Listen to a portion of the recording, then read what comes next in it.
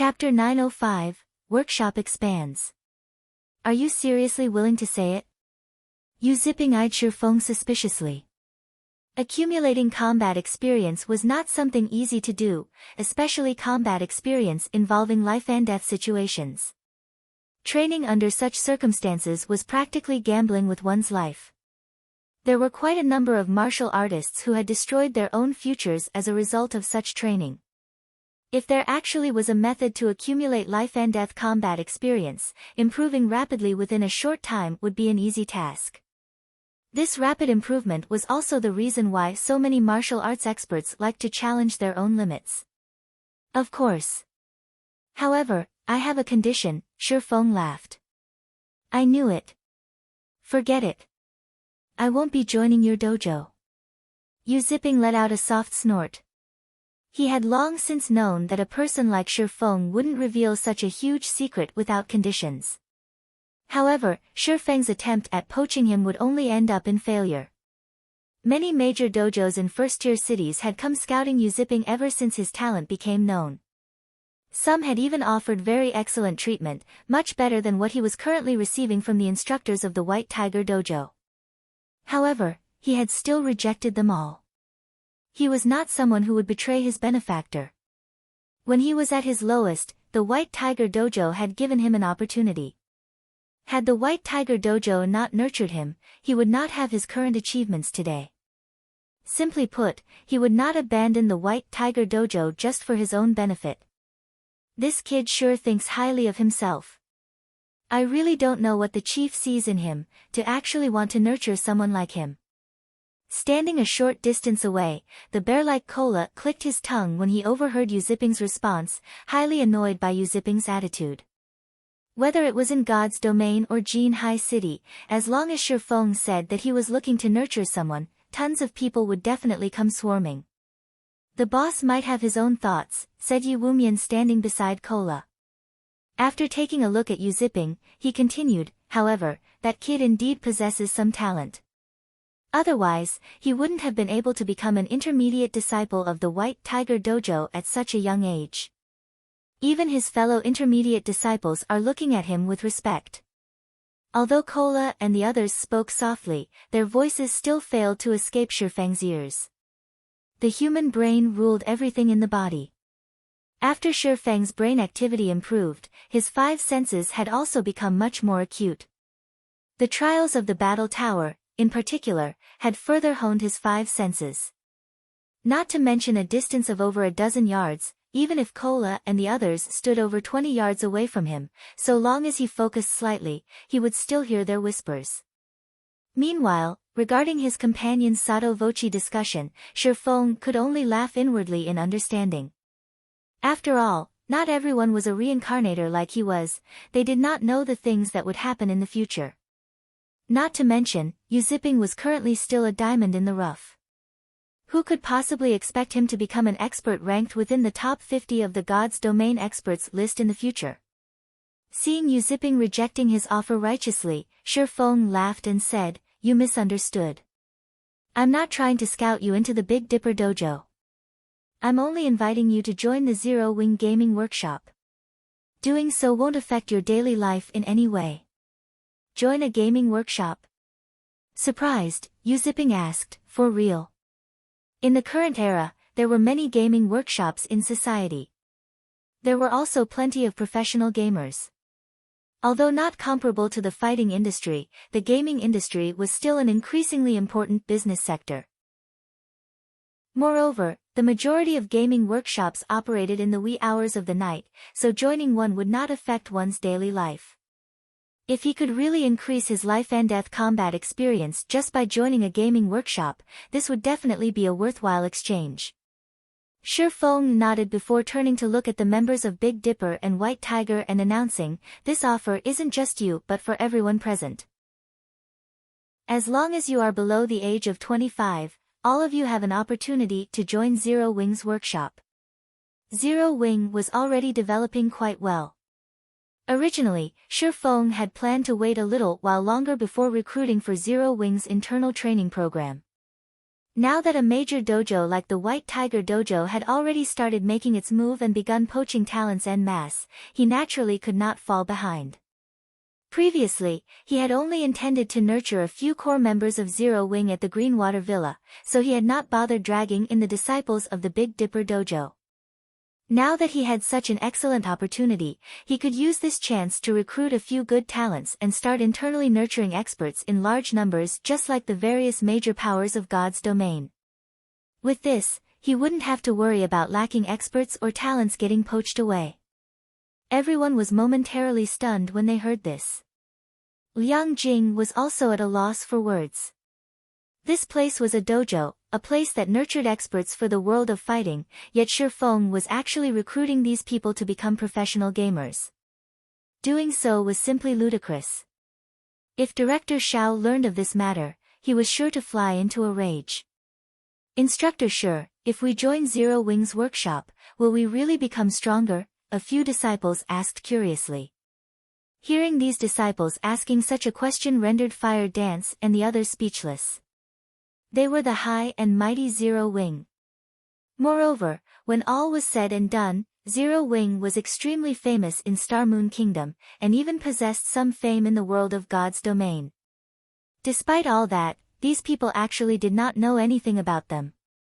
Of course, they also understood that, although these disciples might know about virtual reality games, their lifelong goal had always been to achieve fame in the world of fighting. Hence, they rarely came into contact with pleasure-seeking activities, focusing their all into training their bodies, instead. How could a bunch of people who had precious little exposure to virtual reality games possibly have heard of Zero Wing's name? Let's put it this way. If you can pass the test and join the Zero Wing workshop, I can assure you that it won't be long before you become much stronger than your present selves, Shi Feng said definitively. I want to take part in the test. I want to try as well. Immediately, many disciples in the dojo raised their hands and voiced their intent to apply for Zero Wing's workshop, every one of them firmly believing Shi Feng's words. After all, Fire Dance was the best example. Even Gan Xingteng, who had managed to defeat Hall Master Chen Wu, suffered a quick defeat at her hands. What about you guys? Shi Feng asked as he looked at the youths of the White Tiger Dojo. No. Absolutely not, shouted Gan Xingteng, who had just regained consciousness. As long as you are a member of the White Tiger Dojo, you are not allowed to join any kind of workshop. Otherwise, you will be expelled. Some of the White Tiger Dojo members, who had initially been entertaining thoughts of taking the test, immediately lowered their heads at these words. Senior Brother Gan, why is this so? A short youth asked curiously. Logically, there should not be any clash between a dojo and a gaming workshop. Disciples would normally take on part-time jobs. After all, not everyone could make a living out of participating in competitions, and the dojo did not provide everyone with financial support. They still needed to live. Joining a gaming workshop could be considered a part-time job. Moreover, it was more lucrative than any other part-time job. Chapter 906, You Will Regret It. Shi Feng was also somewhat surprised by Gan Xingteng's yelling. He then shot a curious look at Gan Xingteng, whose countenance had completely distorted. Something occurred to Shi Feng. The White Tiger Dojo might have already entered into a partnership with a corporation, and instead of recruiting more members to attract investors, it was already preparing to enter God's domain. Meanwhile, in reply to the questions posed by the disciples of the White Tiger Dojo, Gan Xingteng simply sent them a glare and said strictly, if you want to join a gaming workshop, be my guest. When the time comes, don't blame me for not warning you. Immediately, the crowd from the White Tiger Dojo fell silent. In all dojos, there were two kinds of disciples.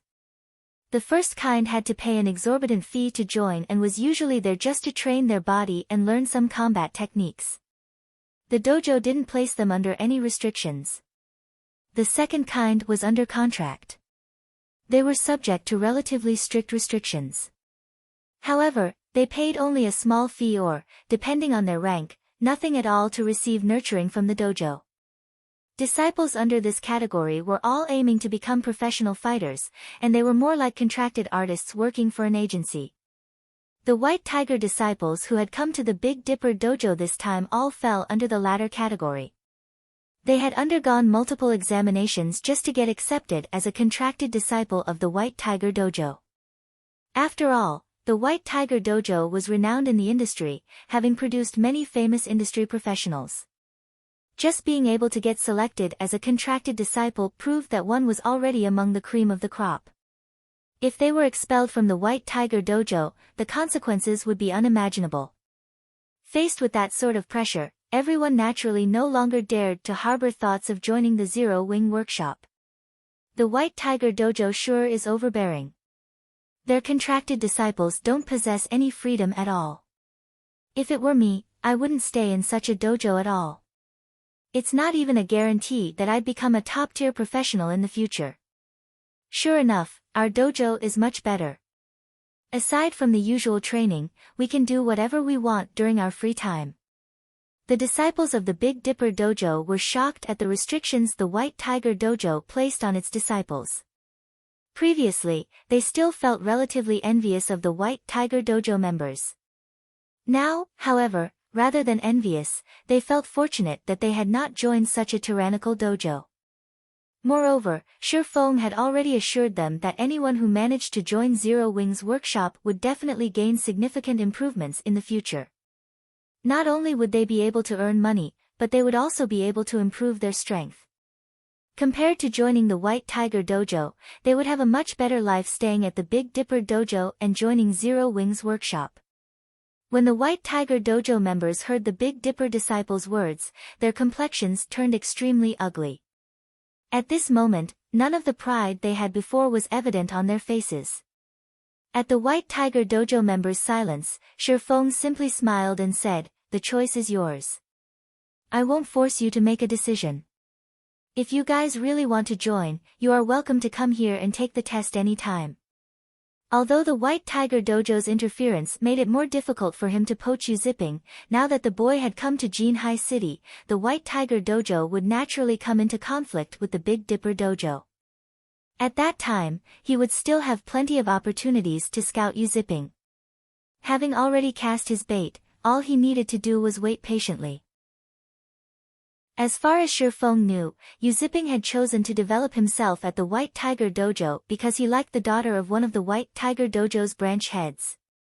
Unfortunately, this branch head had not favored Yu Zipping and had given her daughter to a genius fighter called Xie instead.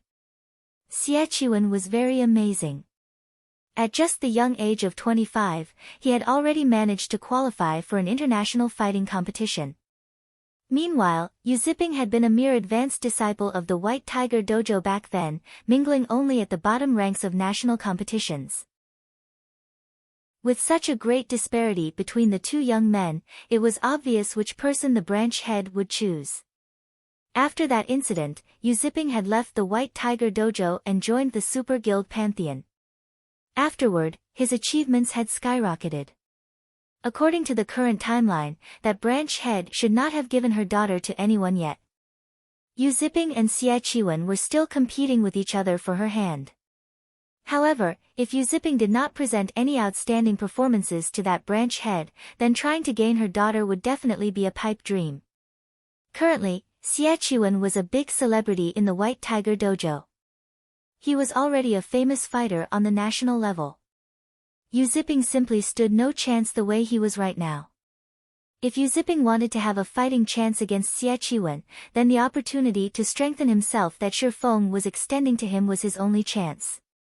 Even if the current Yu Zipping did not wish to join Zero Wing, once he felt that he could not outcompete Xie he would surely think back to the absolute strength fire dance showed today. At that time, he would naturally consider joining Zero Wing.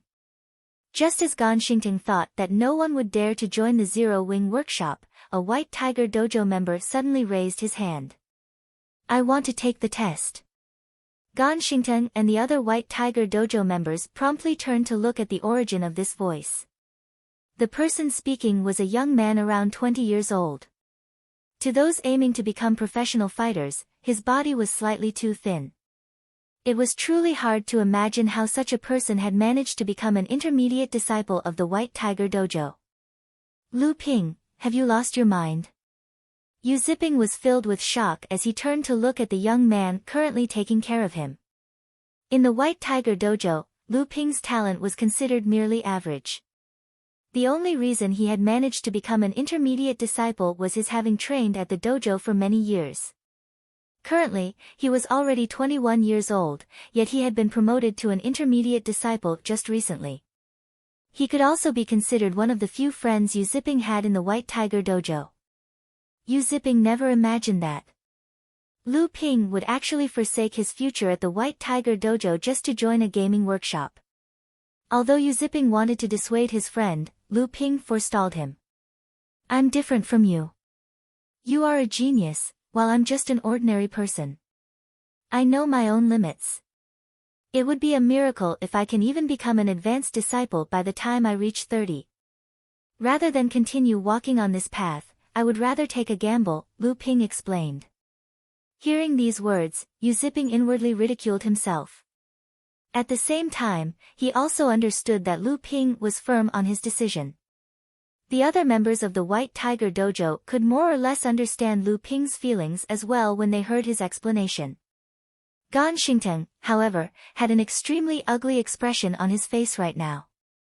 He had originally come to the Big Dipper Dojo, representing the White Tiger Dojo, to humiliate the people here as well as poach some of its disciples. He had never imagined that he would end up on the receiving end of this plan, instead.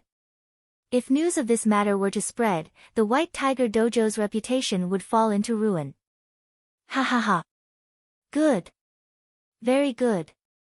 Gan Xingteng could not help but laugh madly at this development. He then turned to Lu Ping and said, I won't hold you back if you want to leave. However, you will definitely regret this decision in the future. We're leaving. Seeing that several more people in his group were starting to show signs of hesitation, he no longer dared to remain here any longer. He hurriedly called for everyone to leave the Big Dipper Dojo. At this time, Cola walked up to the somewhat dazed Lu Ping and patted the young man's shoulders. In a very welcoming tone, Cola then said, Brother, I have high hopes for you. I can assure you that, if you manage to join the Zero Wing workshop, it will be, without a doubt, the wisest decision you make in this lifetime. I mean, take myself for example. Before I joined Zero Wing, I was far weaker than your current self. As long as you work hard, you will certainly become much stronger than you would ever be if you stayed in the White Tiger Dojo. May I know how long Big Brother has been with Zero Wing? After Lu Ping took a close look at the tall and robust Cola, as well as considered the feeling he got when Cola had patted his shoulders, he could tell that Cola possessed immense physical strength. He estimated Cola's strength to be equal or above that of Gan Xingteng's. After making a rough calculation, Cola answered honestly, It's been roughly a month since I've started training officially. Just over a month? And you say you were weaker than me before? You're not lying to me, right? Lu Ping's eyes widened in shock. He simply could not believe Cola's words. Cola rolled his eyes at Lu Ping, feeling that the young man was getting overly excited over nothing. He then pointed to Fire Dance and the others and said, Why would I lie to you? All of us here started taking part in the special training at the same time. If you don't believe me, ask them yourself. That's right. All of us did indeed start training here only a month ago, more or less. And before Cola began the special training, he really was weaker than your current self. Fire Dance nodded and laughed. Hearing Fire Dance's confirmation, Lu Ping was immediately dumbfounded. Or to put it in another way, the amount of information was just too much for his brain to process. Right now, he felt as if he had wasted all his life training for nothing. Just what kind of place did he come to? Chapter 907, Strength Changes. After leaving the Big Dipper Dojo with miserable expressions, Gan Xingteng and the other members of the White Tiger Dojo returned to the high-class hotel where they were temporarily lodging. Disregarding his injuries, Ganshington immediately reported what had happened at the Big Dipper Dojo to the main branch of the White Tiger Dojo upon arrival. "What did you say?" "There's an expert who's even stronger than you at the Big Dipper Dojo," the white-robed middle-aged man on the other side of the video call repeated in surprise. Could that person be that rumored internal force expert? Master Jiang, that head instructor called Shifeng, did not take action.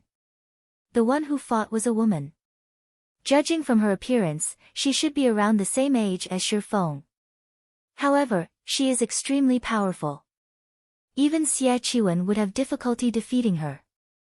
"I suspect that the real behind-the-scenes boss is that woman," Ganshington reported carefully as he looked at the man in the screen.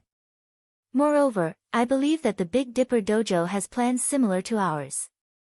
Although Jiang Tianyuan, the man before him, was not the main dojo master of the White Tiger Dojo, he was still a very powerful branch master. The man had been famous for more than 20 years already. One should not take his appearance at face value. While he might look like someone in his mid-30s, in reality, he was already 50 years old this year. This is interesting. Even Xie Qiwen wouldn't be able to defeat her easily. It's no wonder the Big Dipper group has constantly been expanding its influence recently. But it doesn't matter. The mindset of that bunch from the Big Dipper group is too simple. What do they think they can accomplish with just one expert? Jiang Tianyuan laughed. "I recall that Jinhai City is going to hold a citywide competition soon. I'll send Xie Qiwen and Tang Jingyao to help you secure both male and female championship titles in Jinhai City.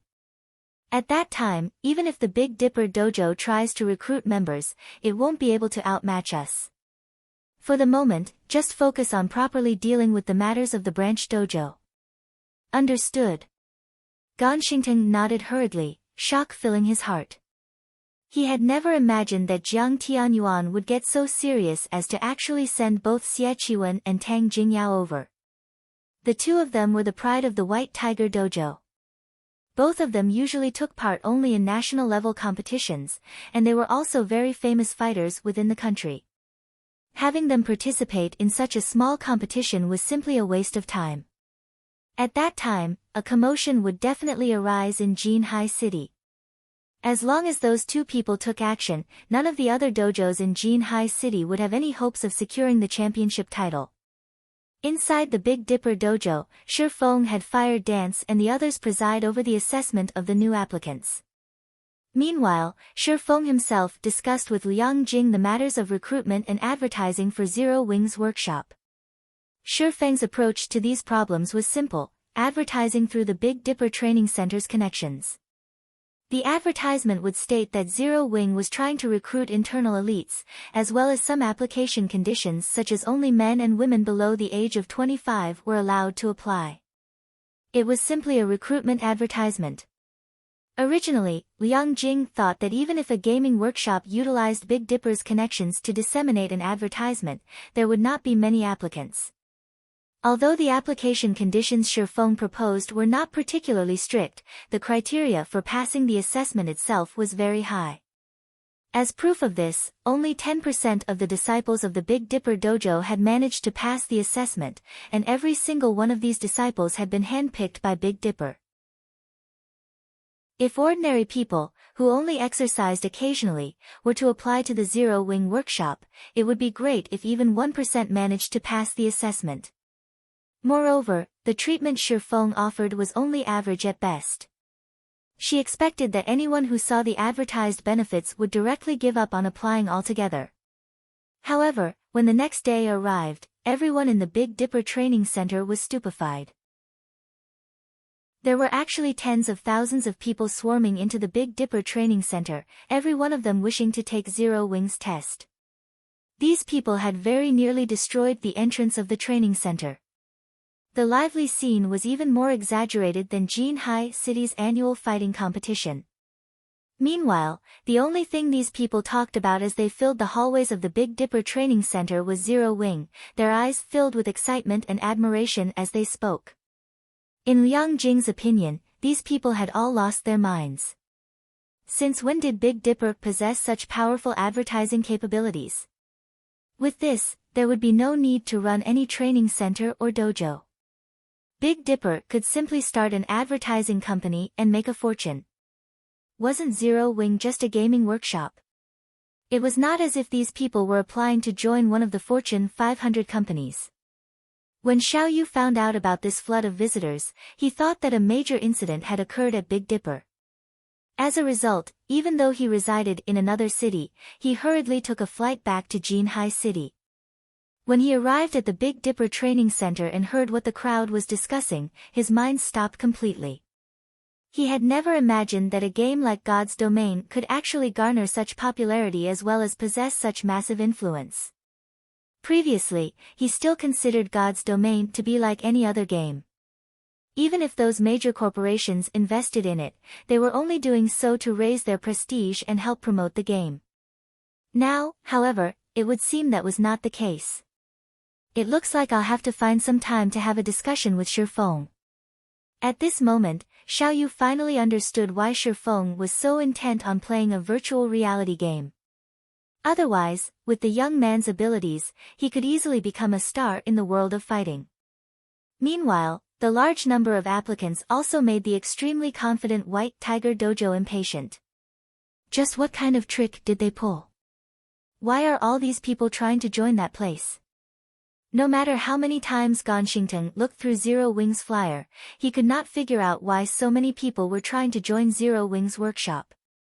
Meanwhile, the instructions from the White Tiger Dojo's main headquarters were also very simple: speed up the construction of the branch dojo. At the same time, the main headquarters also withdrew some funds to start advertising as well, refusing to believe that they could not outcompete Big Dipper with the fame of the White Tiger Dojo. After learning of the White Tiger Dojo's actions, Liang Jing suggested Shifeng either increase his scope of advertising or reduce the difficulty of the assessment.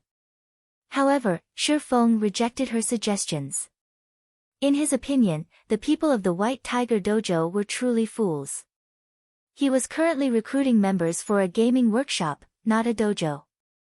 No matter how much the White Tiger Dojo advertised itself, it would not affect his recruitment campaign in any way. Following which, Shifeng handed over all the tasks related to the recruitment to Liang Jing to handle, which kept her extremely busy. Not only did she have to go through the applications of tens of thousands of people as well as manage their assessments, but crowds of new applicants also continued coming in every day. If she did not mobilize every staff member of Big Dipper, she would have died from overwork already. Fortunately, becoming an internal elite of Zero Wing was not easy, and the passing rate of the assessment was exceedingly low. At the moment, the passing rate was not even 1%. As for Shifeng himself, he continued training at the battle tower. At the same time, he shared some of his battle points with Fire Dance and the others, allowing them to fight with the simulated experts for long periods of time. During the 2 days that God's Domain system update took to finish, Fire Dance and the others received massive improvements. Violet Cloud, in particular, had finally set foot into the refinement realm after training at the battle tower, becoming Zero Wing's third expert to set foot into the realms of refinement. As for everyone else, they had all reached the half-step refinement realm standard already. When Big Sis Aqua finds out about this, she will most likely be very shocked at our improvement speed during this period, Violet Cloud said over the public channel, after entering her virtual gaming cabin, her heart full of anticipation as she prepared to log into God's Domain. Oh, right. Guild leader, please don't tell Big Sis Aqua about this matter right after you log in. She was always bullying me before. This time, I must give her a surprise. Sure, Shifeng laughed as he shook his head.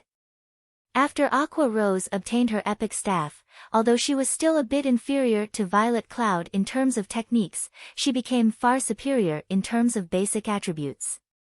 As a result, when the two sparred with each other, Violet Cloud was usually the one who got the worst of it. After you guys log in, gather at White River City. I have something important to tell you all. In addition, there is also the matter of these newcomers. Following which, when the countdown timer for God's Domain system upgrade ended, everyone logged into the game simultaneously. Chapter 9083 3-Star Shop. _ As soon as Shifeng returned to God's domain after 40 hours of waiting, the sound of a system notification entered his ears. System, the environment of the area you are in has changed. System, you have 30 seconds of invulnerability to look for a safe zone. Isn't this transformation a little too much? Shifeng was surprised as he observed his surroundings.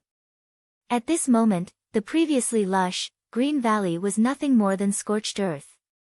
He could even faintly see streams of magma flowing nearby. This place had already turned into a volcanic hell.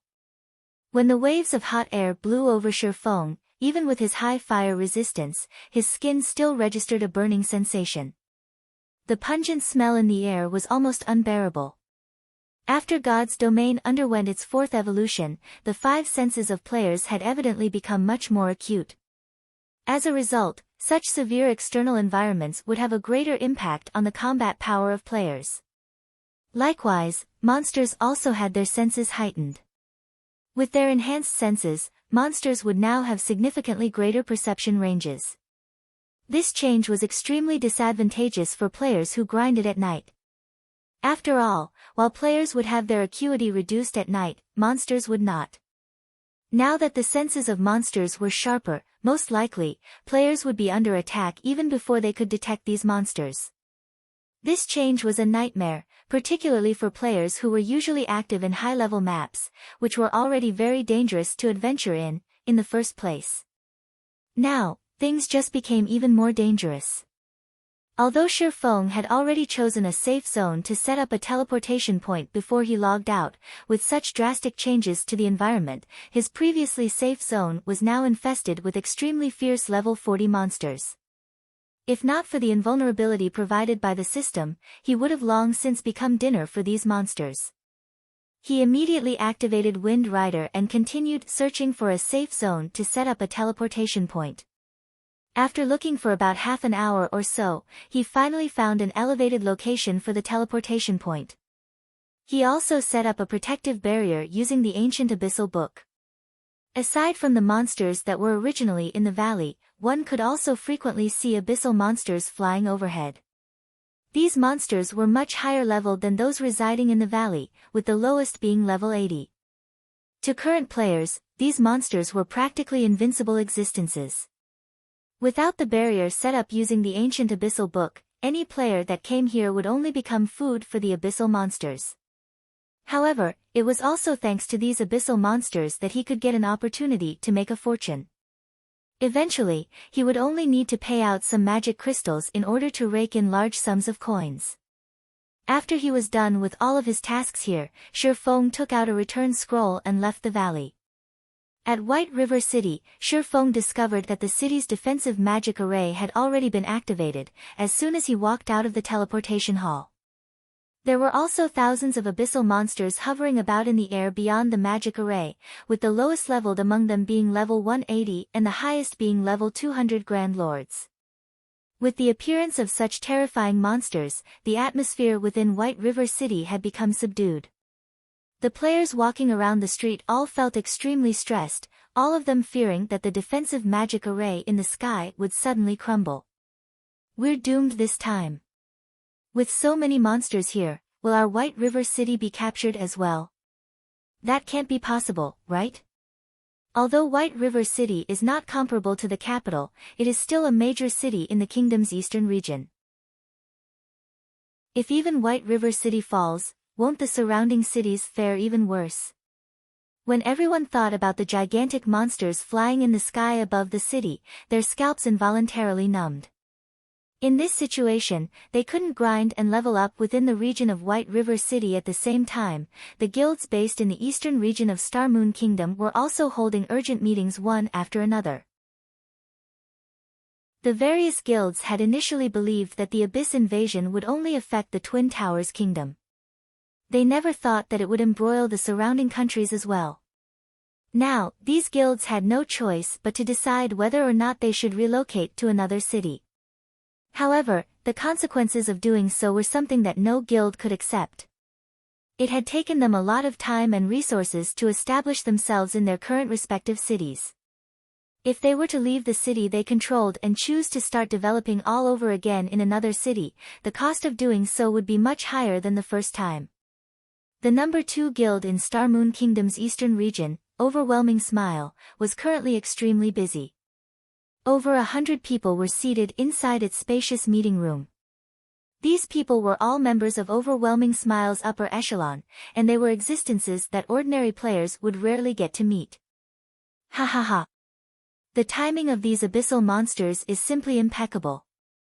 I want to see just how Zero Wing is going to continue strutting around in this situation. Feng Xianyang could not help but smile when he received the latest report. Based on the information from Underworld, the eastern region of Star Moon Kingdom wasn't the only part of the kingdom affected by the Abyss invasion. These abyssal monsters were already showing signs of spreading throughout the entire realm.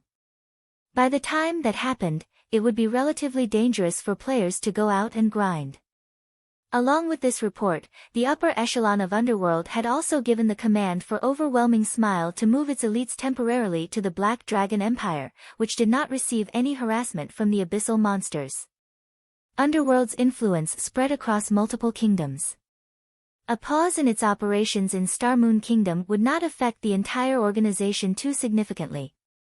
It definitely possessed the ability to transfer its elites to the cities of other kingdoms and empires that were under its control. Small and upstart guilds with no background, on the other hand, did not possess this ability. These guilds generally had their foundations in only one country and could not afford to move their base of operations in a hurry. Even if they did relocate, they would have to start from scratch. However, how could these guilds compete in a foreign city against the entrenched local guilds, which had already developed for months? For Zero Wing, the tyrant of Star Moon Kingdom, things were even more severe. The amount of capital and number of advantages it would lose by migrating its base of operations would be unbearable even for a first-rate guild. With such a loss, Zero Wing's development would no doubt suffer a significant setback. When that happened, it would be nearly impossible for the guild to catch up to the major powers of God's domain. In contrast to Feng Xuanyang's joyful reaction, Yulan currently had a slight frown on her face. Zero Wing is really unlucky, but I guess this is also part of life. Yulan could not help but sigh inwardly. Zero Wing's rise was already a legend in Star Moon Kingdom. Ultimately, however, it couldn't save itself from falling due to external factors. Who could have possibly imagined that the system would play such a trick? This development had thoroughly ruined Zero Wing. Of course, Yulan was also feeling very fortunate about the appearance of the abyssal monsters. This invasion was both a disaster and an opportunity. Currently, due to the abyssal monsters, the players belonging to countries neighboring the Twin Towers kingdoms would definitely shift to other kingdoms and empires. Moreover, the possibility of players migrating to the Black Dragon Empire was the greatest. With so many players swarming into the Black Dragon Empire, the player population of the cities there would naturally soar. Hence, the market there for items would expand in spades. If she could nurture a batch of her own advanced lifestyle players now, her authority in Underworld would surely grow as well. Thinking up to this point, Yulan could not help but wish she could take action sooner. At this time, every minute and second was money. Unfortunately, while today should have been the day they went to the holy city of Titan, due to the system upgrade, the operation had been delayed. While every guild was busy holding meetings and deciding on how they should develop in the future, Shi Feng himself arrived at the city hall of White River City. "How may I help you, sir?" the NPC beauty standing behind the VIP counter asked with a smile. In response, he calmly took out a purple gold, diamond-shaped token and said, "I wish to upgrade the Candlelight Trading Firm into a 3-star shop." Chapter 909, Shocking Star Moon Kingdom. After the female receptionist accepted the purple gold token and confirmed that there were no problems, she looked at Shi Feng and said, "Sir, if you wish to promote your shop to 3-star status, you still have to pay an additional 3,000 gold reconstruction fee." Without hesitation, Shi Feng handed 3,000 gold over to the receptionist. Previously, he had been busy with setting up a teleportation point. There had also been the matter of the mutated dragon. Back then, he simply had no time to check how much he had earned from the Blackwing auction house. Although Shi Feng had spent 20,000 gold to purchase the engineering locomotive design from Sindhart, the 5,000 strengthening devices he sold at Blackwing City had made him a fortune. After deducting all the miscellaneous fees, he currently had close to 30,000 gold coins sitting in his pockets right now. If those first-rate guilds were to learn of this, they would definitely be green with envy. In truth, Shi Feng had never imagined that the strengthening devices would be so welcome. The final 1,500 devices sold at a minimum price of 13 gold 15 silver. The combat guilds at Blackwing City had gone nuts over the devices.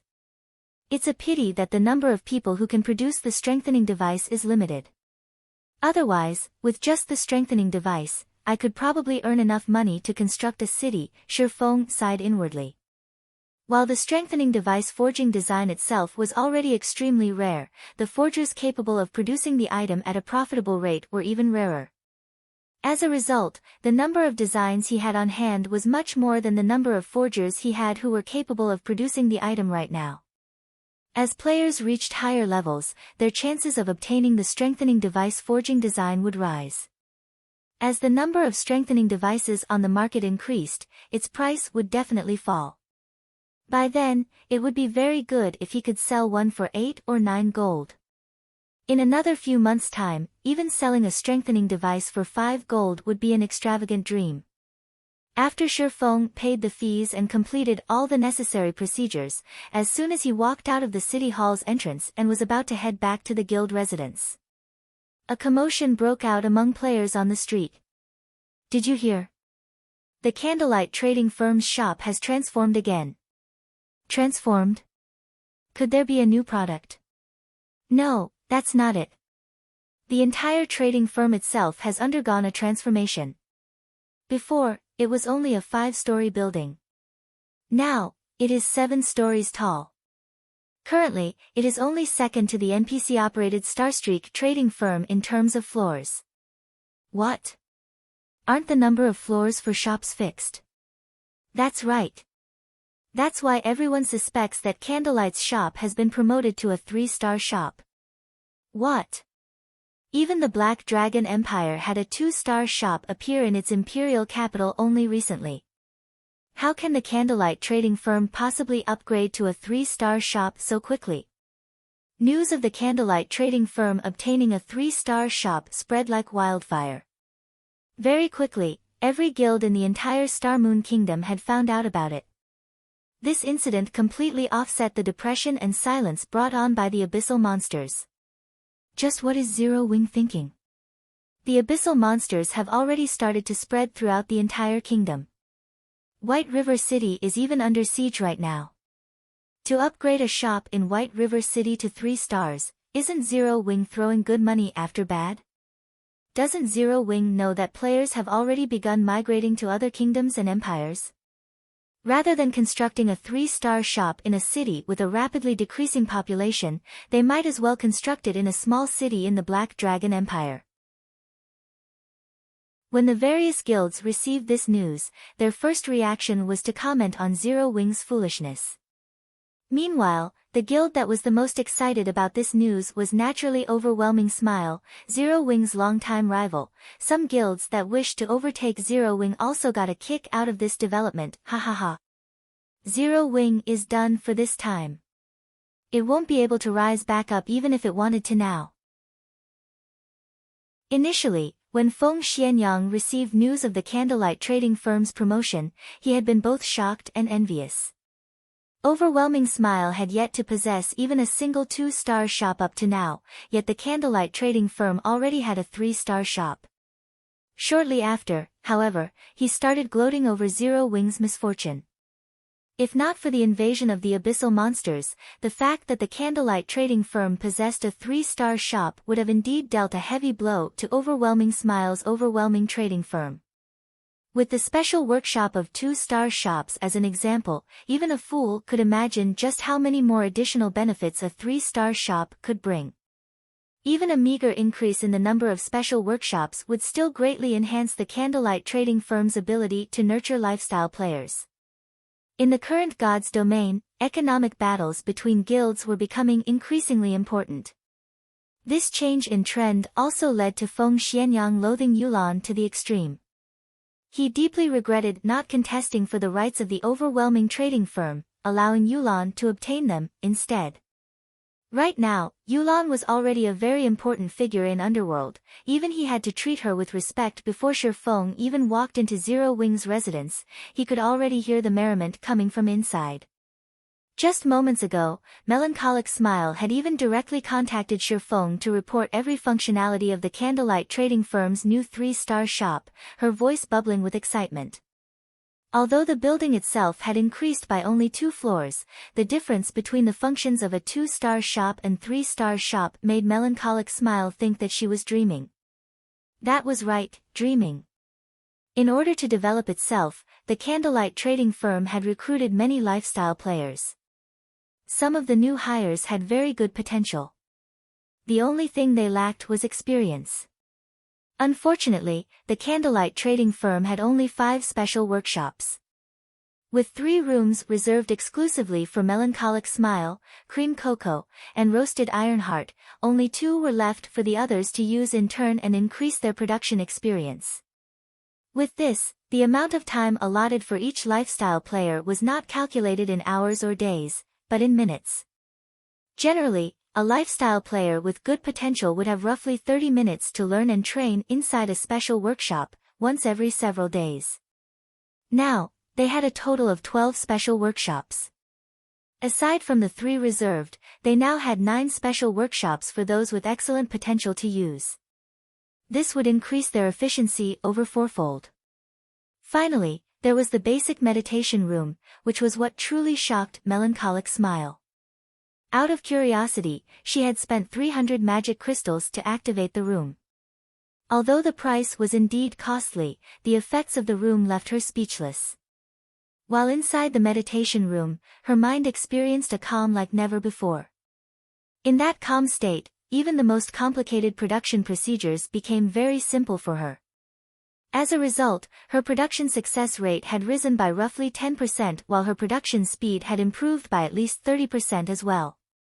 Although this improvement might not seem like much, to lifestyle players like herself who frequently produced items, this improvement was extremely staggering. Currently, items that could raise production success rate by just 1% were selling for astronomical prices. Something that could offer an increase of 10% would be priceless. There was also the improvement in production speed. Not to mention spending 300 magic crystals a day, even spending 500 crystals would be worth it, so long as the meditation room was used to produce high-value items. If it were used only for items such as advanced whetstones, they would never be able to make up for the cost of using the room. Shi Feng only gave some simple instructions regarding the meditation rooms and special workshops. At the same time, he also had Melancholic Smile start recruiting more lifestyle players from the general public. The 4th evolution of God's domain was not as simple as it appeared to be. Rather than the combat system, the lifestyle production system was the part that had truly evolved. Soon, lifestyle players would play a pivotal role in God's domain, just like combat players.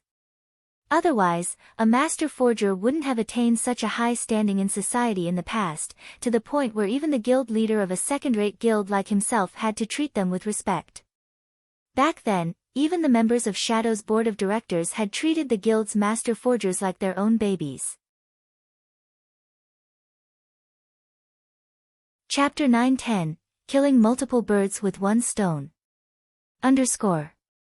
While the candlelight trading firm was causing a huge commotion.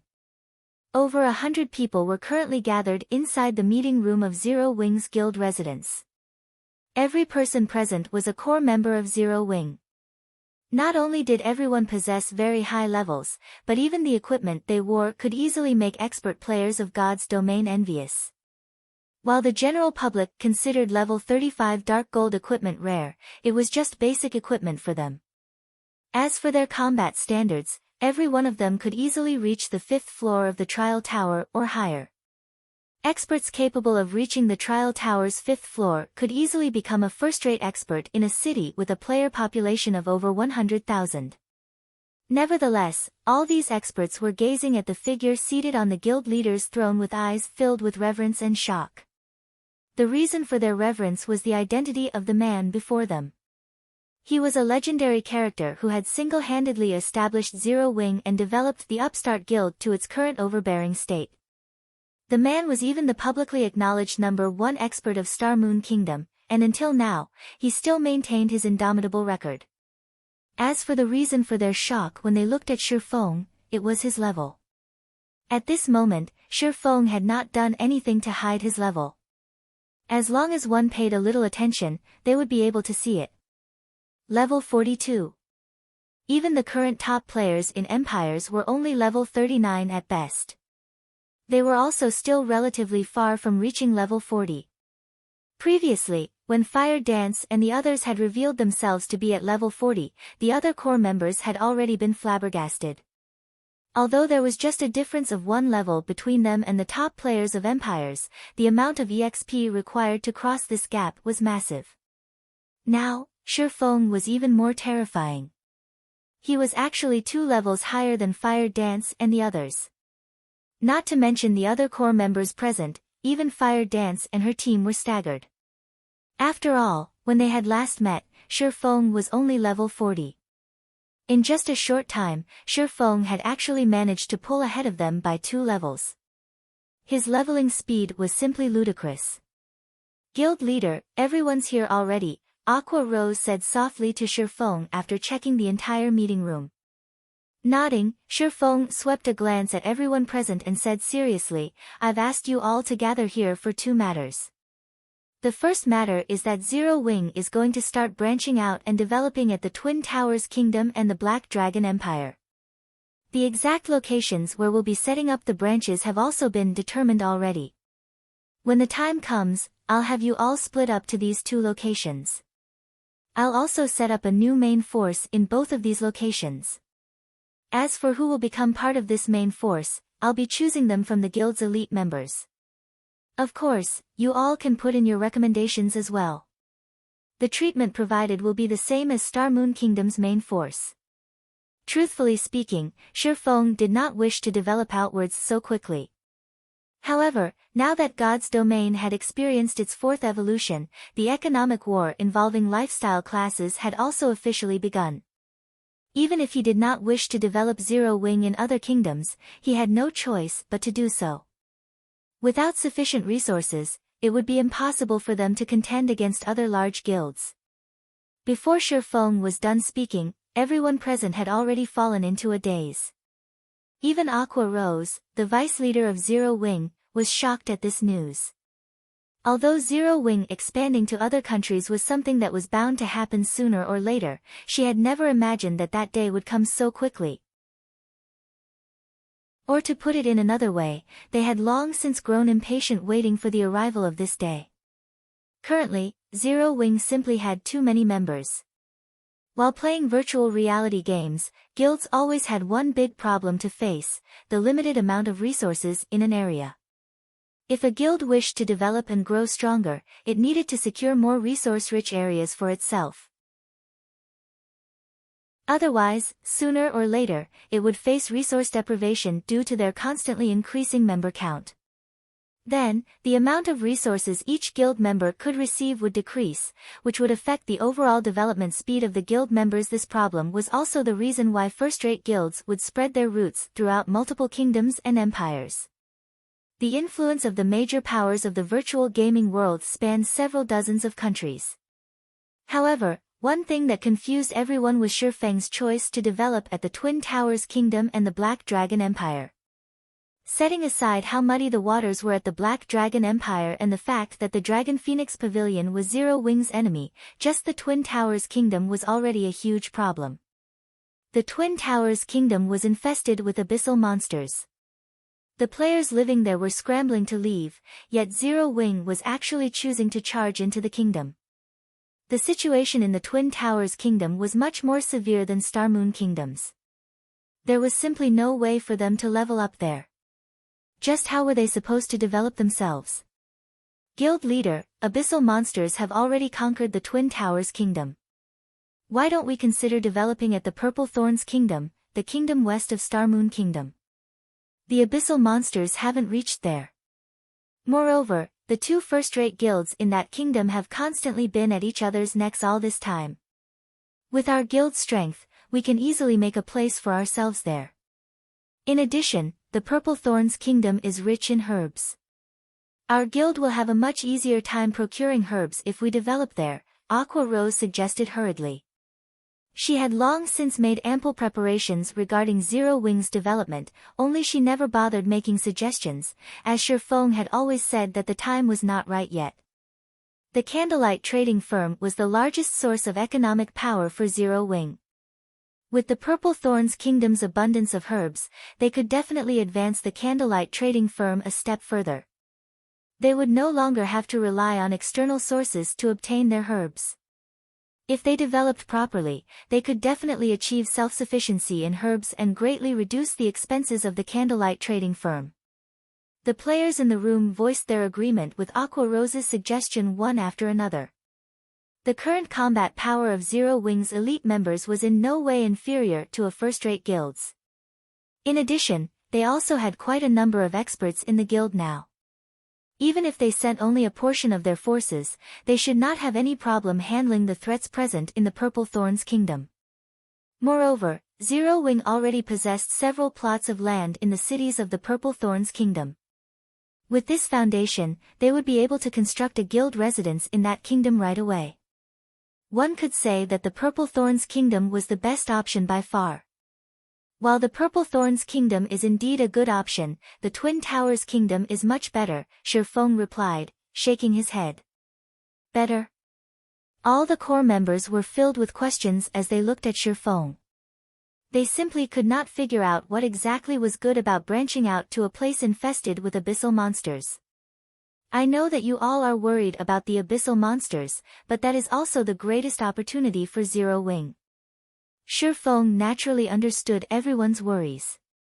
In their shoes, he, too, would have chosen to branch out to the Purple Thorns Kingdom.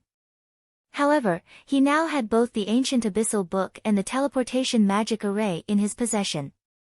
Regarding the threat of powerful abyssal monsters, he could just set up multiple barriers and allow his guild members to grind at high-resource maps safely. There was also no need to worry about other guilds and players coming to contest for those locations. In addition, they could also gain honor points by killing low-level abyssal monsters. Now that the guilds originally residing in the Twin Towers Kingdom had left, although the lands of the kingdom's capital remained in the hands of these guilds, as long as Zero Wing paid some coins, it could still buy 1 or 2 plots of land located near the heart of the city without any difficulty. Had he chosen to branch out to other kingdoms, Zero Wing couldn't even dream of obtaining the central lands of the top 10 major cities in these kingdoms, much less the central lands of the capital city. Nobody would be willing to sell them anything at all. Even if there was a willing seller, that price would not be one that Zero Wing would be willing to bear. Furthermore, the Twin Towers Kingdom was a country of ore. In terms of ore-related resources, it was only slightly inferior to the Storm Empire. At the end of the day, the Candlelight trading firm focused mainly on forging. Ore was something that it could not lack. Hence, developing at the Twin Towers Kingdom was akin to killing multiple birds with one stone. Following which, Shifeng cleverly hid the matter of the ancient abyssal book, simply telling everyone that he had discovered many special areas not assaulted by the abyssal monsters. Afterwards, as long as he set up teleportation points at these locations, they would be able to level up without worrying about abyssal monsters or other players, essentially turning those locations into Zero Wing's backyard. When they heard Shifeng's reason, everyone's eyes sparkled, anticipation filling their hearts. Nobody present was a noob. They knew full well just how valuable an uncontested high-resource map was. Otherwise, the various large guilds would not fight over these high-resource maps. However, no one knew that Shifeng had actually concealed another important reason for his choice to develop at the Twin Towers Kingdom. The large-scale regional dungeon, Tower of Time. Chapter 911, Tower of Time. The Twin Towers Kingdom was named such because of its two ancient towers within the kingdom's boundaries. These ancient towers had existed in God's domain for a long time, their age could no longer be verified. Among these two towers, one was the Tower of Time. It was also the Twin Towers Kingdom's sole, large-scale regional dungeon. Like the dungeon in the Stoneclaw Mountains, this dungeon was set to Azura mode. However, the Tower of Time's level was much higher, thus it was more difficult to raid. Meanwhile, the Tower of Time's fame throughout God's domain had not only been due to its abundance of magic crystals, but its bosses also had a chance of dropping the 7 Luminaries crystals. The level requirement just to enter the Tower of Time was level 50. In the past, when mainstream players had been around level 50, the Mind Space system had not yet launched in God's domain. As a result, everyone had treated the Tower of Time like an ordinary regional dungeon that produced large quantities of magic crystals. Even when people killed the many bosses inside the dungeon and obtained the 7 Luminaries crystal, nobody knew their true value. The various large guilds had simply treated as the 7 Luminaries crystal as a high-end item to use or trade. Only after the Mind Space system launched did everyone realize their blunder. The guilds that used or traded their 7 Luminaries crystal had nearly choked to death with anger. Regional dungeons all had level limits that prevented anyone below or above a certain level from entering. When the Mind Space system had been introduced, God's domain had been operating for over a year. Players' average level had already been beyond the Tower of Time's limit of level 70. Hence, it had been practically impossible for guilds to rely on their main forces to grind the bosses for 7 Luminaries crystals. Meanwhile, when one wanted to enter the Tower of Time, aside from the level requirement, one needed a space-time crystal. A single space-time crystal could allow 100 players into the Tower of Time. However, only the monsters near the tower dropped the space-time crystals, and its drop rate wasn't very high. This greatly restricted the number of players who could enter the dungeon. In this life, before everyone knew the importance of the Tower of Time, Shifeng intended to take advantage of the situation and grind for space-time crystals. Once Zero Wings core members reached level 50, they could get a head start over the other guilds, raiding the Tower of Time.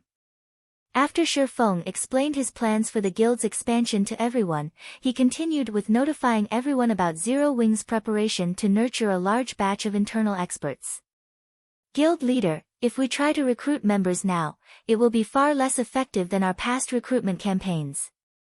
After all, nobody knows if White River City will hold off the abyssal monsters. Moreover, even if the magic array holds, it is still extremely dangerous for players to go out to level up. On the off chance that one encounters a high-level abyssal monster, a team wipe is practically a guarantee. Based on my investigation, a portion of players have already moved to the Black Dragon Empire. Moreover, many of our guild members are worried about this crisis. This really isn't a good time to recruit members. We would be better off holding a mass recruitment campaign after we secure a foothold in the Black Dragon Empire. It would be more effective to wait. Saying so, Aqua Rose handed Shifeng a statistics report, which clearly displayed White River City's situation. Due to the abyssal monsters, the city's teleportation fee had been temporarily removed. Currently, over 5% of White River City's player population had relocated. Among these players, the majority had migrated to the Black Dragon Empire. As time passed, more players would relocate to continue their development. Don't worry about it. Start preparing for recruitment and assessment work. We will soon make up for those who chose to head elsewhere to develop, Shifeng said as he read the report. The situation was much better than his initial prediction, make up for. Aqua Rose was slightly confused. However, since Shifeng had already spoken, she did not probe into the matter any further. She trusted Shifeng's judgment. Shifeng simply smiled at Aqua Rose's confusion. He then issued further instructions regarding the recruitment campaign. Everyone's worries about the abyssal monsters capturing the city were unnecessary. The Abyss Passage had been activated in the Twin Towers Kingdom. The powerful NPCs guarding the border had held back most of the strongest abyssal monsters. As for the remaining powerful abyssal monsters, almost all of them were busy besieging the various major cities. Hence, when the players belonging to the neighboring kingdoms and empires ventured out to level up, they just needed to be a little more careful of their surroundings. Things were not so severe that their livelihoods in their countries had been severed. This was just like an addition of several bosses, which should not be provoked, in everyone's leveling maps. The Abyss invasion was not as severe as everyone thought. On the contrary, due to the temporarily removed teleportation fees in affected cities, players now had more affordable leveling spots to choose from. Moreover, even if everyone failed to notice this, he could stealthily spread the message himself. In addition, there would soon be a teleportation array linked to a grinding area in the Twin Towers Kingdom. By then, the countless players who wanted to change classes would swarm to White River City. They didn't need to worry about a lack of players in the city. Once the teleportation array was set up, they also wouldn't need to worry about lacking development funds. As Shifeng arranged for Blackie to lead the Dark Gods Legion's elites to power level the newcomers from the Big Dipper dojo, Aqua Rose approached and whispered, "Guild leader, Miss Phoenix Rain has arrived and is waiting in the reception room. She says that she has brought what you requested." "She's finally here." Shifeng nodded. He then left the remaining matters to Aqua Rose while he met Phoenix Rain. Inside the elegant, stunning reception room, Phoenix Rain sat quietly by the windowsill, a black cloak draped over her back. When Shifeng entered the room, her gaze promptly moved away from the Zero Wing members walking around the first-floor hall and to Shifeng. Level 42. Phoenix Rain was stunned. Currently, she knew of several people who had reached level 40 in the Empire. However, these people had used special methods to achieve their level. Take herself for example. She was an elementalist. Not only had she learned several AoE attack spells, but she also had a large number of elite members to assist her leveling progress. Her leveling speed was already fast. However, even now, she was over 30% away from reaching level 40, yet Shifeng had already reached level 42. "Phoenix Pavilion Master, may I see the Lake Heart City's deed?" Shifeng asked. He smiled in response to Phoenix Rain's surprise. "Here, take a look." Phoenix Rain quickly recovered her composure and took out a deed for a land in Lake Heart City. "This is the only deed I can give you. Even if you're not satisfied, I cannot change it." Not bad. Although it cannot compare to a golden land, it still has relatively high potential, Shifeng said with satisfaction after examining the deed. With this deed, Zero Wing could secure a foothold in the Black Dragon Empire. What followed next would depend on how things progressed on Melancholic Smile's side. Once they were ready, Zero Wing would officially start pushing its way into the Black Dragon Empire. Elsewhere, a large crowd of players had gathered before the 7-story-tall candlelight trading firm. It was even more lively than during normal times. While many among the crowd were lifestyle players, the majority consisted of sightseers. After all, nobody had ever seen a 3-star shop before. They were all quite curious about the differences between a 3-star shop and a 2-star shop. This was especially true for lifestyle players. Not long ago, the Candlelight Trading Firm had published a shocking message. The Candlelight Trading Firm was currently recruiting lifestyle players, regardless of rank. It did not care if one was an apprentice, who had just started, or someone far along the path of their lifestyle. As long as they could pass the simple entrance test, they could become an official member of the Candlelight Trading Firm. High achievers would even get the opportunity to improve themselves in the special workshop. This was a benefit that could not be found anywhere else throughout the entire Star Moon Kingdom and even God's domain. After all, special workshops were simply too rare. Most trading firms only allowed their most skilled and trustworthy members to utilize their limited special workshops. Ordinary people had no hope of enjoying this particular benefit. Chapter 912, Bottomless Candlelight Trading Firm. Chapter 912, Bottomless Candlelight Trading Firm. The news of the candlelight trading firm mass recruiting lifestyle players spread like wildfire. It wasn't just limited to White River City. Very quickly, everyone throughout Star Moon Kingdom heard about the opportunity. The official forums buzzed with activity. What? This can't be true, right? The candlelight trading firm is actually recruiting members without any rank restrictions? I heard that Candlelight wants to recruit a lot of people this time. I wonder if an intermediate apprentice like myself has a chance. I remember that, when Heaven's Burial recruited lifestyle players, applicants needed to be at least advanced apprentice rank with a 65% success rate or higher to pass their assessment. However, Heaven's Burial still doesn't have a 2-star shop. Candlelight's assessment will probably be extremely difficult. Currently, lifestyle players grew more important by the day. However, it was extremely difficult for a lifestyle player to make a name for themselves if they had to rely on their own strength. This was because lifestyle players needed a lot of resources for their practice. The more important a lifestyle class was, the more resources they needed to improve. Moreover, the further a lifestyle player progressed, the more valuable were their required resources. Hence, if a lifestyle player did not join a guild, it would become extremely difficult for them to grow stronger.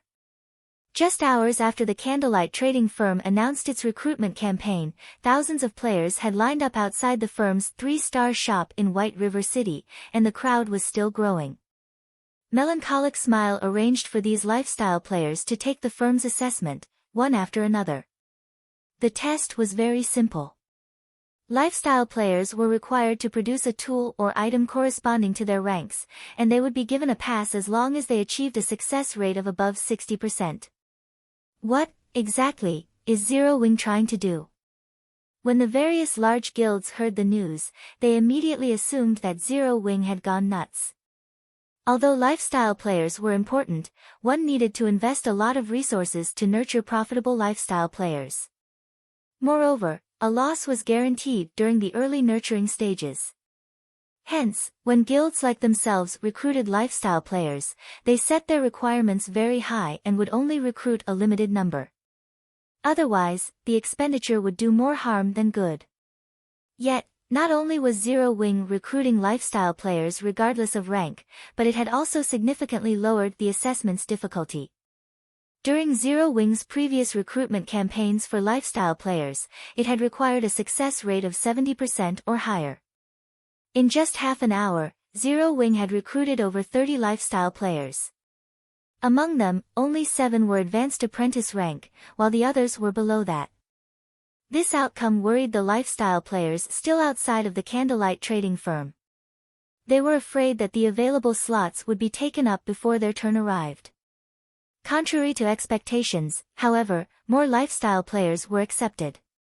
Very quickly, over 100 players had been accepted into the firm.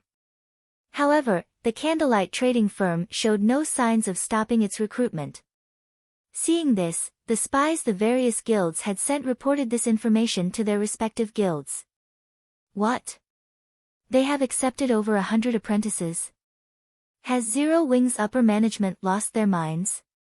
Could a 3-star shop really be that powerful? The various guilds that had received this message were stunned.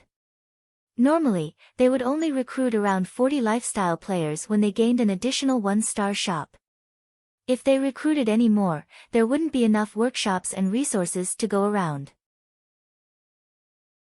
After the candlelight trading firm upgraded one of its 2-star shop to 3-star status, the building had only gained 2 floors. Generally, it would be a miracle if they could recruit 200 players. Big Sis Melancholic, should we raise the assessment bar? At this rate, we'll fill the new workshops. It will be a pity if we miss out on any talented newcomers later on, Cream Coco asked worriedly as she watched the thousands of people lined up outside of the building. Relax. I'm actually concerned that we won't be able to recruit enough people. Melancholic Smile smiled bitterly. Not enough people. How is that possible? There are thousands of people outside right now. If we leave the bar at a 60% success rate, at least 400 or 500 of them should pass. How is that not enough people? Cream Coco was no longer the noob she had been when she had first started playing God's Domain. She knew that, although lifestyle players who could achieve a 60% success rate were rare, with the base number being so high, a frightening number of people could pass the assessment. 500 lifestyle players was not a small crowd. Even an ordinary second-rate guild could not afford to nurture so many. Furthermore, the candlelight trading firm was already saturated with lifestyle players. With the extra workshops that came with the 2 additional floor spaces, the most they could afford to recruit was around 300 lifestyle players. Any more and they would have to rent workshops from the lifestyle associations. However, renting workshops would massively burden their finances. 400 or 500 really isn't enough. The guild leader has already determined that we need to recruit 1,200 players, Melancholic Smile chuckled.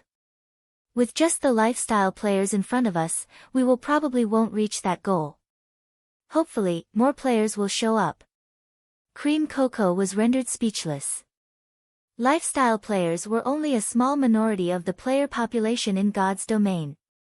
In addition, the various guilds often held recruitment campaigns of their own. Gathering 1,200 qualified lifestyle players was a colossal task. Unfortunately, Cream Coco had another concern. Where were they going to house all of these lifestyle players? Elsewhere, Shifeng had completed his trade with Phoenix Rain in the city hall and officially gained the deed to a plot of land in Lakeheart City. This is the information we have obtained on the Evil Dragon battle team. Take a look. The match is in 2 days. I look forward to the Azura battle team's performance, Phoenix Rain said, smiling pleasantly as she handed Shifeng the information she had collected on the enemy battle team and the time, venue, and rules for the next battle. She was in a good mood after obtaining the 10,000 gold from Shifeng. Oh. The Miracle Guild? Shifeng was slightly surprised after a general glance through the information. We have only discovered this after the system upgrade, Phoenix Rain said solemnly. You mustn't underestimate the Miracle Guild. Although it is a super first-rate guild like the Dragon Phoenix Pavilion, Miracle's foundation is much stronger than ours. It can even contend with super guilds. When the time comes, the Evil Dragon battle team's roster will undergo a complete change. You best prepare for the match. Although Phoenix Rain had said as much, she did not think that the Azura battle team had any chance of winning. After all, the Azura battle team had exposed too many of its trump cards. The Miracle Guild would definitely come prepared. If Miracle went all out in this match, the Azura battle team would be overwhelmed. After all, the difference between each side's strength was immense. Phoenix Rain only prayed that the Miracle Guild would not take the match too seriously. This way, she could haul in another fortune. Shifeng nodded silently in response to Phoenix Rain's advice. In truth, even without Phoenix Rain's warning, Shifeng knew just how powerful the Miracle Guild was. In his previous life, when a Tier 3 mysterious flame had appeared in God's Domain, the various large guilds had employed all sorts of methods to obtain it. In the end, however, a dozen or so experts from the Miracle Guild had secured the flame. Among the guild's experts that had fought for the mysterious flame, 2 other super guilds' top combatants had been present. That battle had become a classic within God's Domain. To put it simply, defeating the Miracle Guild-led Evil Dragon battle team would be extremely difficult for the Azura battle team. As Shifeng hurried towards the candlelight trading firm, a party of 6 arrived in the teleportation hall in White River City. The instant these players appeared, they became the main focus within the hall. Their equipment was too gorgeous to ignore. Even the lowest quality equipment was dark gold rank. As for these players' levels, that was even more impressive. Of the 6 players, 2 were level 40, while the remaining 4 were level 39. Even in an empire, this group would be a force to be reckoned with, much less White River City. So this is White River City. The standard of the players here is quite high. We're not here to sightsee, focus on the task at hand. Let's head over to Zero Wing to have a look.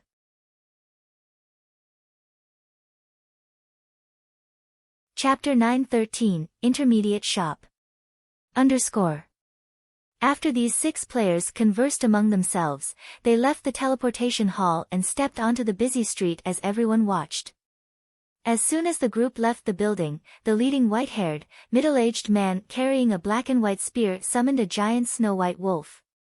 The wolf was even larger than a lion. An assassin, wearing dark gray leather armor with 2 blood-red daggers hanging from his waist, summoned a black warhorse beside the middle-aged man. The warhorse sported silver armor and looked far more majestic than the horses NPC soldiers used.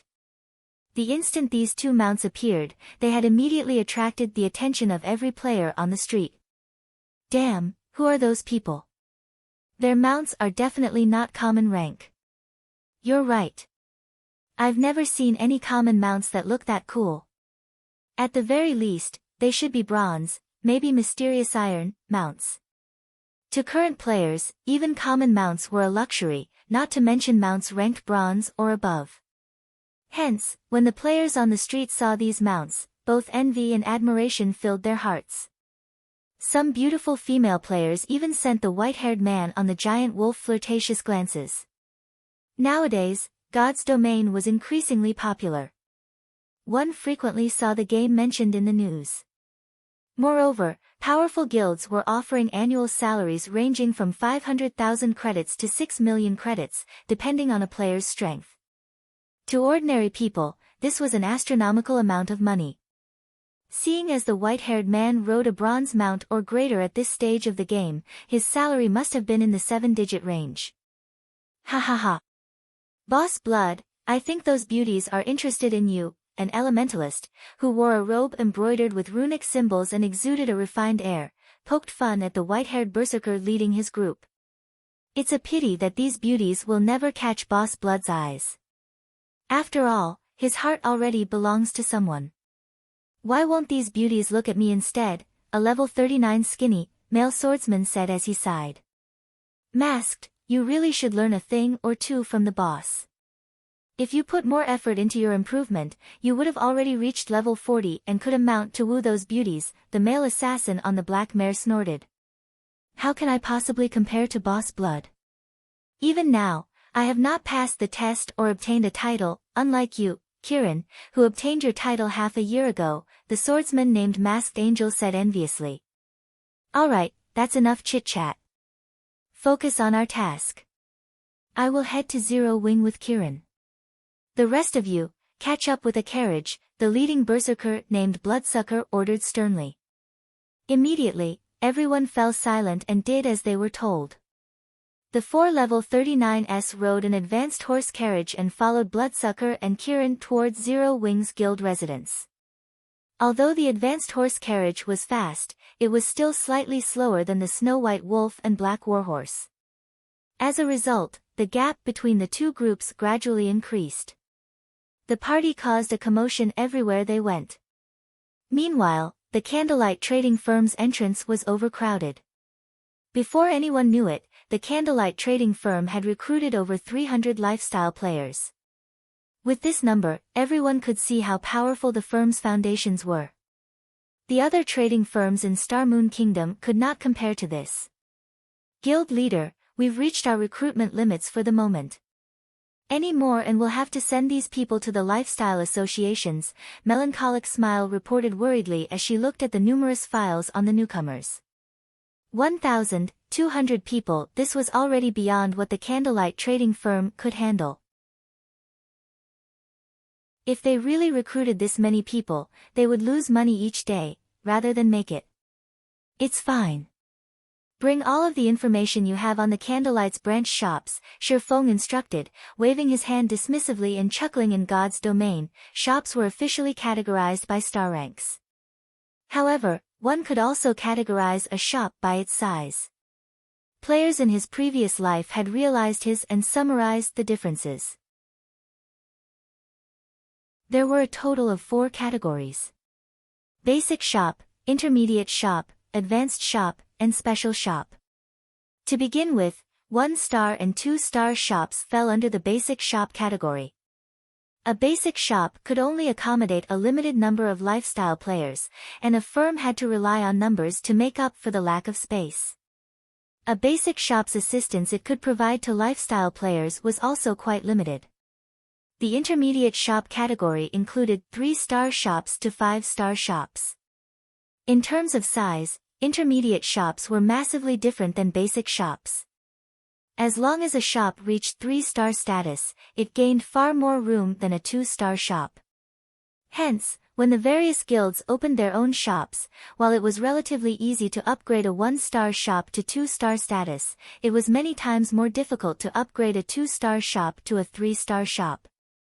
Naturally, upgrading from an intermediate shop to an advanced shop was even more difficult. Meanwhile, the benefits an intermediate shop could provide became more obvious. The basic meditation room was a primary example. After Shifeng's command, Melancholic Smile compiled all of the information she had on every Candlelight's branch shop and handed the files to Shifeng. Not only was the compiled information detailed, but it was also easy to understand. So far, the Candlelight trading firm had a total of 25 shops. Among them, 24 were branch shops.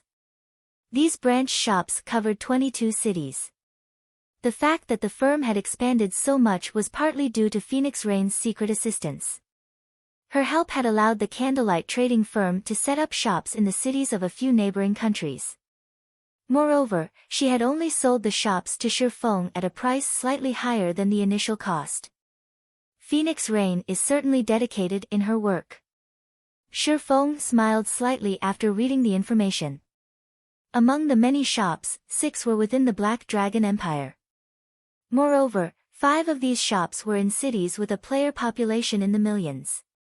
In addition, there were 6 shops in the kingdom's neighboring Star Moon Kingdom. Among them, 4 were in the Purple Thorns Kingdom. All 4 of these shops were in the top 10 most populated cities in the kingdom. As for the remaining 2 branch shops, they were in the Twin Towers Kingdom. Unfortunately, most of the kingdom had fallen into ruin, and only the capital city remained standing. Shifeng had to admit that it was beneficial to cooperate with a major power. Without Phoenix Rain's help, Shifeng would have to exhaust himself to no end to achieve a similar result, and this would have greatly impacted his personal growth. Based on this alone, one could see how frightening the foundations of God's domain's major powers were. Currently, Zero Wing's advantage only lay in the fact that it had a lot of liquid funds. However, this did not mean that the game's major powers were poorer than Zero Wing. Rather, these powers reinvested most of the money they earned into valuable lands. Although Zero Wing had a lot of money on hand, it didn't have anywhere to invest. In terms of capital turnover, the difference between Zero Wing and these major powers was obvious at a glance. I will have to thank Phoenix Rain. I would have had a hard time using up these 5 slots otherwise. Shifeng then chose 5 branch shops and upgraded them to 2-star shops. When upgrading these shops to 2-star status, he saved far more money by using the special rights of a 3-star shop than when he had used a promotion order. Each shop only cost 600 gold to upgrade. With this, he only needed to spend 3,000 gold to obtain 5 2-star shops. Meanwhile, of the 5 shops Shifeng chose, 3 were in the Black Dragon Empire, with one of them in Lakeheart City. As for the remaining 2 slots, he used one on a shop in the Purple Thorns Kingdom, and the other on the shop in the Twin Towers Kingdom's capital.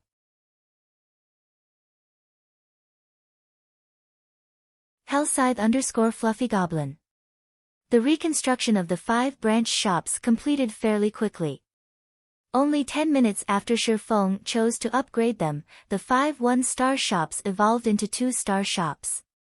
Although the number of items that the shop could sell had not changed, it could accommodate far more lifestyle players.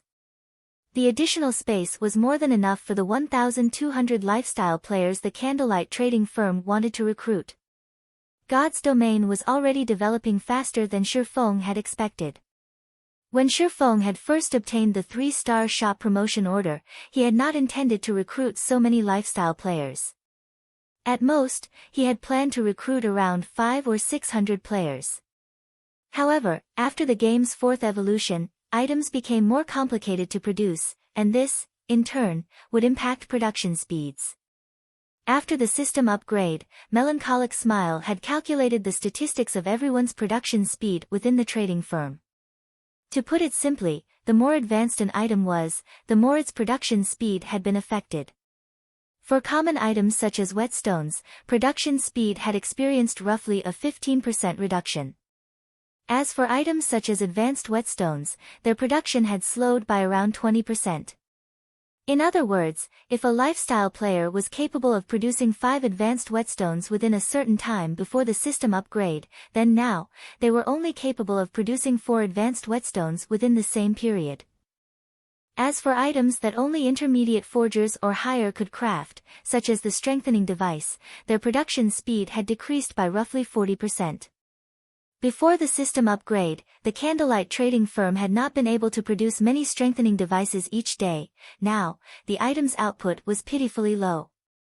Unfortunately, Shifeng had already agreed to hand over 10 bronze mounts and 2,000 strengthening devices to the secret pavilion within 5 days, as well as the rest of the items within 12 days after the system update completed.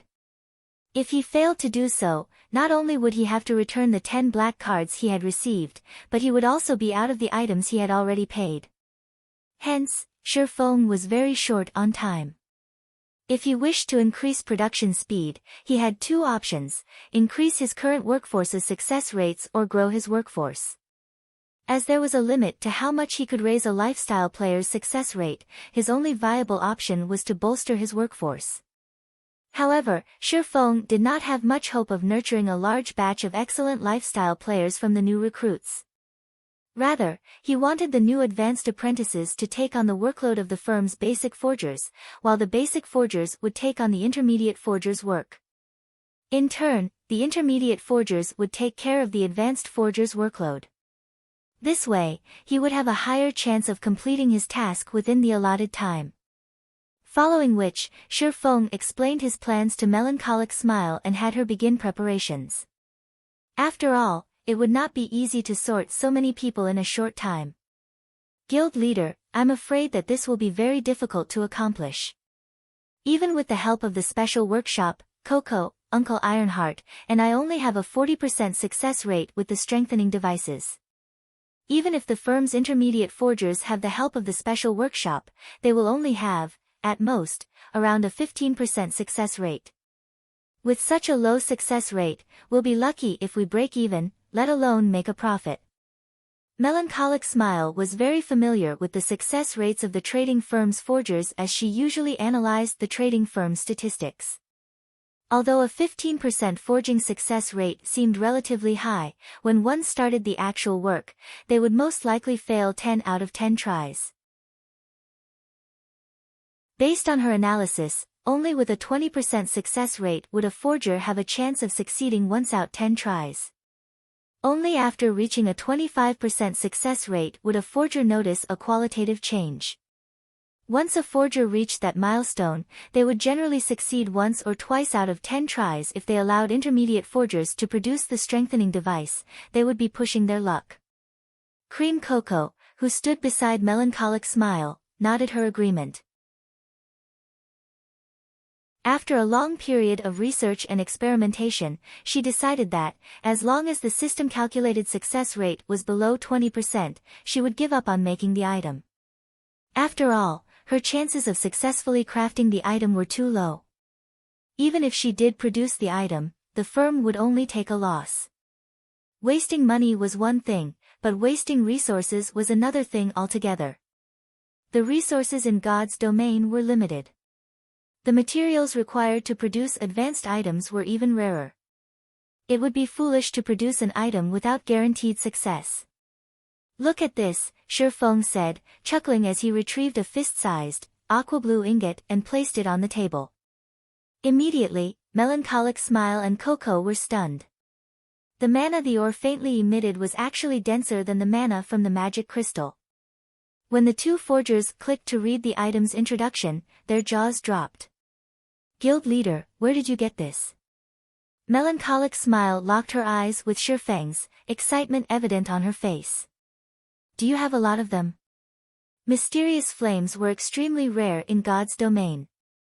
They were so rare that, even after a long investigation, Melancholic Smile had not found any clues leading to a single mysterious flame. She only knew about mysterious flames to begin with because of the ice blue devil flame in the candlelight trading firm's special workshops. Shifeng had left behind this mysterious flame. However, after one obtained a mysterious flame, they could only place it in up to 3 workshops.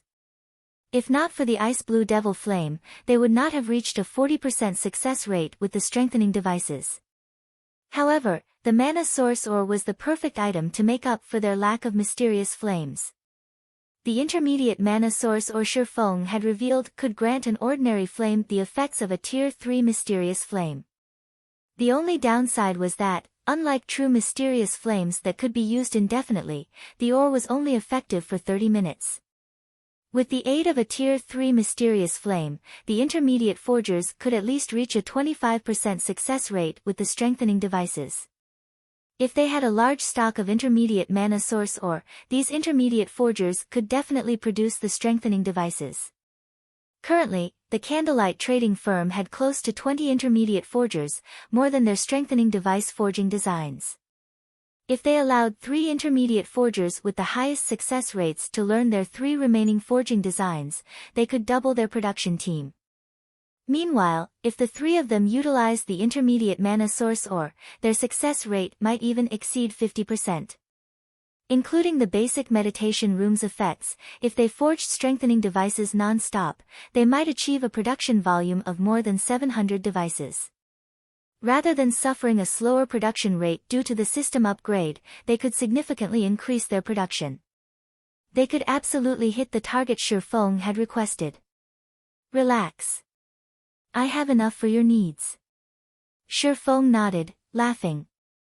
He then took out a table-sized design and unfurled it. This was none other than the bronze engineering locomotive design that he had purchased from Sindhart. Melancholic, you're the most familiar with the trading firm's people. Look for a few trustworthy engineers and alchemists and work with them to produce this item. After glancing at the design and its name, Melancholic Smile was thoroughly stupefied. Cream Cocoa stared at the design as if she were looking at a priceless treasure, her eyes sparkling brightly. Although the design before them was an engineering design, the manufacturing procedure involved 3 classes: engineers, forgers, and alchemists, the 3 major lifestyle classes. Moreover, the manufacturing procedure required a lot of its crafters. The engineering locomotive was far more difficult to manufacture than the strengthening device. One mistake could lead to failure.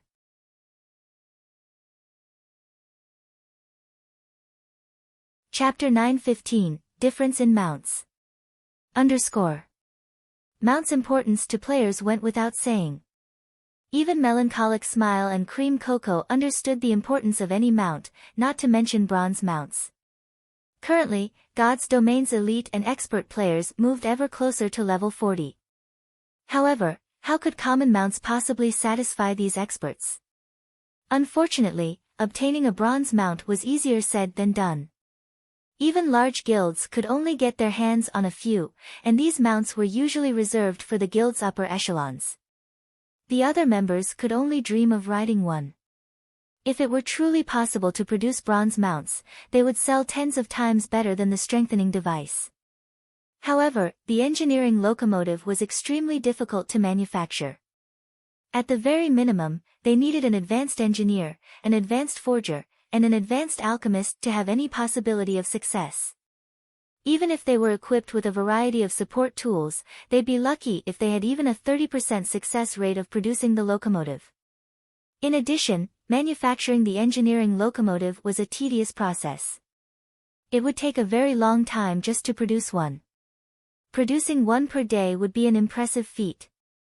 Guild leader, this engineering locomotive is too difficult to manufacture. It also requires so many materials. Even if we successfully produce one, the cost will be astounding. Are we really going to make this, regardless of the cost? Melancholic Smile's lips twitched slightly as she read the listed materials recorded on the design. The hardest part of crafting the engineering locomotive would be the power unit. The power unit alone required 30 magic crystals. Other components, such as alchemy arrays, also required magic crystals. After taking all of the miscellaneous components into account, they needed a total of 50 magic crystals to produce one engineering locomotive. In addition, the mount's manufacturing required certain rare materials such as fine steel ingots. A fine steel ingot was the product of refining fine iron with other materials, and one only had a chance of obtaining fine iron from mining hematite Oregon. On the market, a refined steel ingot cost around 30 silver. That was practically the equivalent of a piece of level 30 bronze equipment. However, there were fewer refined steel ingots available on the market than level 30 bronze equipment. Meanwhile, the engineering locomotive required 20 refined iron ingots, a total cost of 6 gold. Based on market value, producing a single bronze engineering locomotive cost roughly 25 gold. In reality, though, as most of the materials could be sourced from their guild, they wouldn't have to spend that much. Even so, the final cost would still be around 20 gold. Based on their current success rate, it could cost anywhere from 100 gold to 160 gold to craft one engineering locomotive. Meanwhile, a single bronze mount currently sold for around 300 gold. It was not nearly as profitable as the strengthening devices. The only advantage the engineering locomotive had was its demand.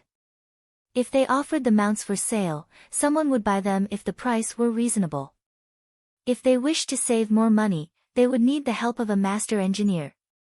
Although there was only a single rank difference between an advanced engineer and a master engineer, the latter could increase the success rate of producing the engineering locomotive by around 30%. After including the bonuses from various tools, they could achieve a success rate of 60% or higher. With such a high success rate, they could reduce their total cost to 40 gold or lower. They could also produce the mounts much faster. How many advanced engineers do we have right now? Shifeng realized how high the production cost was.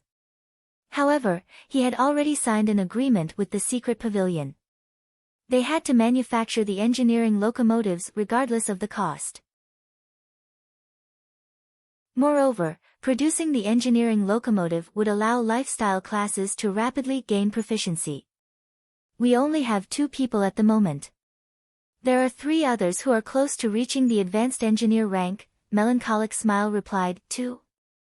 Shifeng frowned. Based on their current manufacturing speed, producing 10 engineering locomotives in 5 days would be cutting it very close. Have them begin the process. I'll help to produce some of the components as well. I'll contact them right away, Melancholic Smile said. She was momentarily stunned when she heard that Shifeng would also take part. Hurriedly, she continued, if they find out that our guild leader will be leading this project, they will die from excitement. In Star Moon Kingdom, the majority of players addressed Black Flame by his title as the Sword King. Most had probably forgotten Black Flame's past identity. However, while ordinary players had forgotten his past fame, to lifestyle players, the title of Star Moon Kingdom's chief forger still resounded in their ears. Moreover, Melancholic Smile understood one thing very clearly, Shifeng had been the first to become an advanced forger. Suddenly, Aqua Rose contacted Shifeng and said, Guild leader, 2 people have entered our guild residence. Both are level 40 players. Moreover, their mounts are high quality. They are saying that they have something very important to talk to you about. 2 people with high-ranking mounts. Shifeng was slightly surprised. Reaching level 40 was still very difficult at this stage of the game, much less obtaining high-ranking mounts. Do you know their identities? I've never met either of them. Moreover, they aren't wearing a guild emblem. Although, it is possible that they purposely removed it, Aqua Rose said as she shook her head. She had seen most of God's Domain's mainstream experts at least once. However, she had zero recollection of the two people that had arrived. Even after sending her subordinates to investigate, she had not obtained any information on these players. This is interesting. Alright, I'll head over right away. Shi Feng could not help his curiosity.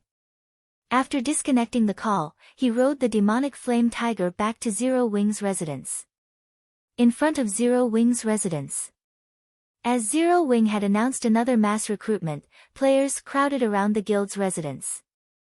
However, there was a clearing within the crowd where players had given two people a wide berth. Two massive mounts rested beside these players. Nobody dared to approach either of them. Who are these people? They look so strong. They aren't here to cause trouble, right? When the players who had come to apply to Zero Wing saw the Berserker Bloodsucker and the assassin Kirin, they were shocked by the two's auras and equipment. The advanced horse carriage is so slow. When will Masked and the others get here? Kirin exclaimed as he looked at the time, paying no attention to the surrounding crowd. As soon as Kirin finished speaking, an advanced horse carriage approached from one end of the street. A moment later, the advanced horse carriage stopped before Zero Wing's residence, and 4 people stepped out. Mysterious iron mounts are wonderful. Once I reach level 40, I will have to find one of my own. Masked, don't even think about obtaining a mysterious iron mount. They aren't weeds that sprout up everywhere. Even those with titles in the guild are struggling to get their hands on one, let alone someone like you. The 4 people that had emerged from the carriage chatted merrily amongst themselves. However, when the crowd saw these 4 newcomers, they were flabbergasted. All 4 were level 39. Although the pressure these 4 people gave off was not as strong as the 2 that had already arrived, when these 4 players stood together, they felt like 4 ferocious beasts. A single glance from them was enough to give one shivers. This is Zero Wing's residence. It's quite big, but it's rather shabby.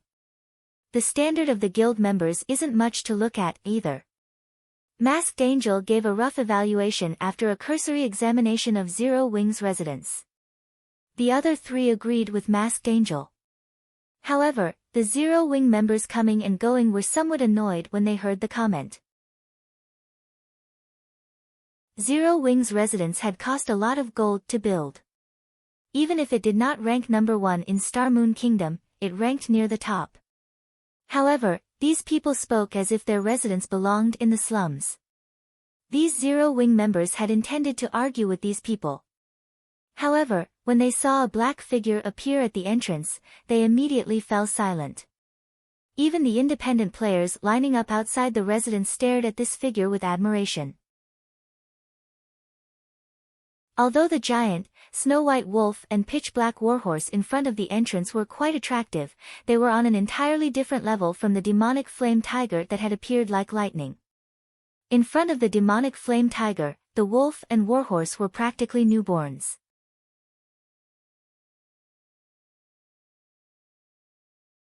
Hellscythe_Fluffy Goblin. What rank is that mount? Masked Angel was shocked, his eyes widening as he stared at the towering, majestic demonic flame tiger.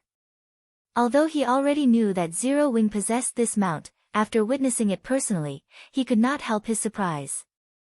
Both Bloodsucker's and Kirin's mounts were mysterious iron mounts. However, when comparing their mounts to the demonic flame tiger, he finally understood something. The difference between their mounts was not just 1 rank. Standing there, he could feel the demonic flame tiger give off a significantly powerful pressure. Generally, he only felt this pressure from chieftain-ranked monsters. Could it be a fine gold mount? This question simultaneously surfaced in Masked Angel and his companions' minds. Even God's domain's major powers did not have a single fine gold mount. Currently, the best mount they had was of secret silver rank. However, what truly shocked them was Shi Feng's level. Shi Feng was not currently using the demon mask to disguise himself as Black Flame.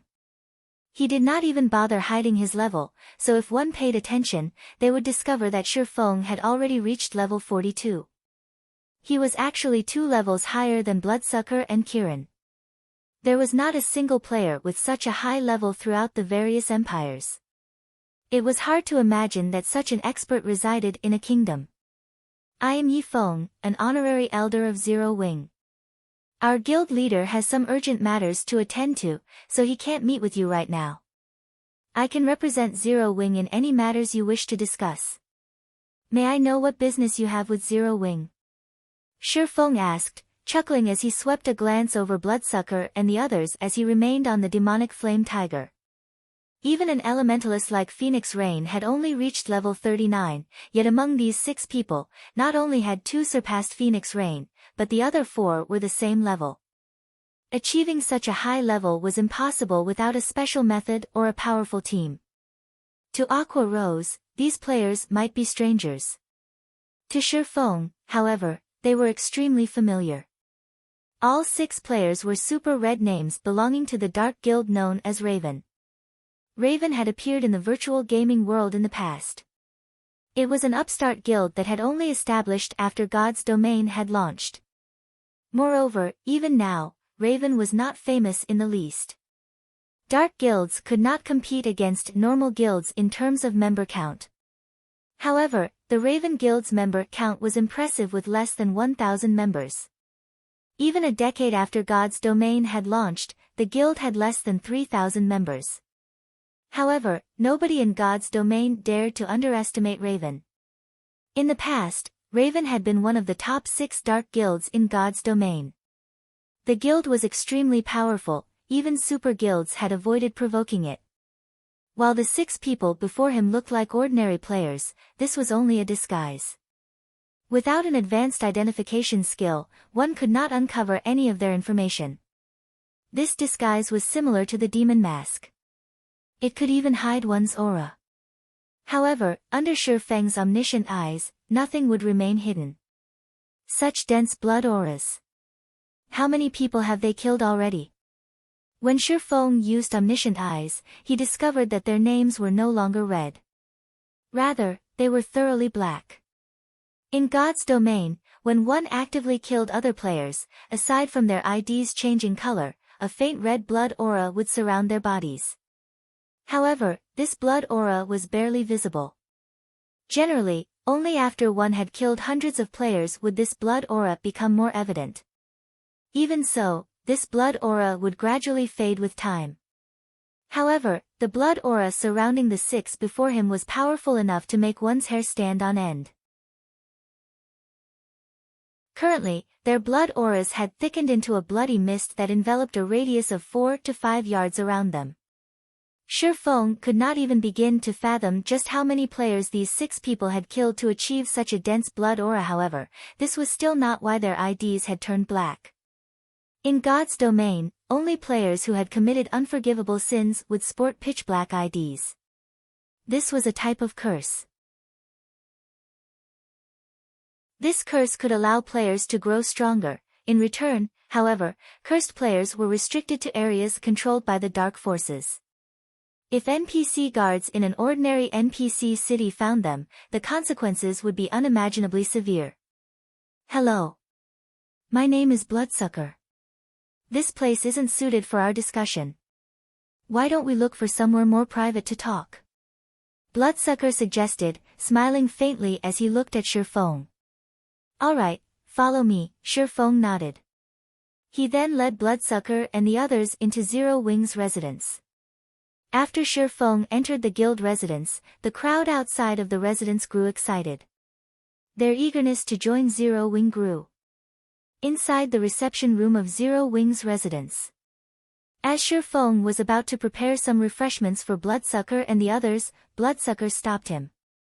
I believe that Elder Yi Feng has already used an advanced identification skill on us, right? Bloodsucker said, smiling. I'm certain that you already know who we are. As you've seen, we are red players, or to put it another way, dark players. Shi Feng nodded without attempting to hide his actions. Now that God's Domain had already been operating for so long, most guilds had a few people with advanced identification skills. Hence, there was no point in hiding his actions. We are members of the Dark Guild Raven. You might not have heard of us as our guild has only recently established, but as for Raven's strength, you have seen for yourself. We have come here today seeking to cooperation with Zero Wing, Bloodsucker explained. Cooperation with Zero Wing? How do you wish to cooperate? Shifeng asked curiously. Generally, dark guilds and adventure guilds minded their own businesses and tended to avoid each other. Moreover, Raven possessed powerful financial backers. The guild did not have that many members either, so it should be very easy for the guild to develop. Raven shouldn't need to cooperate with any other guild. That's right. We've investigated Zero Wing thoroughly. On the surface, while it might look like Zero Wing has a lot of experts, there are only a few true experts in the guild. If Zero Wing wants to progress in the Dark Arena, relying on these few experts is not nearly enough. Even the Azura battle team's victory in the next match is unlikely. Furthermore, since the system upgrade, the various major powers have begun to invest heavily into the Dark Arena. It will be very difficult for Zero Wing to earn money there in the future. You've already seen our strengths for yourself. If Zero Wing has Raven's assistance, your guild will have a fighting chance for the position of the Dark Arena's organizer. Not only can Zero Wing earn an astronomical sum of money each day, but you can also gain various rare materials. With these resources, Zero Wing will be able to expand easily and afford to nurture its lifestyle and expert players.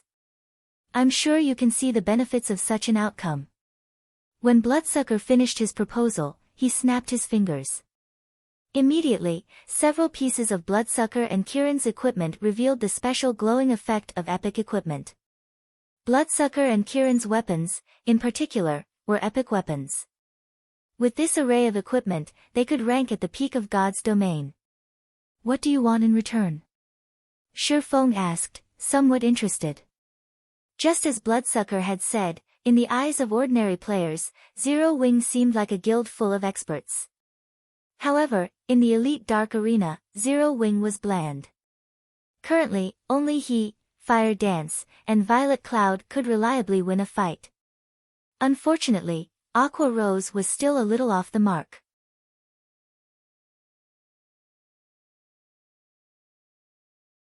Chapter 9:17, Proof of Strength. Hellscythe_Fluffy Goblin. The Dark Guild Raven maintained a relatively low profile during the early stages of God's domain. The guild always moved covertly. The guild's desire to maintain a low profile was evident by the lack of guild emblems on Bloodsucker and his companions. If not for Raven trying to display its strength to gain Zero Wing's trust, the group would never act so flamboyantly. Shifeng had to admit that this was one of the benefits that Zero Wing enjoyed as it moved closer to the top of God's domain. Whenever he had an issue, people would oftentimes take the initiative to offer their cooperation. If Zero Wing were a third-rate guild or an unrated guild, meeting people like Bloodsucker would be impossible, not to mention inspiring these people to find him. Shifeng's straightforward question had left Bloodsucker slightly stunned. He had initially thought that Shifeng would play with words, driving him to state his conditions. After all, during negotiations, the side that revealed their terms first would be at a disadvantage. However, he had never imagined that Shifeng would ask him so blatantly. He wasn't used to this. The guild had sent him, specifically, to negotiate with Zero Wing because he was one of the guild's stronger members.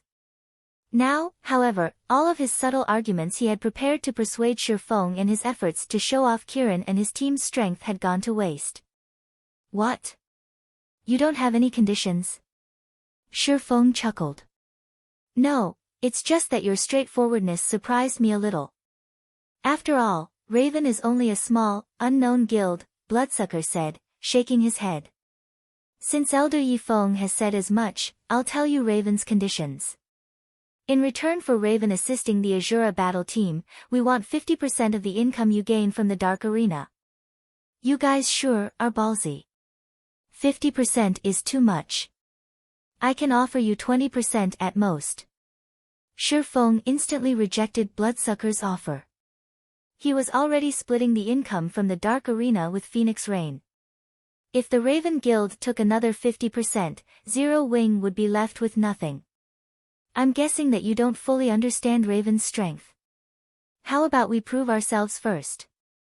We can negotiate afterward. Bloodsucker frowned when he heard Shifeng's offer. However, he was not surprised by it.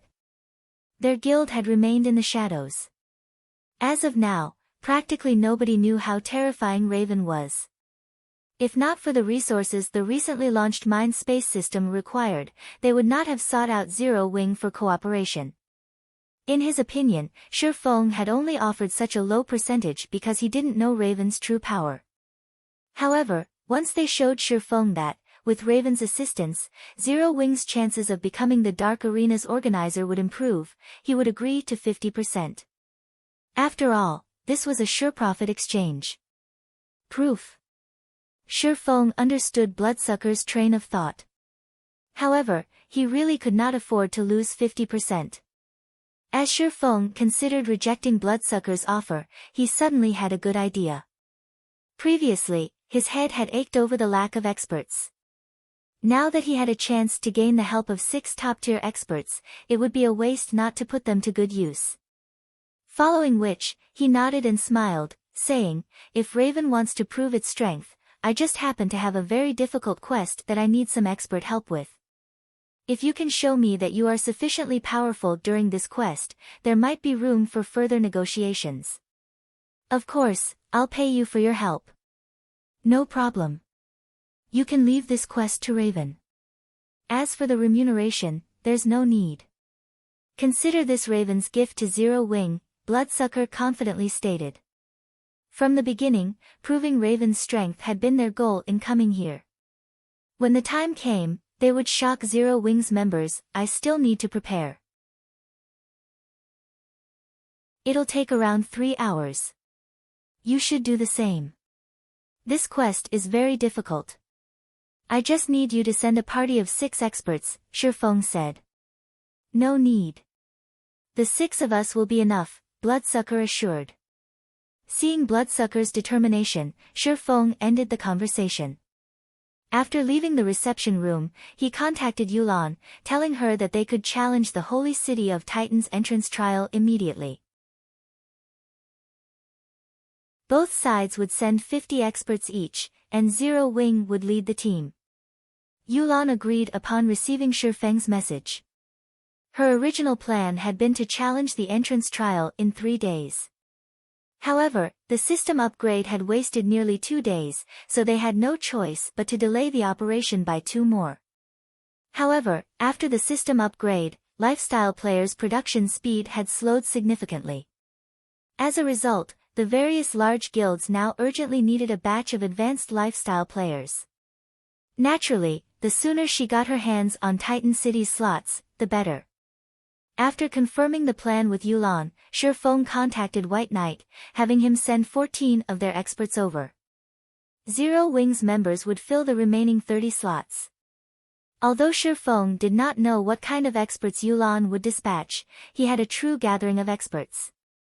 With these experts' combat power, they had a very high chance of clearing Titan City's trial as long as everyone followed his commands. After 2 hours, 50 players had gathered inside a high-class restaurant in the Nobles District. These players consisted of 3 groups, Zero Wing, Raven, and Owl. Needless to say, Raven's members were absurdly strong regarding level and equipment. However, Owl's members had shocked both Zero Wing and Raven. Everyone's jaws hit the floor after Owl's members, led by White Knight, joined them in the restaurant and discarded their cloaks. They were all level 42. One could easily rank among an empire's top 10 players in terms of levels at level 40. Moreover, these top 10 included those who hid their levels. Yet, White Knight and his team were all level 42. Aside from their high levels, every member of White Knight's team wore absurdly powerful equipment. Among them, 4 possessed equipment on par with Bloodsucker and Kirin. As for White Knight, the group's leader, his equipment surpassed Bloodsucker's. The Ranger's aura was also incomparably sharp. Due to this, Bloodsucker felt pressured. Who are these people? Bloodsucker watched White Knight and the others, shock filling his heart. Are they Zero Wing's hidden experts? Kieran and the others also felt immense pressure from Owl's members. Previously, they had felt nervous when they met Fire Dance and Zero Wing's other top-tier experts. Now, an even more frightening group had arrived. Their hearts, which had brimmed with confidence, now faltered. Theoretically, level 40 players should stand at the very forefront of God's domain, yet so many level 42 experts stood before them. They even began to wonder if there had been a flaw in the reports they had received. Shortly after White Knight and the others had arrived, Yulan led a large group of players into the high-class restaurant.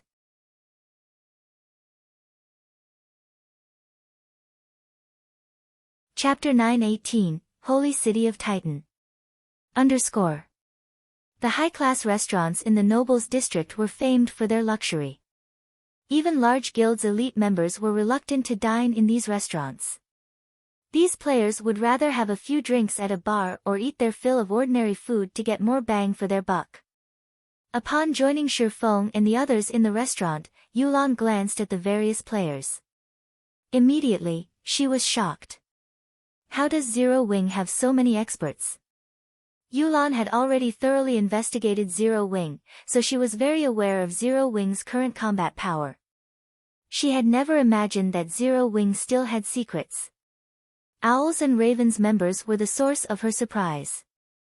Even the lowest among them was level 39, with the majority having reached level 42. Zero Wing's team composition overwhelmed the team she had struggled to establish. Among her players, the highest was only level 39, while the others were level 38. Although there was only a difference of 2 or 3 levels, the gap between level 39 and level 40 was like the difference between heaven and earth. Unless one had equipment that could reduce level requirements, otherwise, they could only wear level 40 equipment upon reaching level 40. However, such equipment was extremely rare. Generally, only epic items had such an attribute. There was a huge difference in terms of basic attributes between level 35 and level 40 equipment. If they had so many high-level experts working together, clearing Titan City's entrance trial would be much easier. Moreover, Yulan could tell that, even if White Knight and Bloodsucker were members of super guilds, they would be considered apex experts. It would be very difficult to find an expert in Underworld that could contend with these two. Big Brother Wolf, do you know that Ranger and Berserker? Yulan asked War Wolf quietly. The pressure she felt from White Knight and Bloodsucker was extremely powerful. They were like beacons in absolute darkness. Even if she fought it, it would be hard not to notice them. Among the information she had on God's domain's experts, nothing had been recorded on these two individuals. Although she did not know who these two were, War Wolf might know them. After all, War Wolf had once shone brightly in the virtual gaming world. Although he had later stepped away, he knew far more hidden experts than she did. I don't know them. However, I am sure that both of them are martial artists. Extremely powerful ones at that, War Wolf replied, his thoughts a little complex as he examined Shifeng's team. A few months ago, Zero Wing had merely been an unknown, upstart guild in White River City. Even Zero Wing's experts at that time weren't worth his attention, yet now, the guild had several people on par with him in terms of combat standards. As for White Knight and Bloodsucker, who he had never seen before, even he had to admit that he was weaker than them. War Wolf could not help but wonder what kind of charm an upstart guild like Zero Wing had to attract so many experts. Even first-rate gods weren't capable of this feat. It really makes you wonder just where the guild leader has found so many experts. Overwhelming Smiles members must be scared stiff right about now. Blackie giggled when he saw Yulan and her Overwhelming Smile team's shock. The rest of Zero Wing's members agreed with Blackie. When White Knight's group had arrived, even they were surprised. Shifeng stepped forward and said, Miss Yulan, now that everyone is here, should we reform the team? All right. Everyone, leave your teams, Yulan nodded as she pinned Shifeng with a penetrating gaze. Although she had already known that Yi Feng would lead the expedition to Titan City, she had been somewhat surprised to receive this news. She thought that Black Flame would lead this expedition. This was not because she doubted Yi Feng's strength.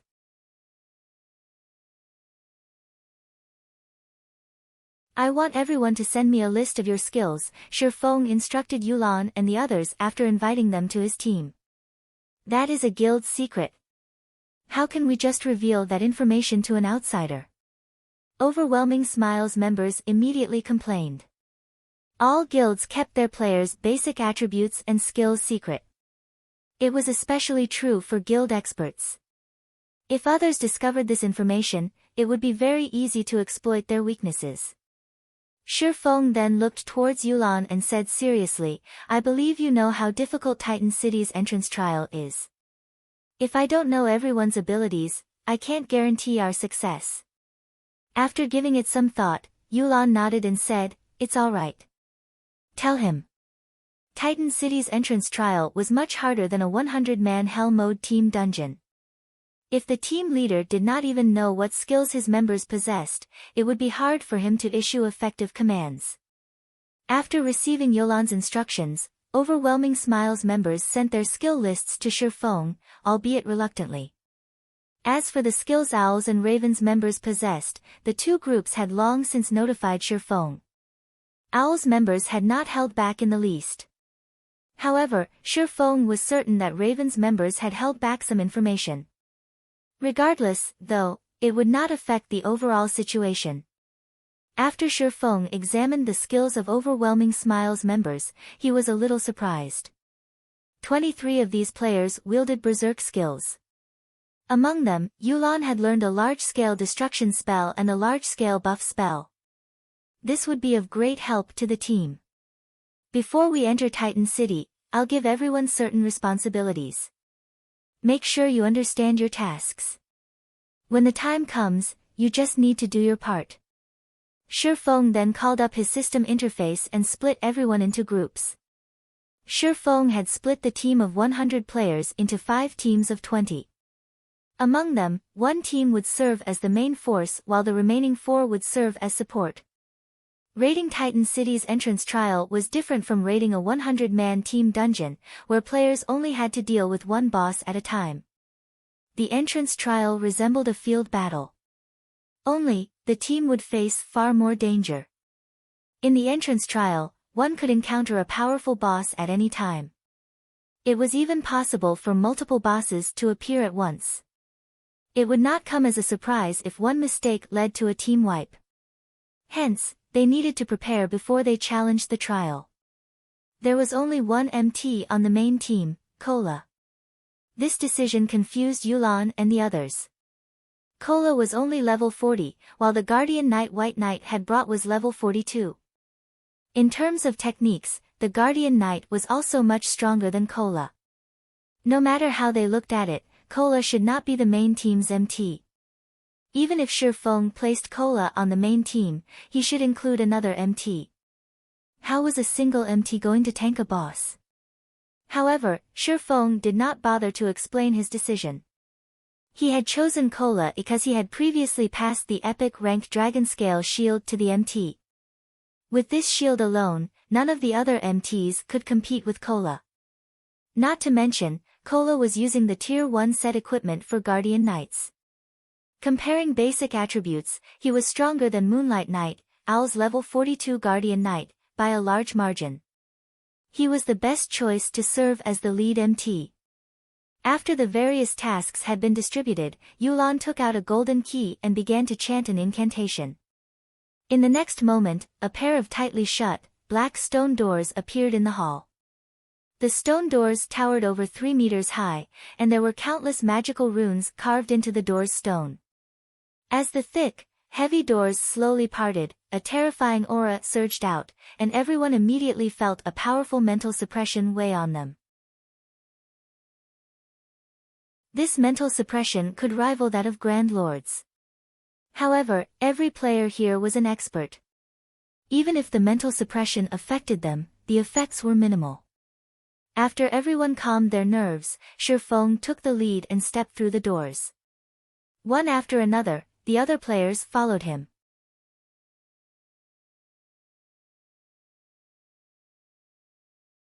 Chapter 919, Titan's Legend. Hellscythe_Fluffy Goblin. The holy city of Titan was buried in God's domains underground. Complex terrain surrounded Titan City, forming a natural maze. Players could easily get lost within the maze as they searched for Titan City. Although Titan City was underground, crystals that radiated a bright, blue glow covered the cavern's ceiling. Hence, visibility was not an issue. After Shifeng and the others entered the transfer gate, they had been teleported to this maze's entrance. This place is spectacular. As this was Aqua Rose and Zero Wing's other members' first time here, they were captivated. Even experts like White Knight and Bloodsucker found the scene awe-inspiring. Aside from the spectacular scenery, 10 towering statues of Titans loomed at the entrance. All 10 radiated a boundless aura. In front of these statues, players like themselves were no more significant than insects. Although they had known that the quest Shifeng had called them to help with was not simple, after witnessing this, they grew serious. With their sharp senses, they felt warnings of death from their surroundings the instant they reached this area. It was especially true for the entrance. It felt more like the maw of a gigantic beast. These are just statues, yet they have such powerful auras. Are these statues alive? Aqua Rose's slender brows creased slightly as she swept her gaze over the statues before her. She could feel the surrounding pressure originating from these 10 statues. If they had to fight while bathed in this aura, they would suffer a disadvantage. Relax. Those are just statues. Their purpose is to frighten monsters and prevent them from approaching, Shifeng explained. These 10 statues were the sculptures of the 10 saints who had founded the holy city of Titan. According to legend, every saint possessed enough strength to rival gods. Before they had died, these 10 saints had used their remaining power to construct Titan armaments. As long as one equipped the Titan armaments, one could rival the gods themselves. However, after several catastrophes struck Titan City, these Titan armaments had been lost. In his previous life, Shifeng had been fortunate enough to see one of these Titan armaments. Although it had only been a pair of gloves, the gloves were legendary rank. The gloves greatly increased the wearer's strength attribute. Even while using a fragmented legendary weapon, the player that had owned the Titan gloves had fought a player wielding a legendary ranked battle axe to a standstill. Among the equipment in God's domain, weapons provided the most benefits to a player's combat power, yet this pair of gloves had provided enough strength to rival a legendary weapon. One could just imagine how powerful the Titan armaments were.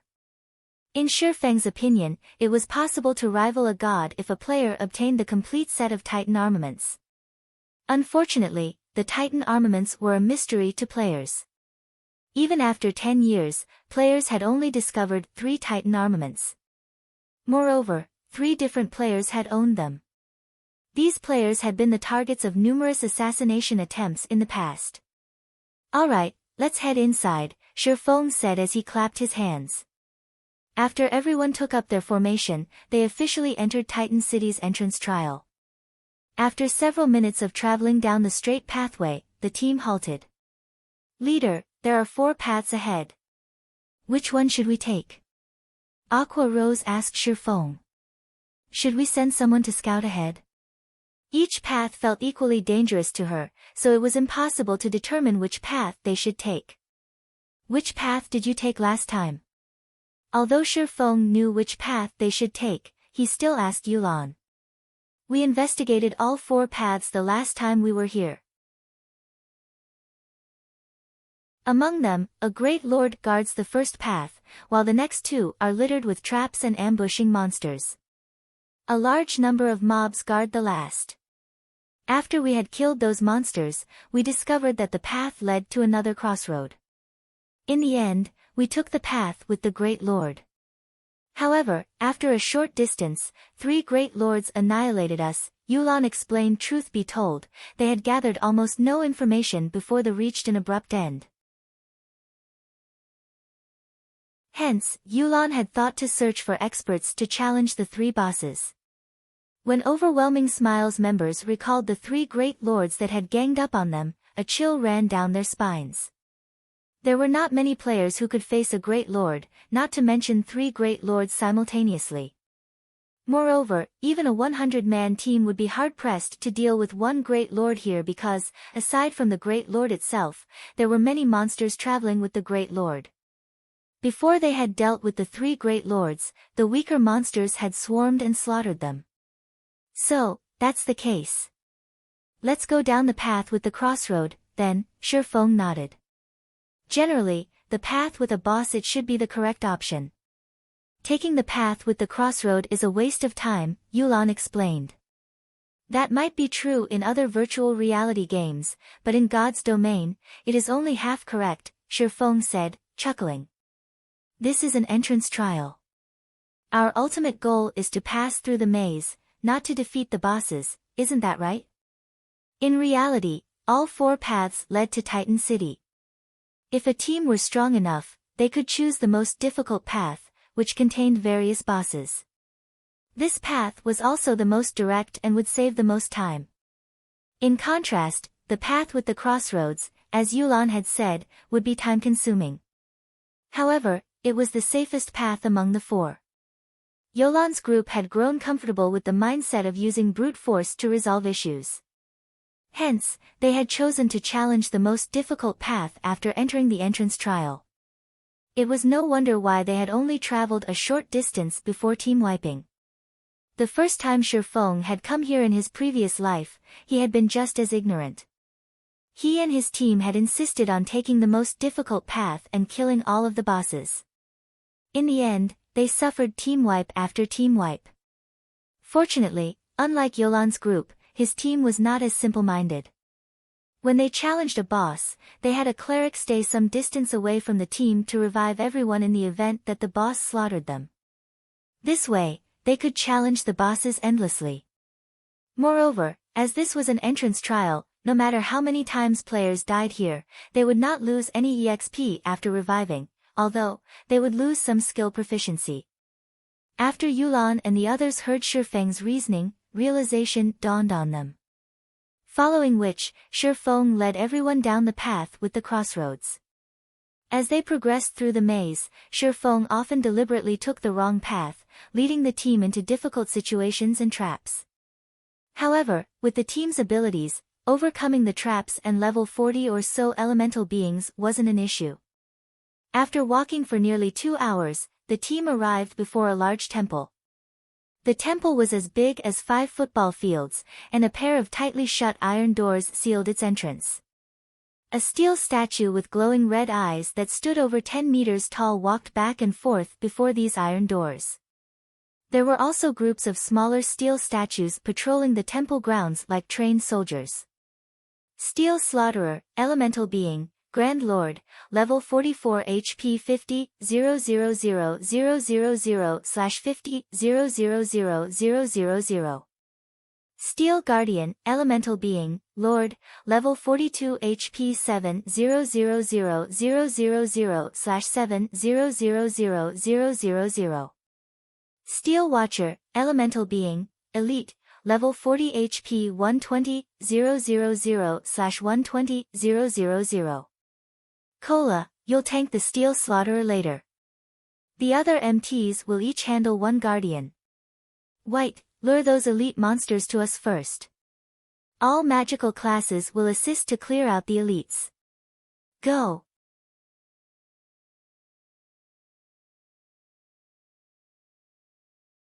Chapter 920, Epic Shields Effects.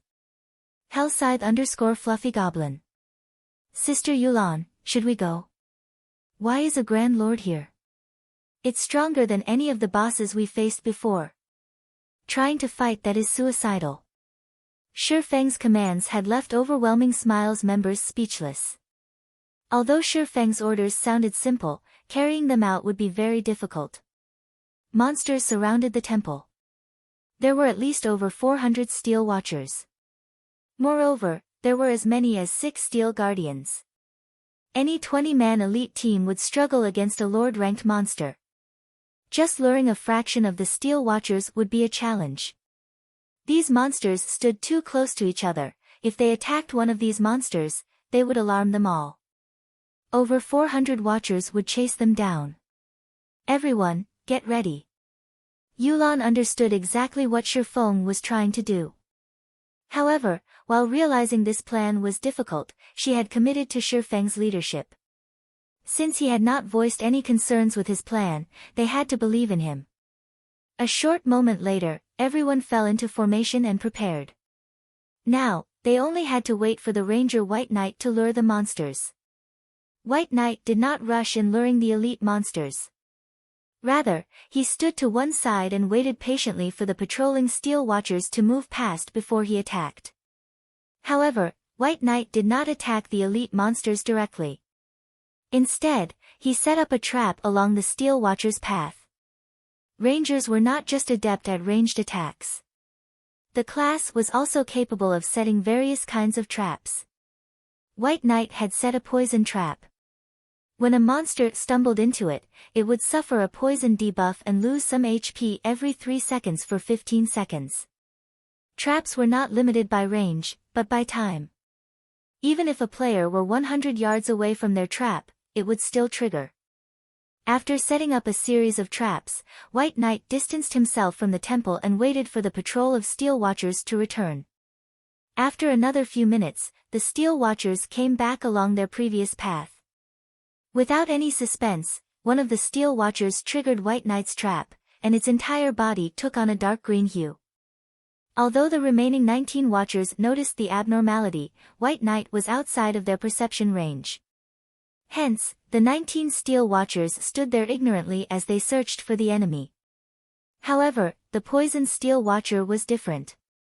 Not only had the trap inflicted damage, but it also now suffered a debuff. It charged towards White Knight immediately. Traps were like curses. When a monster fell into a trap, it would detect its target after a certain amount of time regardless of how far the target was from it. Only, this period wasn't long. After the time passed, the monster would similarly lose its target if the player were still outside its perception range. However, once the poisoned Steel Watcher had moved 10 yards closer to White Knight and just before the allotted time passed, it triggered another poison trap. As a result, the Steel Watcher confirmed White Knight's whereabouts and continued to charge towards the Ranger.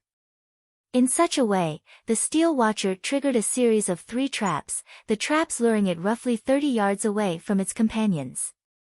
When the other Steel Watchers saw this, they cautiously followed the poisoned Watcher. Moreover, because of this Steel Watcher, 4 nearby patrol squads of Steel Watchers also began converging on White Knight's position. However, after a dozen or so yards, they abandoned their advance. After all, these monsters couldn't detect an enemy. Without a clear target, these Steel Watchers could not react properly. As for the Steel Guardians and Steel Slaughterer, they ignored the incident. Damn, that's possible. Minor Wind was stunned upon seeing this method. Minor Wind wasn't the only person present surprised. Yulan and the others also wore shocked expressions. With a single move, White Knight had lured the elite monsters away from the troublesome lords and Grand Lord. With this, they didn't have to fear pulling the boss's aggro while they wiped out the elite monsters. Dealing with the bosses afterward would be much easier after moving into the Watcher's perception range. White Knight knocked his arrows and fired 3 frost arrows at the poisoned Steel Watcher. The 3 arrows sped through the air and struck the poisoned elite. -6,618. -6,627. -13,216. Not only did the poisoned Steel Watcher instantly lose a large portion of its HP, but its movement speed and attack speed had also been reduced. Just before the poisoned Steel Watcher reached White Knight, the Ranger had depleted its 120,000 HP, and its heavy body fell to the ground with a loud boom. As for the Steel Watchers following closely behind, at Shifeng's command, the team's ranged classes bombarded the monsters with AoE attack and control skills. After a moment, every Steel Watcher died without any need for an MT, granting everyone EXP. After dealing with the first wave of Steel Watchers, the following waves became much easier. Once the team had cleared over half of the Steel Watchers around the temple, the Steel Slaughterer and Guardians could no longer remain idle as they charged towards the team. Unlike the low-intelligence Steel Watchers, however, the Grand Lord and Lords immediately targeted the healers. Kola, intercept the Grand Lord. Other MTs, lead the Guardians away. Shi Feng hurriedly shouted. Kola, who resembled a grizzly bear, raised his dragon scale shield and charged at the Grand Lord. The Steel Slaughterer towered like a mountain. In front of its gigantic stature, Kola was an insignificant ant. Moreover, no player could stand against the power of a Grand Lord's charge, they had to dodge it if they wanted to survive. Contrary to expectations, however, Kola moved straight towards the Steel Slaughterer''s feet, raising his shield and bellowing a war cry. Tier 1 skill, Justice Bash. Immediately, Kola's body released a golden glow as he doubled in size. He then crashed into the Slaughterer's calf. Boom! The powerful impact generated a strong wind that swept over the other players. Kola had only managed to stabilize his body after taking 3 steps back, a damage of more than -6,000 points appearing above his head.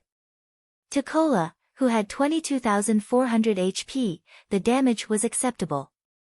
After the healers sent him a few heals, Kola's HP instantly recovered to full. As for the Steel Slaughterer, its charge had been abruptly halted, and it trembled slightly. The watching team members were stupefied. He blocked it. Just like that. Yolan's mind froze. No MT could even stand against a level 40 Great Lord's strength.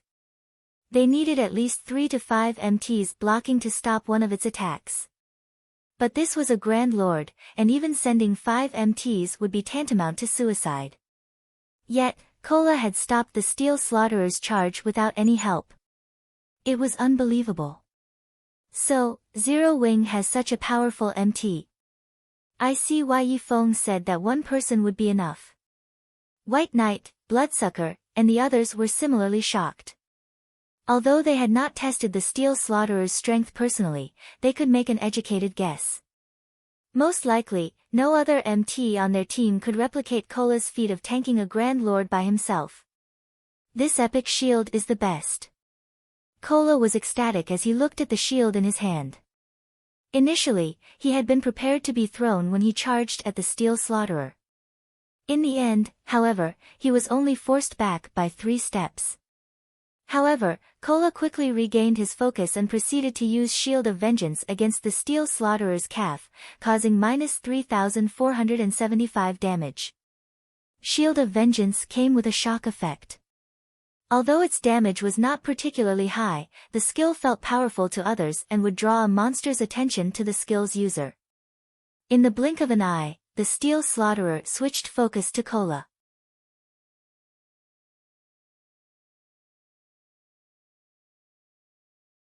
Chapter 921, Frightening Team. Hellscythe_Fluffy Goblin. With Kola tanking the Steel Slaughterer, the pressure on the team lessened significantly. Kola only needed 3 healers to stabilize his HP, so everyone else could deal with the 6 Steel Guardians and the remaining Steel Watchers without needing to push themselves too much. To ordinary players, the level 42 Lord-ranked Steel Guardians might be a nightmare, but to Shi Feng's team of top-tier experts, they weren't a problem. Any MT on the team could tank a Lord effortlessly on their own. Moreover, they only needed 1 healer to maintain their HPs. After the MTs stabilized their aggro on the bosses, the rest of the team dealt with the remaining 100 or so elite-ranked Steel Watchers. An ordinary expert player could defeat 2 or 3 elite monsters of the same level easily. As for this team, even the weakest among them could hold their own against a chieftain of the same level for a long time. Some were even capable of killing chieftains or resisting a lord of the same level by themselves. If not for the threat of the Grand Lord, the team would have only needed a dozen or so players to deal with the 100+ elite monsters. At this moment, Yulan finally experienced what it felt like to have a powerful MT on the team. With a powerful MT, even a headache-inducing problem could be easily resolved. Zero Wings MT is amazing. Even without using a life-saving skill, he only took around minus 15,000 damage after the Slaughterer's skill hit him. Even Boss Wolf might have died instantly if he didn't activate a life-saving skill in time. How high is his defense? His HP is so high. It should be at least over 20,000. Many of Overwhelming Smile's members were stunned by Cola's performance. Although Zero Wing is much stronger than we had expected, Raven is more capable than this. Bloodsucker had no intention of letting Zero Wing continue to occupy the spotlight. After all, their goal in coming here was to show Shifeng their guild's strength. Following which, Bloodsucker led his party to attack a Steel Guardian. Generally, dealing with a Lord-ranked monster required a 20-man team of the same level. However, now that Turtledove single-handedly pinned down the Steel Guardian, Bloodsucker and his group of damage dealers could launch their attacks without holding back. Bloodsucker instantly appeared behind the Steel Guardian and used Chop on the Lord, his spear thrusting into the Lord's leg joint. Fully displaying the boundless strength of Berserkers, Bloodsucker's attack forced the Steel Guardian to one knee, a damage of over minus 8,000 points appearing above the Lord's head. Bloodsucker's attack had put an end to the Steel Guardian's offensive. Following which, the Berserker used Whirlwind Slash, his spear striking the Steel Guardian's other leg joint, dealing over minus 6,000 damage and causing the Lord to fall, face first, to the ground. Suddenly, a black figure appeared above the Steel Guardian's head. This figure was none other than Raven's Kirin. Kirin's daggers rapidly sliced the Steel Guardian's head as he descended, leaving 6 deep cuts, each causing over minus 2,000 damage or over minus 4,000 damage with a critical hit. Once Kirin landed, he spun and used Absolute Strike on the back of the Lord's head. Instantly, a black streak of light pierced through the back of the Steel Guardian's head, exiting between its brows and devouring over 13,000 HP. The other Raven members joined the fray, bombarding the Steel Guardian with attacks. Overall, Raven's Steel Guardian lost HP far faster than the Steel Guardian that Overwhelming Smile dealt with. Moreover, Raven's members disabled the Guardian with every attack. As a result, Turtledove had an easy time tanking the Lord, so much so that she no longer required the help of a healer. However, Owl did not lag behind Raven in the least. The adventurer team's 14 members fought 2 Steel Guardians simultaneously. White Knight's Steel Guardian, in particular, lost HP faster than Raven's target. White Knight's normal arrow attacks could deal over minus 3,000 damage to the Steel Guardian. When he used skills such as Burst Arrow, his attacks easily dealt over minus 10,000 damage, over minus 20,000 damage if it were a critical hit. Moreover, his attack speed was on par with an assassin's. With Owl and Raven's members taking action, 3 Steel Guardians were dealt with. As for Zero Wing's members, they focused on the Steel Slaughterer. The situation left Yulan speechless. Shifeng's side had dealt with 80% of the battle, leaving her side with very little room to display their strength. Her side only needed to deal with 3 Steel Guardians and the remaining Watchers. Yulan even began to suspect that, even if her team of 50 stood idle, Shifeng's side could finish the battle by themselves. In less than 10 minutes, all 6 Steel Guardians and the 100+ Steel Watchers were dead. In contrast, Shifeng's entire team was also alive and well. Now, only the Steel Slaughterer remained. As the team began to think that they would easily pass this stage, the Steel Slaughterer stomped its feet. With a loud boom, the ground shattered. The following impact sent everyone flying. Although the players only received between minus 1,000 and minus 4,000 damage, they were all thrown 50 yards away from the Grand Lord. The Steel Slaughterer then raised its hands. A gigantic, blue magic array formed in the sky, countless arcs of lightning gathering at the Slaughterer's hands. Anything these blue arcs touched instantly turned into ash. As if Armageddon had arrived, the team could feel a deathly aura loom over them. The boss is going to activate a team wipe skill. All MTs, stand at the forefront and activate your life-saving skills. Everyone else, stand behind the MTs. Drink a magic resistance potion.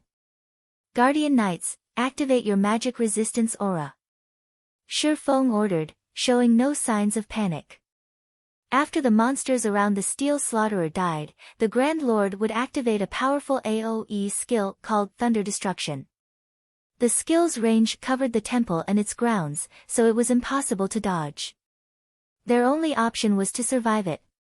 On the other hand, if a team focused on the Steel Slaughterer without finishing off the other monsters, when the Grand Lord's HP fell below 70%, it would still use this move.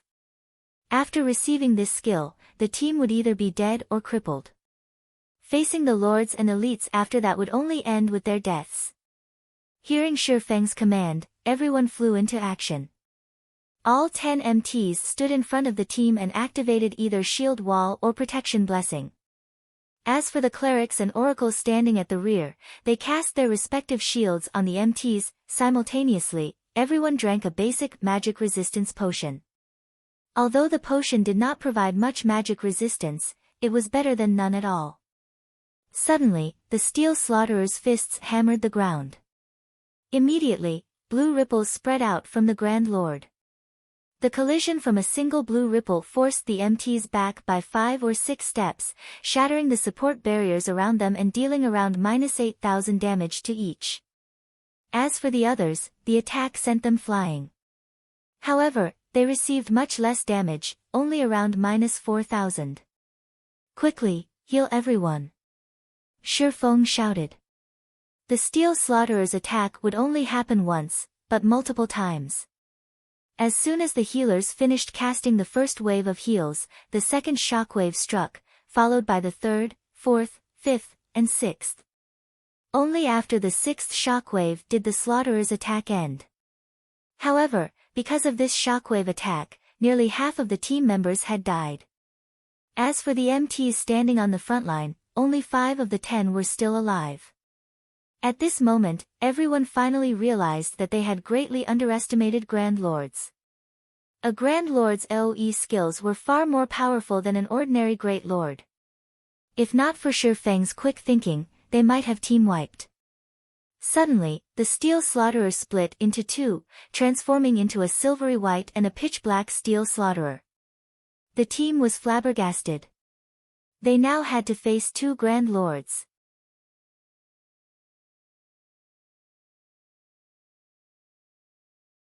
Chapter 922, Splendid Cooperation. Hellscythe_Fluffy Goblin. That's a doppelganger skill. This will be tough. Bloodsucker frowned when the Steel Slaughterer split into 2, he had a bad feeling about this. One of the worst kinds of skills players could come across when fighting bosses were doppelganger skills, particularly doppelgangers like this that did not have weakened attributes. The only saving grace was that such doppelgangers usually shared HP. Overall, however, the boss would be far more difficult to deal with than if it simply gone berserk and gained a huge boost to its attributes. Now that nearly half of their team was dead, their likelihood of defeating the 2 Grand Lords was very low. First of all, they only had half of their MTs, secondly, the Grand Lord's overall combat power had not simply doubled. If the 2 Grand Lords superimposed their attacks, they would deal double the damage. Against such a powerful attack, even an MT like Cola would die without every healer focused on him. If these Grand Lords use that shockwave move again, we might as well give up. Yulan frowned, her willowy brows meeting, as she looked at the 2 Steel Slaughterers. She had never imagined that this Grand Lord would be so difficult to deal with. Guild leader, what should we do? Should we activate our berserk skills? Aqua Rose sent Shi Feng a whisper. Cola, tank the white one. Turtledove, you'll assist him. The other 3 MTs will be responsible for pinning down the black one. Keep them 50 yards away from each other. All healers, stand in a triangular position to the 2 bosses and stand as far away as you can to heal the MTs, Shi Feng commanded calmly.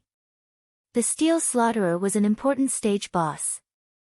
The system would not allow players to clear the entrance trial so easily. Moreover, as Yulan had guessed, when the Steel Slaughterer's HP fell below 30%, both Grand Lords would still use Thunder Destruction again. The skill wouldn't be any weaker than the previous attack either. In the past, before players had discovered an appropriate countermeasure, many expert teams had fallen to this move. Although nobody knew the reason behind Shifeng's command, they moved according to his orders without hesitation. After all, it was only thanks to Shifeng's guidance that they had come this far. Very quickly, everyone fell into position. Kola still had a relatively easy time dealing with the White Steel Slaughterer, receiving only 5,000 or 6,000 damage from each of the Grand Lord's normal attacks. Even when a skill struck him, he only lost around 15,000 HP. When he had the buffs from Clerics and Oracle's shields when he received an attack, he received even less damage. On the Black Steel Slaughter's side, however, Moonlight Knight, the lead MT for that doppelganger, teetered between life and death. Moonlight Knight lost over 8,000 HP due to a normal attack. Unfortunately, the Guardian Knight only had slightly over 19,000 HP, that was close to 3,000 points less than Kola. If he received one of the Grand Lord's skills without any buffs, he would die instantly. Although Moonlight Knight relied on his techniques and positioning to evade the Black Steel Slaughterer's attacks, the Grand Lord's speed and strength was overwhelming. Moreover, the boss's attacks covered a wide area. It was very difficult to bridge the gap with techniques and positioning alone. After all, the Guardian Knight class did not boast high agility. It was mainly a meat shield. Fortunately, with 3 MTs taking turns tanking the boss, they could, somehow, avoid fatalities. Everyone, focus your attacks on the white boss. Shifeng shouted. Under Shifeng's command, the team launched their skills at the White Steel Slaughterer. However, the Grand Lord's defense was quite high. Its innate magic resistance was also high due to it being an elemental being. The majority of the team members only dealt around -2,000 damage, -4,000 with critical hits. Even Bloodsucker and Kirin, powerful DPS players who wielded epic weapons, only dealt around -4,000 to -5,000 damage with their skills. As for White Knight, his overall damage was slightly higher than Bloodsucker. However, compared to White Knight and Bloodsucker, Shifeng's and Fire Dance's damages were shocking.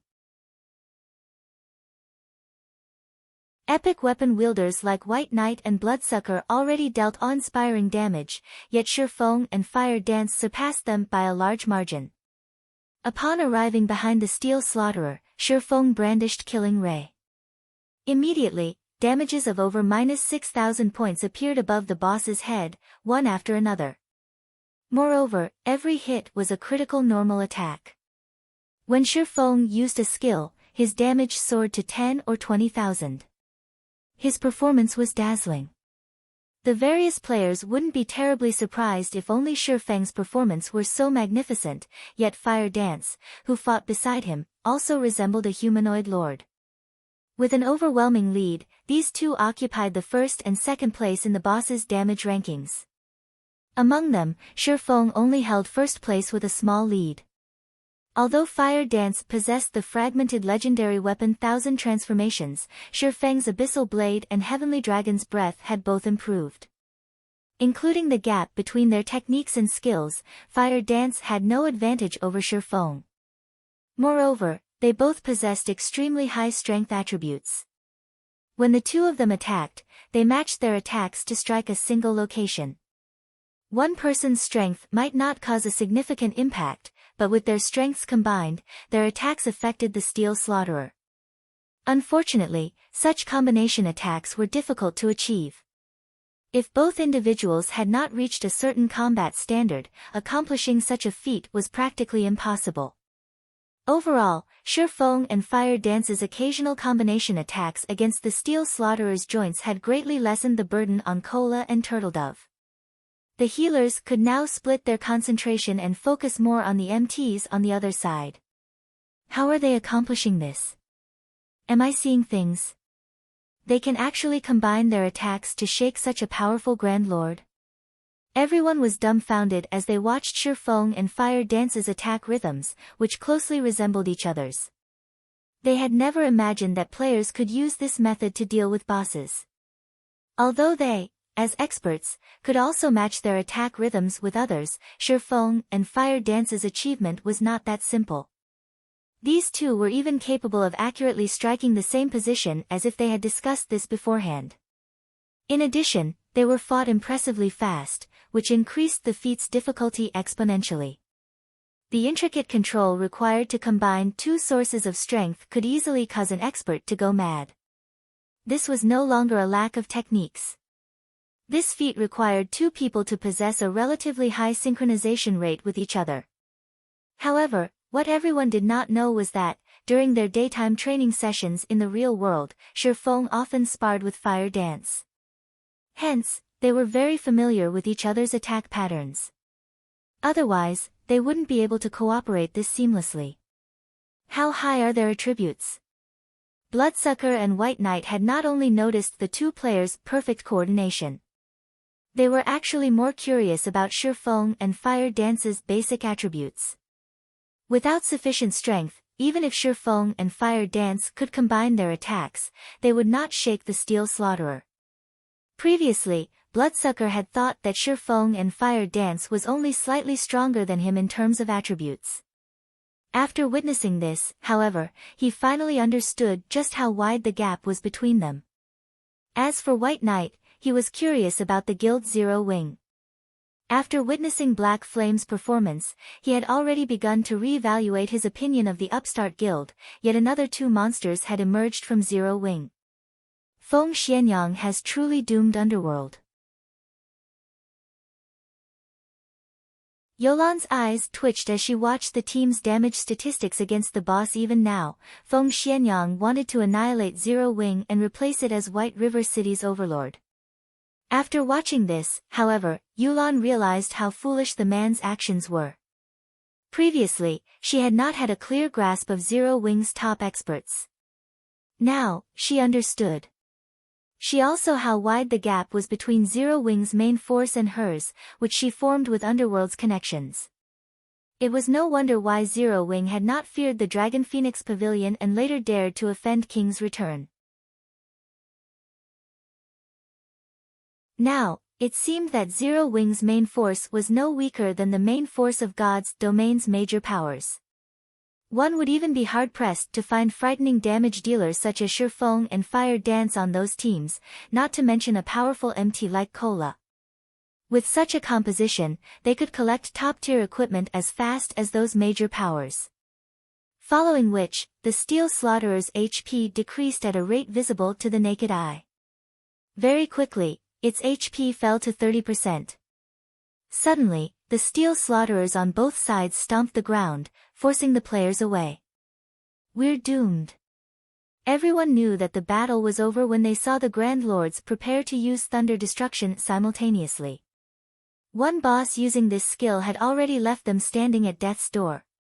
If both bosses used this skill simultaneously, the stacked damage would undoubtedly blast them through that door.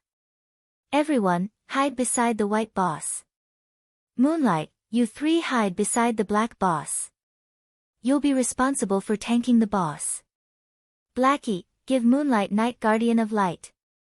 Cola, activate Dragon Scale Body. Shifeng shouted. Guardian of Light could reduce the damage the target received as well as heal the target. Meanwhile, Dragon Scale Body would increase Cola's defense by 200%, HP by 300% and recovery ability by 500%. After activating Protection Blessing as well, Cola could even survive without any healing. The Black Steel Slaughterer was simply too far away. It was impossible for the other three MTs to reach the White Slaughterer in time. Hence, he had to leave the MTs with Moonlight Knight to fend for themselves. Fortunately, they had a skill like Guardian of Light, so they could save at least one of them. Otherwise, without anybody tanking the Black Steel Slaughterer, the two Grand Lords would obliterate the team. After Shifeng issued his orders, everyone burst into action. Shortly after, both steel slaughterers activated thunder destruction. The power their skills contained was no weaker than the last time. The only difference was that each steel slaughterer only launched 3 shockwave attacks instead of 6. Huh? What's going on? Everyone was confused when they noticed that no one had died. They should have received 6 damages. This time, however, they had only suffered 3. Moreover, none of the black slaughterer's shockwaves had hit them. As for Moonlight Knight's side, all 3 MTs had survived. Did the shockwaves offset each other? Yulan suddenly thought of their positions. They just so happened to be standing in line with the 2 steel slaughterers. With this, the shockwaves the black slaughterer had released had been offset by the white slaughterers before any had reached them. They hadn't suffered any damage from the black slaughterer's attacks. Yulan wasn't the only one who had realized what had just happened. Bloodsucker and White Knight had reached the same conclusion. They all turned to Shifeng, who was reorganizing the team's formations, every one of them wondering just how smart Shifeng was to think of such a solution so quickly. If they had been in charge, they would have only been able to wait for their deaths. After the Steel Slaughterer's attacks, the 2 Grand Lords did not use any powerful AoE skills. In less than 10 minutes, both bosses died by Shifeng's hands, granting everyone an abundance of EXP. Even after they shared the EXP, several of Overwhelming Smile's level 38 members rose to level 39. Shifeng's experience bar had also risen by nearly 6%. Compared to killing an ordinary Grand Lord, the Steel Slaughterer provided far more EXP. Meanwhile, due to divine providence, the Steel Slaughterer dropped over a dozen items.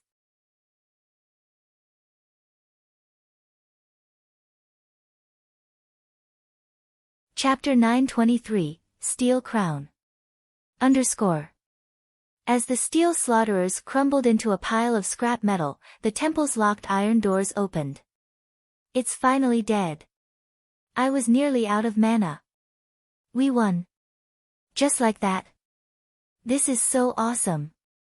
Nobody will believe us when we tell them we defeated a level 44 Grand Lord. This was not the first time Zero Wings members had faced down a Grand Lord. However, this was the first time for Overwhelming Smiles members. They had even shrunk back in fear even against a level 40 Grand Lord, not to mention a level 44 Grand Lord. Hence, how could they contain their excitement? Currently, very few teams in God's domain were capable of killing a Grand Lord. This is the first time I have killed a Grand Lord so easily. If we had to rely on Raven's main force, we would have lost at least 80% of the team. We might have even suffered multiple team wipes. Masked Angel sighed in amazement as he sat on the ground. Raven's other members nodded their agreement. Although they had killed Grand Lords before, they usually paid a high price to do so. Generally, they suffered multiple team wipes before finally succeeding. Moreover, their team usually only had around a dozen or so people alive at the end of the raid. This was the first time they had killed a great lord so easily. Bloodsucker's gaze drifted towards Shifeng, who was occupied with picking up the loot, and he smiled bitterly. Originally, he had wanted to prove Raven's strength to Zero Wing. In the end, he and Kirin were the only members of their guild to rank within the top 10 on the team's damage stats against the boss. He ranked 6th, while Kirin ranked 10th. As for everyone else in their party of 6, they ranked beyond the 20th place. It was difficult to boast about such results. With his DPS statistics, he could rank within the top 5 among Raven's main force, yet he only ranked 6th on this team, showing that there were 5 people stronger than himself. The most laughable aspect was the massive gap between 2nd and 3rd place. White Knight, who ranked 3rd among the team, had only dealt slightly over half of Fire Dance's total damage. Aside from them, Aqua Rose ranked 4th on the team, while one of Owl's female elementalist named Frozen Dream ranked 5th. With such an outcome, just how was he supposed to negotiate for a better deal with Shifeng? When fighting the next boss, drink an intermediate boiling blood potion and raise your damage ranks.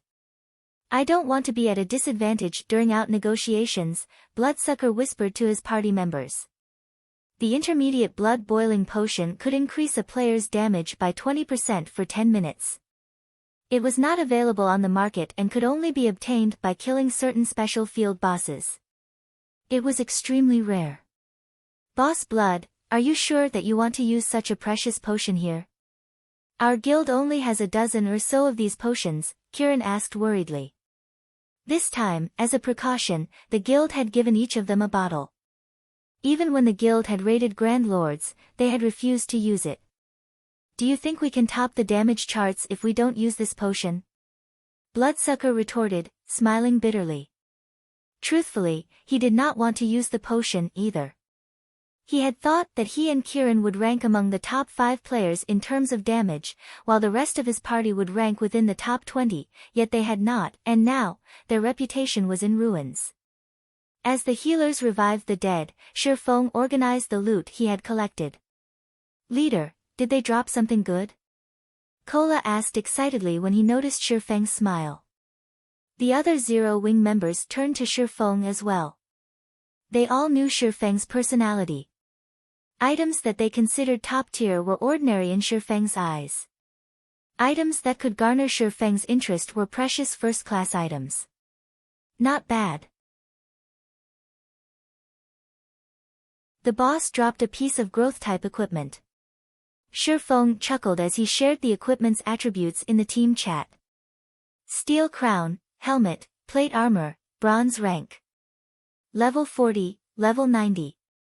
Defense plus 1374, level 40. Strength plus 31, endurance plus 30, agility plus 22. Additional passive skill 1 - Iron Wall. After receiving an attack, user has a 5% chance to trigger Iron Wall, having the next damage received. Additional passive skill 2 - King's Resolve. Halves mental suppression suffered by wielder and decrease all control effects by 1/3. Additional active skill - Steel Impact. Increases strength by 300%, speed by 100%, and causes a powerful impact to a maximum of 3 targets. Impact interrupts targets, knocks them back by 10 yards, and places them in a fainted state for 3 seconds. Cooldown, 1 minute 30 seconds. This crown was crafted by Titan craftsman Phyros. However, the crown's power has been severely weakened due to evil power pollution. To purify this evil power, one needs a large number of magic crystals and EXP. Can be purified 5 times. First purification requires 100 magic crystals and 200 million EXP. Every member of the team unconsciously gasped and they saw the steel crown's attributes. The crown was a treasure for MTs. The item's 2 passive skills could significantly reduce the burden on MTs when facing bosses. As for the Steel Impact skill, it could be useful during crucial moments to prolong or interrupt a boss's channeling before it executed a powerful skill. With the 300% strength increase, an MT could easily take on a Grand Lord of the same level for a few moments. Furthermore, as the Steel Crown was growth-type equipment, both the crown's basic attributes and the skills would improve as the crown was purified. This helmet can practically rival epic equipment. Masked Angel drooled as he gazed at the Steel Crown. The Steel Crown did not have a class restriction. Any plate-wearing class could use it. However, it was most suited for an MT. This item was fully capable of raising an MT's standards to a whole new level. The team's 10 MTs stared at the Steel Crown in Shifeng's hands. However, Shifeng had already discussed the matter of the boss's loot. Among Zero Wing's side, Raven's members had opted out of the loot. As for Owl's members, as they were returning a favor, Shifeng would pay them with coins. Beyond that, Shifeng and Yulan had agreed to take turns choosing items from the loot. The team with the highest damage would choose first. Now that Zero Wing's group had an absolute lead in terms of damage, Shifeng got the first pick. Overwhelming Smiles members could only watch on with envy. However, Yulan did not find this outcome unfair. After all, they had relied on Zero Wing to kill the Steel Slaughterer. Among the loot, the steel crown was undoubtedly the most precious. However, there were many good items among the loot. 4 pieces of level 40 dark gold equipment had dropped. Currently, level 40 dark gold equipment was the best available outside of epic equipment. Tier 2 magic scrolls and rare potions also dropped. Even after splitting the loot, each side would reap a considerable harvest. Turtledove, wear this, Shifeng handed the steel crown to the female knight Turtledove. Me? Turtledove was somewhat hesitant. Among the guild's MTs, both Kola and Yiwumian were stronger than her. Logically, one of them should have received the crown. She already wore a pair of epic ranked boots. If she received another piece of growth-type equipment now, it would be somewhat unfair to Kola and Yiwumian. Those two are using sets, so they can't wear the crown. Moreover, the steel crown is only bronze rank right now. Although your attributes will decrease slightly after equipping it, you will improve overall. You'll have an easier time dealing with the bosses later on, Shifeng said, chuckling. That's right. Turtledove, just take it. Both Kola and Yiwumian nodded in agreement. In reality, Turtledove's techniques were already quite impressive. She was definitely the third-ranking MT in the guild. She just had slightly weaker equipment. If Turtledove improved her equipment, tanking bosses would become much easier. Alright, then.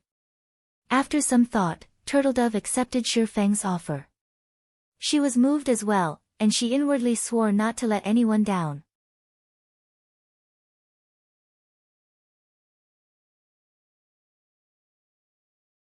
Chapter 924, An Extraordinary Items Hidden Effects Chapter 924, An Extraordinary Items Hidden Effects. After Turtledove equipped the steel crown, although her basic attributes had decreased slightly, her aura instantly changed. 5 ocean blue gems adorned the silver crown, which gave Turtledove a royal air.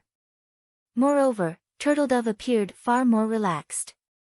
Clearly, the mental suppression around the temple released its grip on Turtledove. This crown is amazing.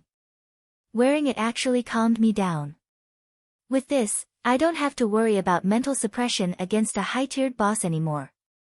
After equipping the steel crown, Turtledove felt a pleasant sensation wash over her body, her mind becoming much clearer than before.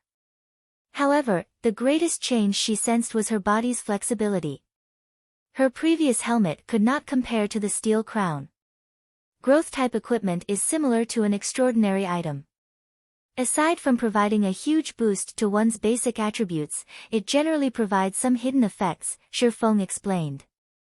God's Domain was a constantly evolving virtual reality game. During the game's initial stages, epic items were only slightly stronger than dark gold items in terms of attributes. However, as God's Domain evolved, epic items' true power would reveal itself, little by little. God's Domain had already undergone its 4th evolution. Certain epic items would start to display extraordinary hidden effects that would allow players to display more of their combat power. After the team rested, Shifeng led them into the temple. A long, narrow hallway, which led to a plaza, waited beyond the thick, iron doors. There were no intersections along the hallway. Various statues decorated the spacious plaza. The plaza also contained swarms of monsters. These monsters were covered in sharp, black scales. They had crescent-shaped heads and no eyes. However, rows of jagged, sharp teeth filled their mouths. Their 4 limbs looked more like daggers than actual limbs, and wherever these monsters passed, they left deep furrows in the ground.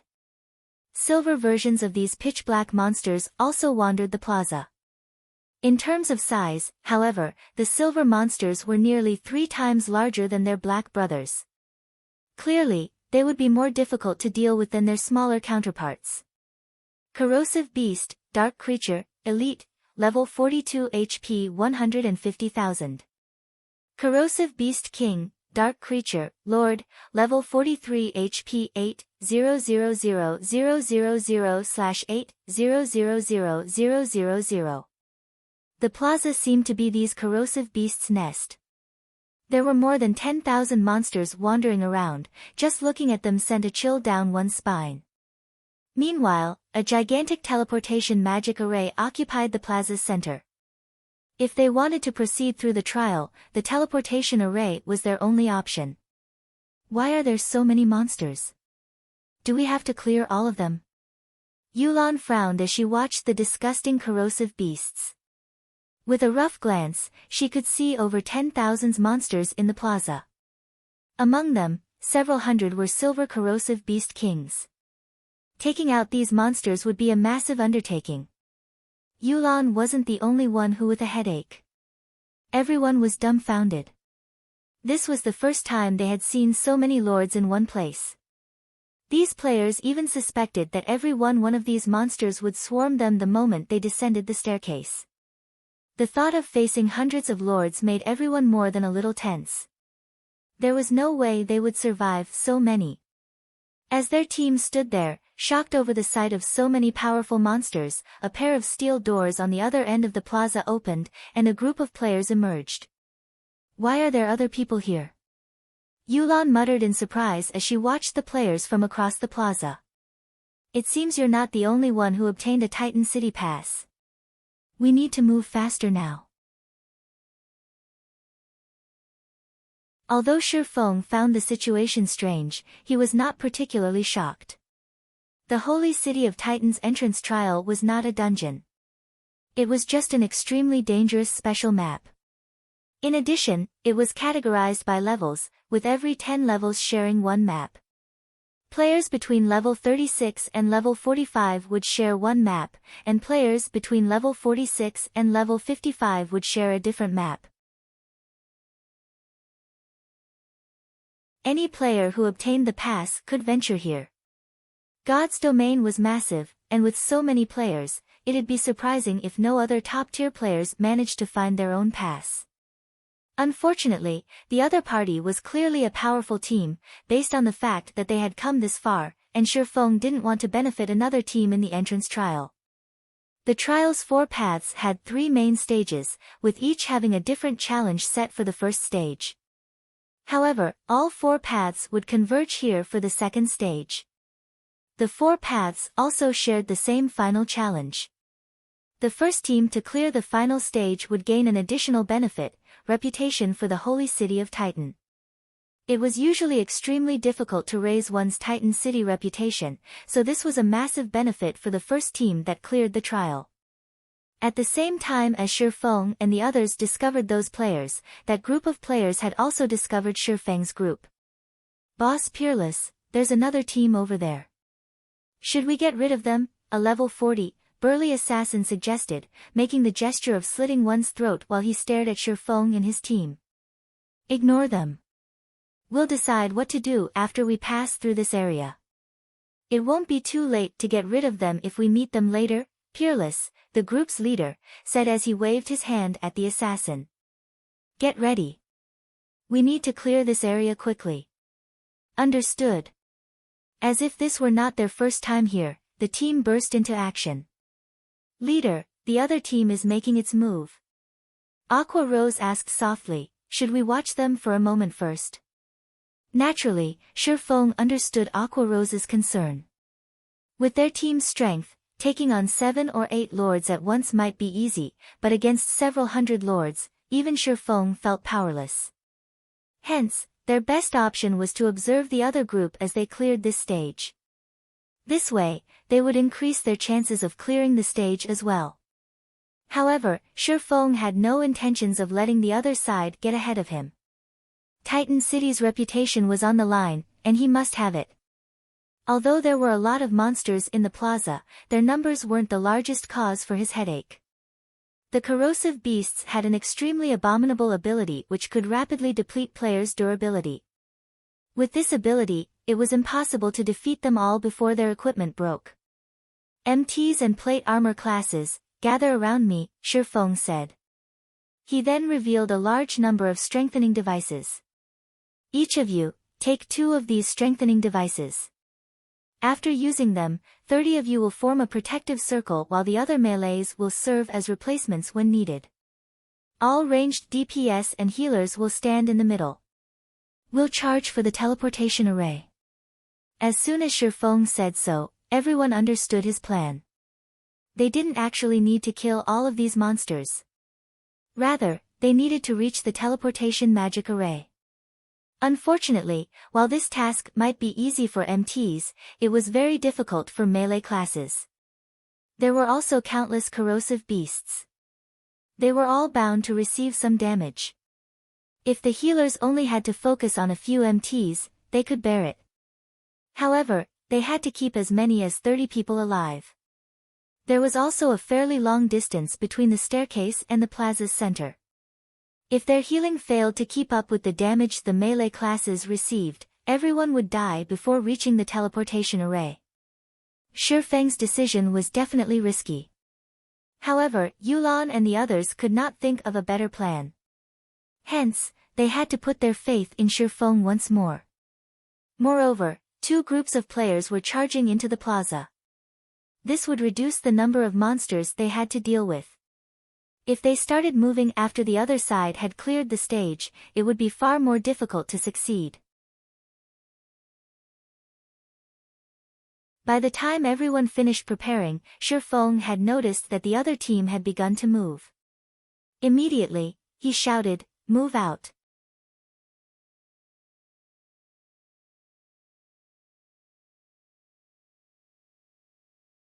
Chapter 925, King of Corrosion Chapter 925, King of Corrosion. The instant the team rushed down the staircase, the nearby corrosive beasts noticed them. The monsters turned their heads towards Shifeng's group one after another, and quickly, they swarmed towards the group like a tidal wave. The corrosive beasts were different from ordinary elite monsters. A layer of corrosive fluid coated their bodies. The corrosive fluid would reduce the durability of anything that touched it, whether it be weapons or equipment. If the equipment were secret silver rank or below, it would be rendered useless after receiving a few of the corrosive beast's hits. Even fine gold equipment would only last a few more hits, and only dark gold rank items could last any length of time. Now that they had entered the plaza, there was no turning back. Against the tidal wave of corrosive beasts, the team's only option was to reach the teleportation array within the shortest time possible. Shortly after the team met the corrosive beast army, although the elite monsters did not break through the team's defensive formation, after several bouts, everyone wore grim expressions. My weapon. My equipment. What are these monsters? Many of the players cried out in shock when they noticed their equipment and weapons' durability. Even after a brief moment of contact with the corrosive beasts, their dark gold weapons' durability had instantly decreased by 1 point. An ordinary dark gold weapon only had around 120 or so durability. Their dark gold equipment fared even worse. After receiving a few hits, their strengthening devices' durability decreased by 1 point as well. It was obvious that, without the protection of the strengthening devices, their equipment would only last for a short time. Leader, look at that team. It seems that they came prepared, Fire Dance said as she pointed at the other team. As she was not standing in the other ring, attacking with her throwing knives, she could focus on their distant competition. That's a smart move. Shifeng was slightly surprised when he turned to watch the other team. Instead of using a circular defensive formation as they had, the other team employed a V-shaped formation. Their most durable MTs served as the spearhead while the others followed closely behind. When the other team attacked, they would try to push the corrosive beasts standing before them away, forcing these monsters into the corrosive beasts behind them and buying some time. During this short period, the team pulled away from these monsters, with neither side having the opportunity to clash.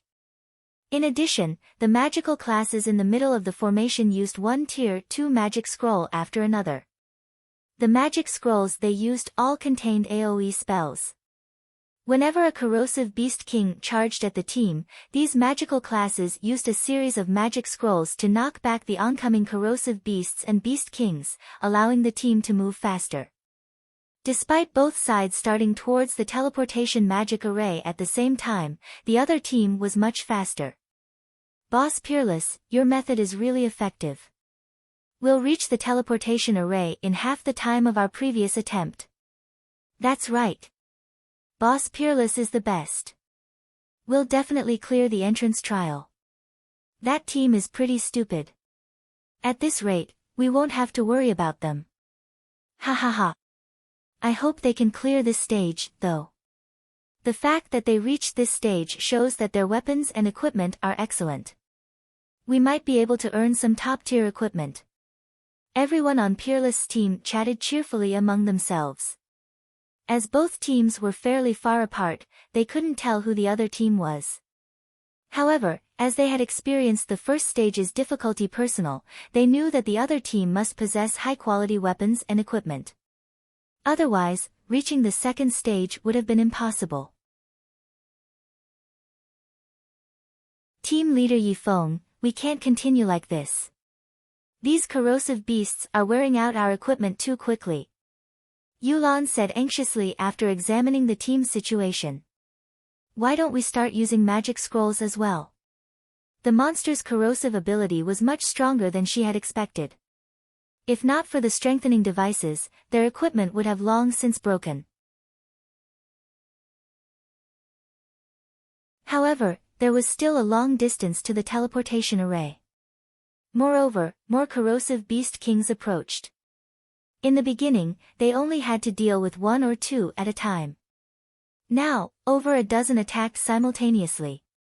They weren't even a third of the way, yet so many lords bombarded their team.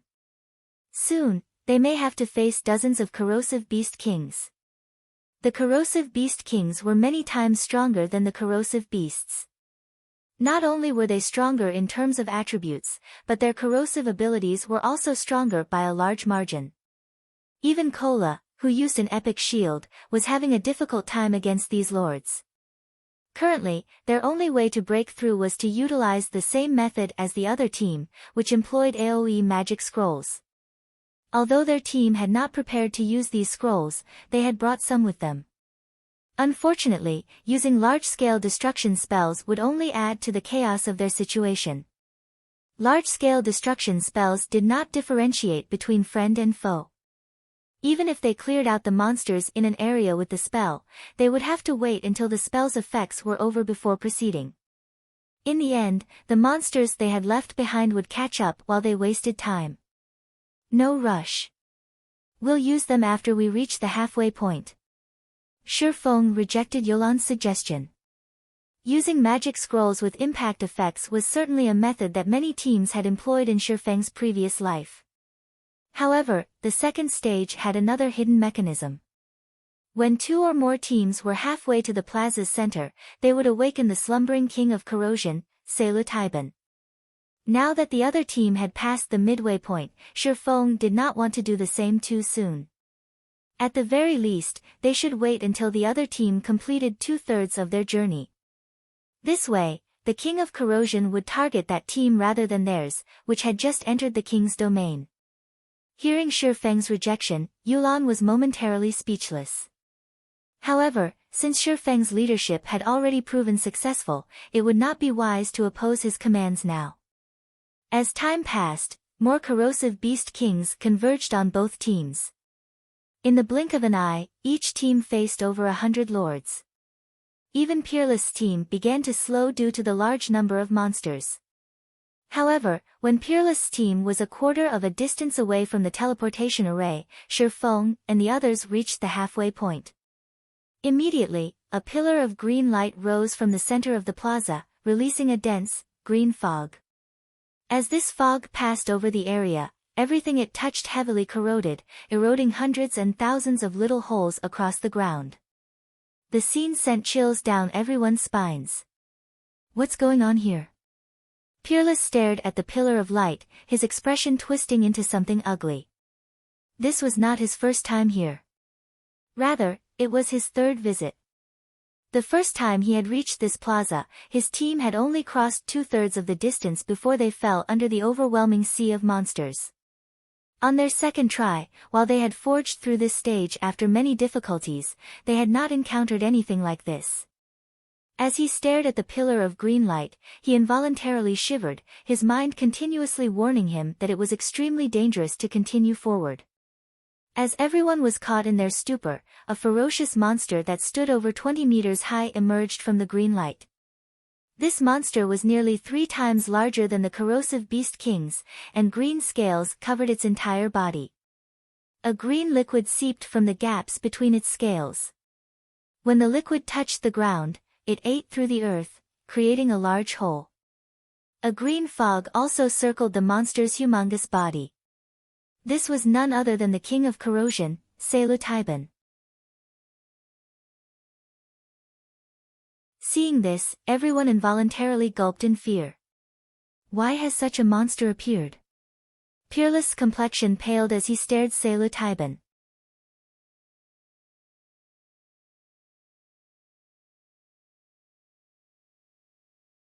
Chapter 926, Archaic Species Chapter 926, Archaic Species.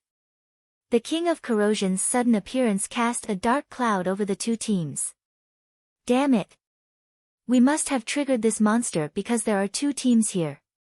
Rage flared in Peerless' eyes as he turned to Zero Wing's team on the other side of the plaza, killing intent welling within him. However, it was too late to change anything. He had thought of taking care of Shifeng and his team after they had reached the 3rd stage, earning some weapons and equipment. However, he now regretted his decision to delay. The King of Corrosion did not give the players any time to consider their situation. After examining its surroundings, it charged towards Peerless' team like a Mack truck. The ground trembled with each of Psilocybin's steps. As it moved, the corrosive fluid from its body ate large craters in the ground. Seeing these craters sent shivers down everyone's spines. Psilocybin, King of Corrosion, Dark Creature, Grand Lord, Level 45 HP 80-000-000/80-000-000. Psilocybin's massive frame spoke of its immense power. However, after witnessing its exact strength, everyone was shocked. Psilocybin's attributes were far higher than the first stage's boss. No matter how they looked at it, the King of Corrosion possessed higher attributes than what any level 45 Grand Lord should have. Leader, what should we do? Should we continue forward? Aqua Rose began to despair after seeing the massive King of Corrosion. Psilocybin was just too strong. It was definitely the strongest boss within the level 40 range that she had ever seen. Is this a joke? Why does this stage have such a powerful boss?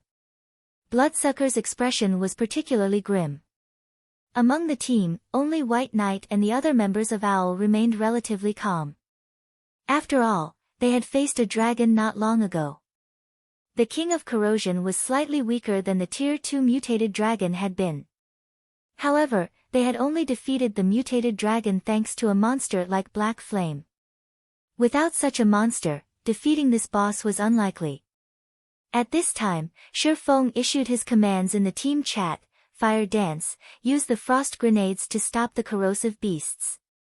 Blackie, use Stars of Light to clear a path ahead. Everyone else, if you have AoE attack or control skills, now is the time to use them. While Psilocybin might not be a dragon, it was an archaic species. To put it simply, it was the descendant of ferocious beasts.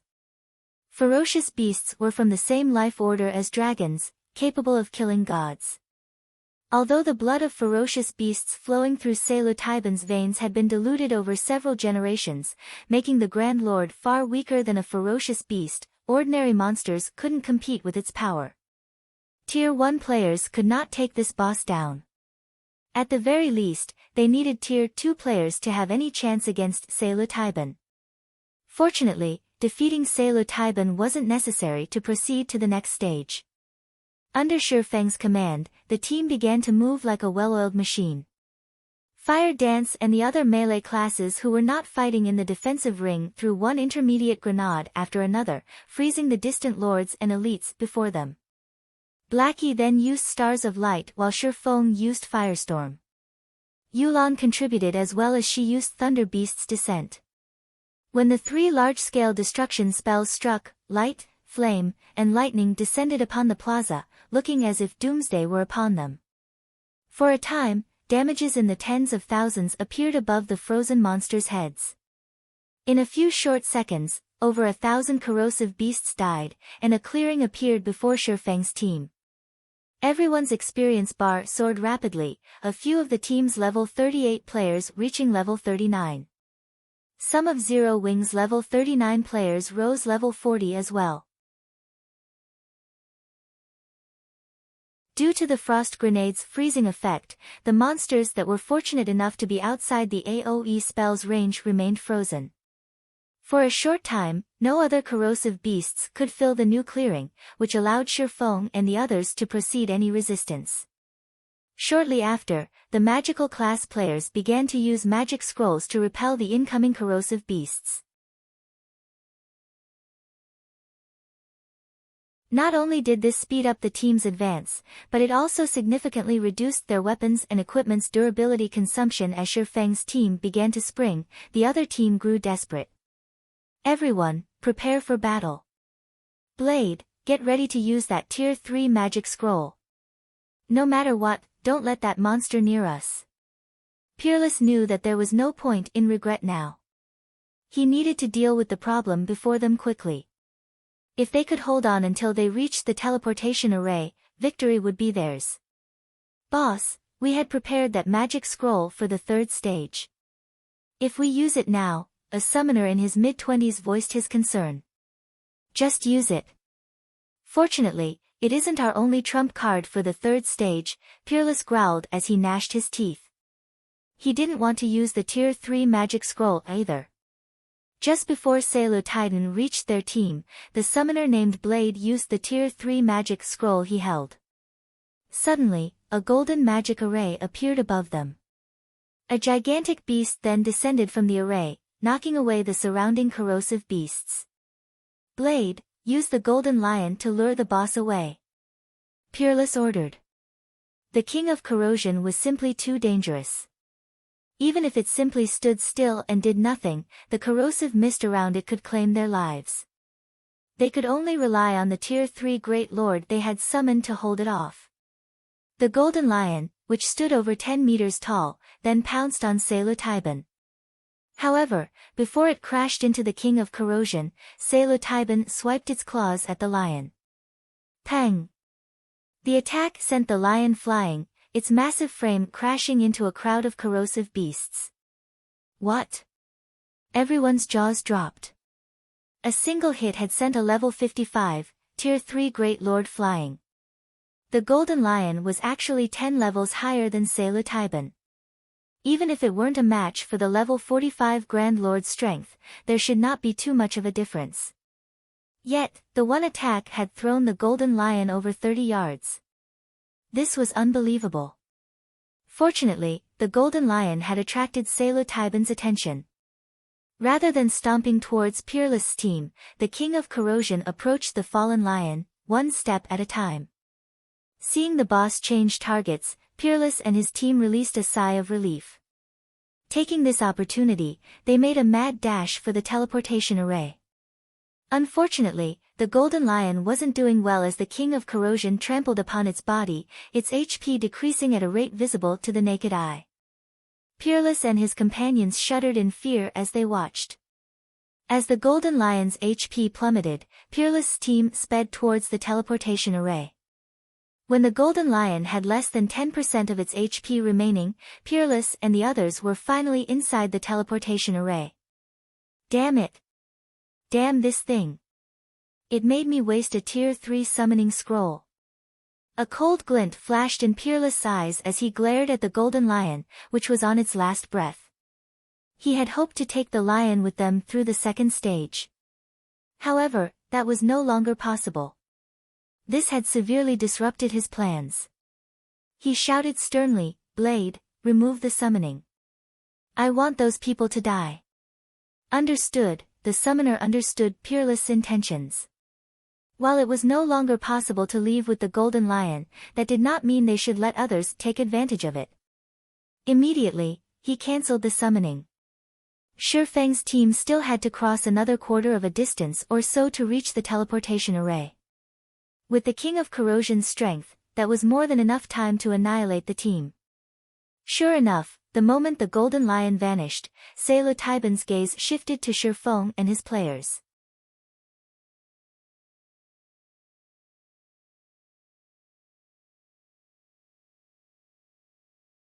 Chapter 927, Complete State Chapter 927, Complete State. We are letting them off too easy. Blade clicked his tongue as he watched Shi Feng's team. Boss Peerless, should we activate the teleportation array now? Wait a moment. I want to watch the King of Corrosion kill them. Peerless shook his head. The entrance trial's third stage was not any easier than the second. It would be far more difficult to proceed without the Tier 3 summoning scroll. He wanted to kill Shi Feng and his companions himself. However, he was satisfied with the knowledge that the King of Corrosion would massacre them. Salo Taiban's corrosive fluid could cause a tremendous amount of damage to one's equipment. It might even destroy the other team's weapons and equipment. This was a better outcome than killing them and taking a single item from each. Hearing Peerless' words, his people turned to watch Shi Feng's team with anticipation. Salo Taiban's movement speed was very high. Before Shi Feng and the others had crossed 100 yards, the King of Corrosion was less than 50 yards away from the team. They couldn't help their panic as the boss approached. The Grand Lord's pummeling of a level 55 Great Lord was still fresh in their minds. If even a Tier 3 Great Lord could not hold off this boss, players such as themselves had no hope. Even if all 10 of their MTs worked together, they couldn't defend against the King of Corrosion's attacks. I'll deal with him. Everyone else, hurry. Shi Feng's lips hooked up into a smile as he watched the incoming Salo Taiban. Others might not know the King of Corrosion's power, but he did. Although Salo Taiban was an archaic species, it had a fatal weakness. It couldn't respond to sudden changes very well. Even a slight turn required it to waste roughly 2 seconds. Expert players would have plenty of time to dodge its attacks. However, they first had to draw the King of Corrosion's aggro. Shi Feng instantly appeared before the King of Corrosion. Seeing this, Salo Taiban swiped its claws at Shi Feng. However, Shi Feng easily evaded its attack using silent steps, instantly appearing behind the King of Corrosion. Dragon Breath. Suddenly, a massive white beam bombarded the back of Salo Taiban's neck. Minus 23,187. So tough. Shi Feng clicked his tongue. Dragon Breath multiplied his damage by 10, yet when the skill struck one of the King of Corrosion's vulnerable spots, it only dealt around 20,000 damage. If an ordinary expert attacked the Grand Lord, they would probably only deal a few hundred damage. Shi Feng's attack immediately drew Salo Taiban's attention. Following which, the King of Corrosion tried to turn to attack Shi Feng. However, Salo Taiban was very slow when turning, shifting its body step by step. This gave Shi Feng ample time to activate Windwalk and leave his current position. As for the corrosive beasts and corrosive beast kings blocking his way, they were no threat. You're quite durable. Unfortunately, this Grand Lord isn't that easy to deal with. You're just wasting your time, Peerless sneered as he watched Shi Feng. In the face of absolute power, techniques were useless. Even if Shi Feng bought his team some time, it wouldn't be enough to reach the teleportation array. Roar! Salo Taiban roared his fury as it chased Shi Feng. In the blink of an eye, the King of Corrosion had moved away from Shi Feng's team, the team sighing in relief. A moment later, however, tension gripped their hearts once more. Salo Taiban was simply too fast. Even after Shi Feng activated Windwalk, he could not match the King of Corrosion's speed. If he allowed the Grand Lord to catch up to him, he wouldn't have a skill like Silent Steps to help him avoid another attack. After Shi Feng crossed about 20 yards, Salo Taiban had caught up to him. Salo Taiban's claws transformed into afterimages as it swiped at Shi Feng, a sonic boom blasting through the air parry. Pang! Like a bullet, Shi Feng was thrown over 30 yards, his body slamming into the ground. The impact even created a large crater around Shi Feng's body.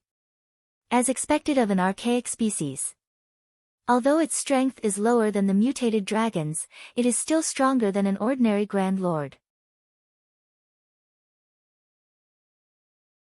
Once Shifeng stood back up, he felt as if every bone in his body was about to pop out of its socket. His arms were numb after taking the King of Corrosion's hit. If he had not used parry to block the attack, he would have been dead by now. Seeing Shifeng's HP remain static, Selu Taiban flew into a rage. Taking 2 steps forward, it instantly arrived before Shifeng and stomped on the tiny swordsman. Seeing the mountain-sized foot descending towards him, Shifeng stopped holding back. Heavenly Dragon's Power. Thunder God's Descent.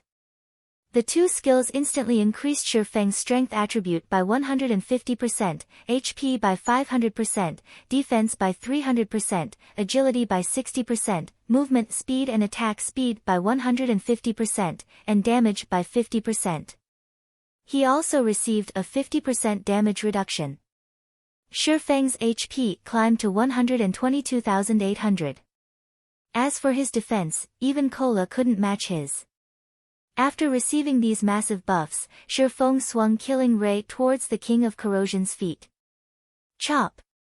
3 arcs of blue light gathered at a single point, tearing space itself apart. This spatial tear then extended towards Selu Taiban's feet. Boom! The powerful shockwave from the impact knocked the surrounding corrosive beasts back. Suddenly, there were no monsters within 20 yards of the King of Corrosion. Is he an NPC? When the dust settled, everyone's jaws hit the floor as they stared at the shockwave's epicenter. No one could believe their eyes. Shifeng had actually blocked the King of Corrosion's powerful attack. Moreover, he had caused Selu Taiban to shudder slightly. Although Shifeng was buried up to his knees, he had only received around -7,000 damage from the attack. To Shifeng's over 120,000 HP, this damage was nothing. The upgraded Heavenly Dragon's Breath is wonderful. I won't even have to activate twofold Berserk at this rate. Shifeng flexed his muscles, joints popping. Although he felt somewhat stiff, overall, Shifeng's combat power had not been affected. When he had faced the mutated dragon, he had been suffering a weakened soul state, reducing his attributes by nearly half. He had relied on dragon's domination to overcome the mutant. Now that his soul had recovered, although his strength was still not a match for the King of Corrosion even after activating Heavenly Dragon's power, the gap was not as wide as it had been. In addition, with his extremely high skill completion rate, he wouldn't have a problem defending against the Grand Lord's normal attacks. However, his sacred sword, Killing Ray, was the main reason that he could contend with Selu Taiban. Killing Ray increased his damage by 100% against dark creatures. However, just after Shifeng pulled his legs out of the ground, the enraged King of Corrosion swung its claws at him once more as if it were trying to swat a fly. Just in time. Let's see how you fare against this. Shifeng did not dodge the attack. Instead, he used his sure-kill skill, Flame Burst. A miniature sun then collided with Selu Taiban's claws.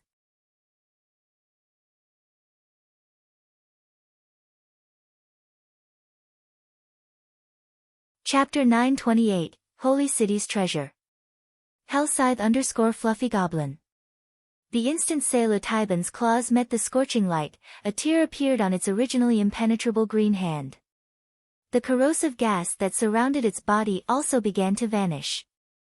Boom! As an explosion shook the area, Selu Taiban's attack was repelled. In contrast, Shifeng only took a step back, not receiving any damage. He blocked it. How is that possible? Neither Peerless' team nor Zero Wing's team could believe their eyes. The King of Corrosion was capable of overwhelming a level 55 Great Lord. Moreover, the last time Shifeng had blocked the Grand Lord's attack, he had received quite a bit of damage. Now, however, he actually stood there unscathed. They felt as if they had just watched someone block an oncoming train with one hand. Boss Blood, I don't even think guild leader Blood Fang is a match for Yi Feng's strength, Kirin said in shock as he stared at Shifeng. Indeed. Purely in terms of strength, he has surpassed our guild leader, Bloodsucker said with a serious glint in his gaze. The strength 0 wing displayed before them had already surpassed the information they had on the guild. After Shifeng successfully repelled one of Selu Taiban's attacks, the King of Corrosion launched a series of attacks. Shifeng used Killing Ray once more to repel the Grand Lord's attacks. Boom! Boom! Boom! Shifeng blocked every one of Selu Taiban's attacks. The combination of fire and the sacred sword is amazing. Shifeng smiled. Aside from its slow turning speed, Selu Taiban had another small weakness: fire. Fire attacks would deal double the damage against the Grand Lord. As a result, the combination of both bonuses allowed Shifeng to match the King of Corrosion's strength. Unfortunately, Flame Burst's uses were limited. He could not stand against the King of Corrosion for long. However, Shifeng had no intentions waiting for his death. He had deliberately caused the King of Corrosion to appear. If he had wanted to play it safe, he could have allowed Peerless' team to reach the third stage first. Selu Taiban was the only reason he had not.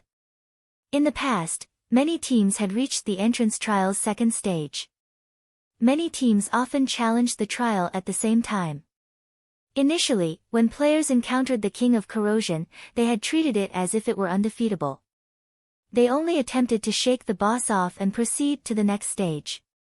However, as players reached higher levels and obtained better equipment, they started to raid the King of Corrosion for its loot. In the end, when a team of players finally killed Selu Taiban, the Grand Lord had dropped a treasure that nobody had expected. The Holy City's emblem. Every guild in God's domain had treasured this item. Even after 10 years, the Holy City of Titans passes were extremely rare. Countless guilds had sought the pass as players could not enter Titan City without it. However, the Holy City's emblem could also transfer players to Titan City. Unfortunately, it could only transfer 10 players. However, unlike the Titan City Pass, the Holy City's emblem was not a consumable, it could be used indefinitely. Moreover, the emblem could send players to the Holy City directly. They didn't need to challenge the entrance trial. Now that there were 2 teams in the second stage, Shifeng wouldn't pass up this opportunity. The King of Corrosion was not undefeatable. In the past, through countless teams' experimentation, players finally discovered an effective way to defeat Selu Taiban. With his current team's strength, if they used that method, they could do the same. Following which, Shifeng activated Wind Rider and flew towards the teleportation magic array. Realizing where Shifeng was flying to, Selu Taiban also dashed towards the teleportation array. "Boss, that person's flying towards us. We need to leave. If that monster charges over here, it'll be difficult to escape," Blade hurriedly advised. Although corrosive beasts would not approach the teleportation array, there was no guarantee that the King of Corrosion would not. On the off chance that it entered the teleportation array, the consequences would be unimaginable. Peerless gnashed his teeth. However, he still gave the command to leave, saying, "Let's go." Although he was reluctant, he had to admit that Shifeng and his team were far stronger than he had expected. If they clashed, they might fail the trial again. This was their final chance. There was no room for failure. Following which, Peerless and his team activated the teleportation magic array, transforming into a beam of light and disappearing from the plaza. Shortly after Peerless' team left, Shifeng entered the teleportation array as well. Just as Peerless had guessed, the enraged King of Corrosion ignored the teleportation array and charged onto the platform. However, before Selu Taiban reached the array's center where Shifeng stood, Shifeng reversed the flow of mana in the teleportation array. The teleportation array instantly transformed into a magic barrier. The green mist around Selu Taiban began to scatter. Its basic attributes also plummeted. The Grand Lord's HP, which had been 80 million, fell to 60 million. In the past, Nobody had thought that the teleportation array in the plaza's center could do such a thing. Everyone had only thought of using brute strength to kill the King of Corrosion. As long as the magic barrier was active, the King of Corrosion could not leave the area. Of course, players couldn't use the teleportation array either.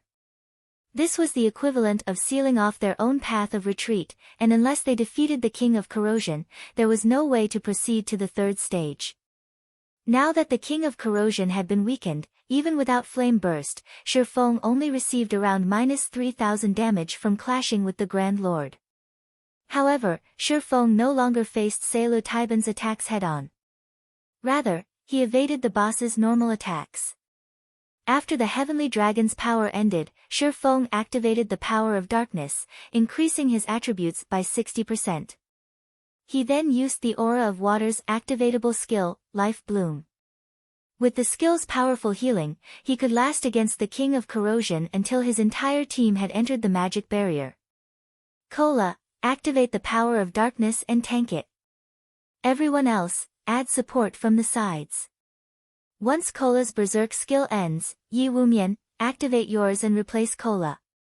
Turtledove will be next. Shifeng issued his commands once his team had entered the barrier. Yulan, use your large-scale buff spell. Everyone else, watch the boss's tail. On Shifeng's command, before they could even catch a breather, they began to move once more. Cola immediately activated the power of darkness and used Justice Bash on the King of Corrosion's feet. He followed up with a Shield of Vengeance, drawing Selu Taiban's aggro. Yulan also utilized her large-scale buff spell, Angel's Blessing. Suddenly, a harp-wielding, golden angel appeared in the sky. As the angel began to sing, a golden barrier enveloped every member of the team. Not only did the golden barrier increase everyone's attributes by 20%, but it also gave them a divine shield buff, reducing the damage they took by 20%. Both buffs lasted for 30 minutes. Although everyone's attributes had risen significantly, their damage against the King of Corrosion was still quite low, with most attacks dealing around -1,000 or so damage. Only elementalists could deal almost -3,000 damage with fire-type spells. However, Selu Taiban had 60 million HP. Its battle recovery alone healed it for 600,000 HP every 5 seconds. Raiding the King of Corrosion was far more difficult than they had imagined. The team members finally realized just how terrifying Shifeng was to hold off the Grand Lord for as long as he had.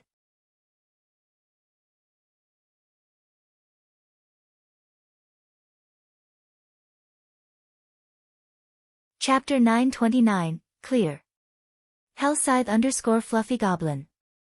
Even after Selu Taiban had been weakened, it dealt over -10,000 damage to Cola despite the Guardian Knight's active Berserk skill.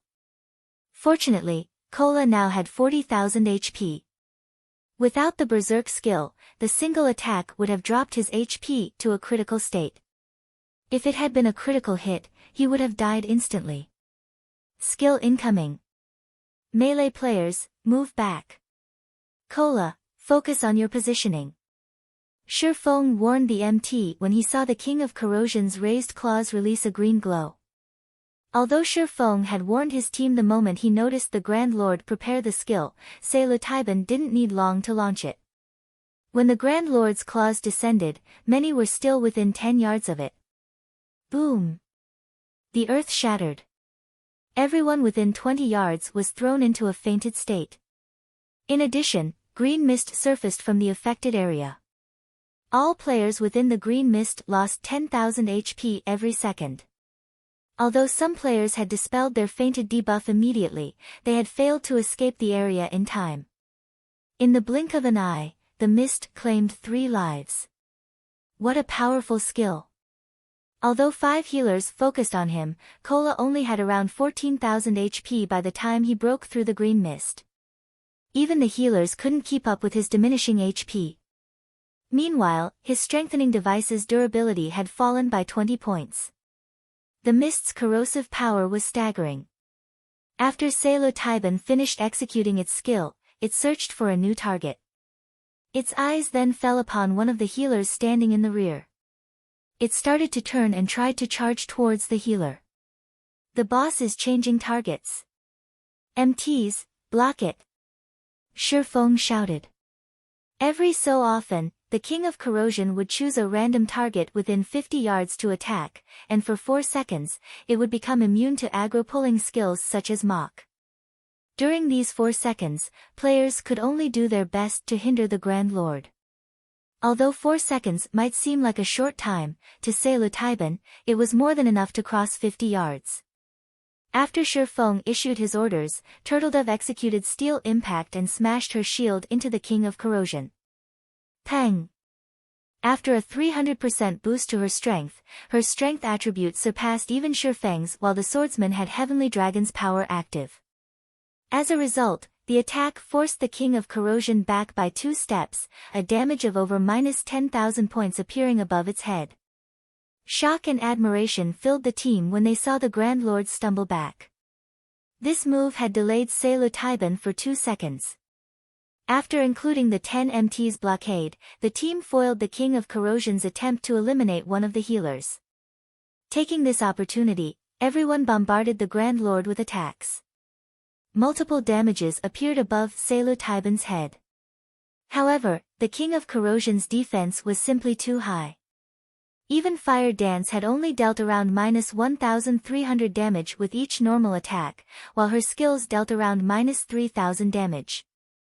This damage was not nearly as eye-catching as what she had dealt to the Steel Slaughterer.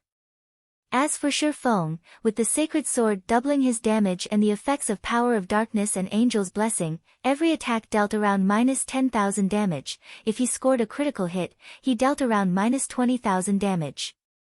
As time passed and Kola's Berserk skill ended, Yi Wumian activated his Power of Darkness and replaced Kola.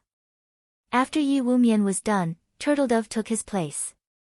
During this time, Selu Taiban managed to kill another dozen or so players. As for the King of Corrosion itself, its HP had fallen to 30%. A big one is coming.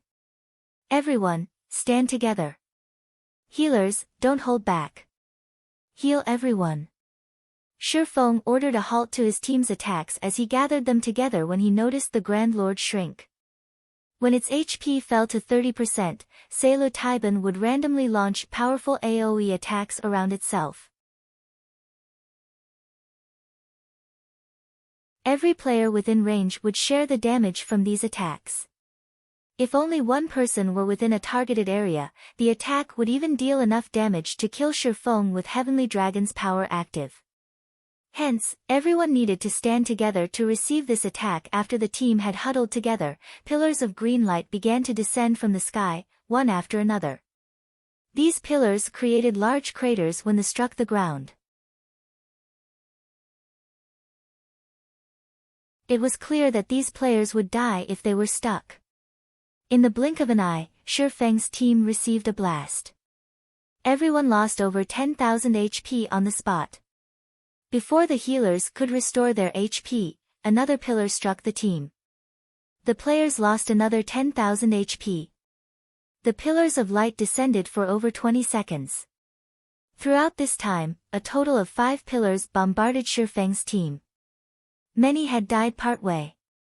In the end, less than 50 people remained. Unfortunately, while Selu Taiban cast its skill, its HP had recovered, climbing from 30% to 50%. It now had 30 million HP remaining. Despair gripped everyone's hearts. They had fewer than 50 players standing now.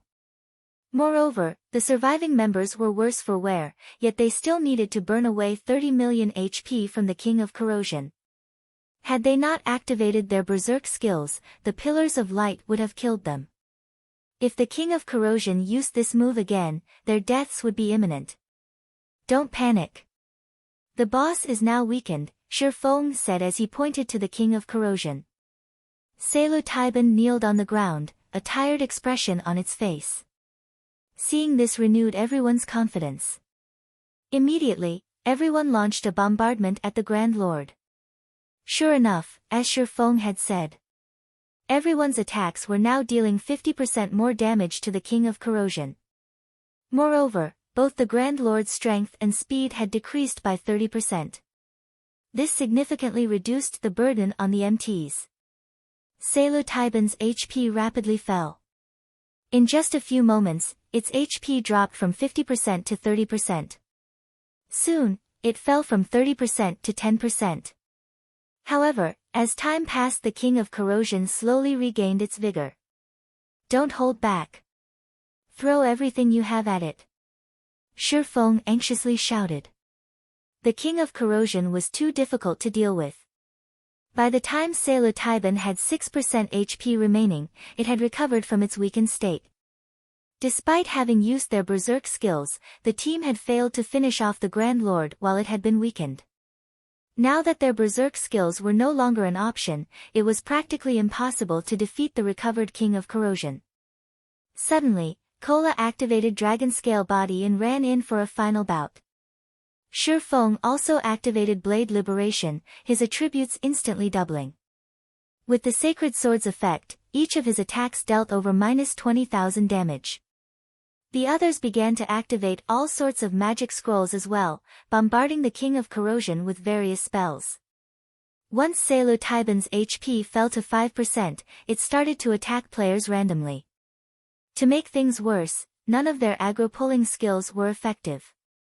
As a result, the team rapidly lost players. When there were only 20 or so players remaining, Psilocybin's HP finally reached 1%. Die. Watching their teammates die, one after another, the survivors grew anxious. However, although everyone used every skill they had against the King of Corrosion, the effects were minimal. They had long since exhausted their options, so their damage was now limited. When there were only 14 players standing, Shifeng's flame burst finished its cooldown. Using silent steps, he arrived behind Psilocybin's neck. He then began brandishing Killing Ray. 15 dazzling white lights flared. The King of Corrosion's final 300,000 HP vanished instantly, its massive frame crashing before the team.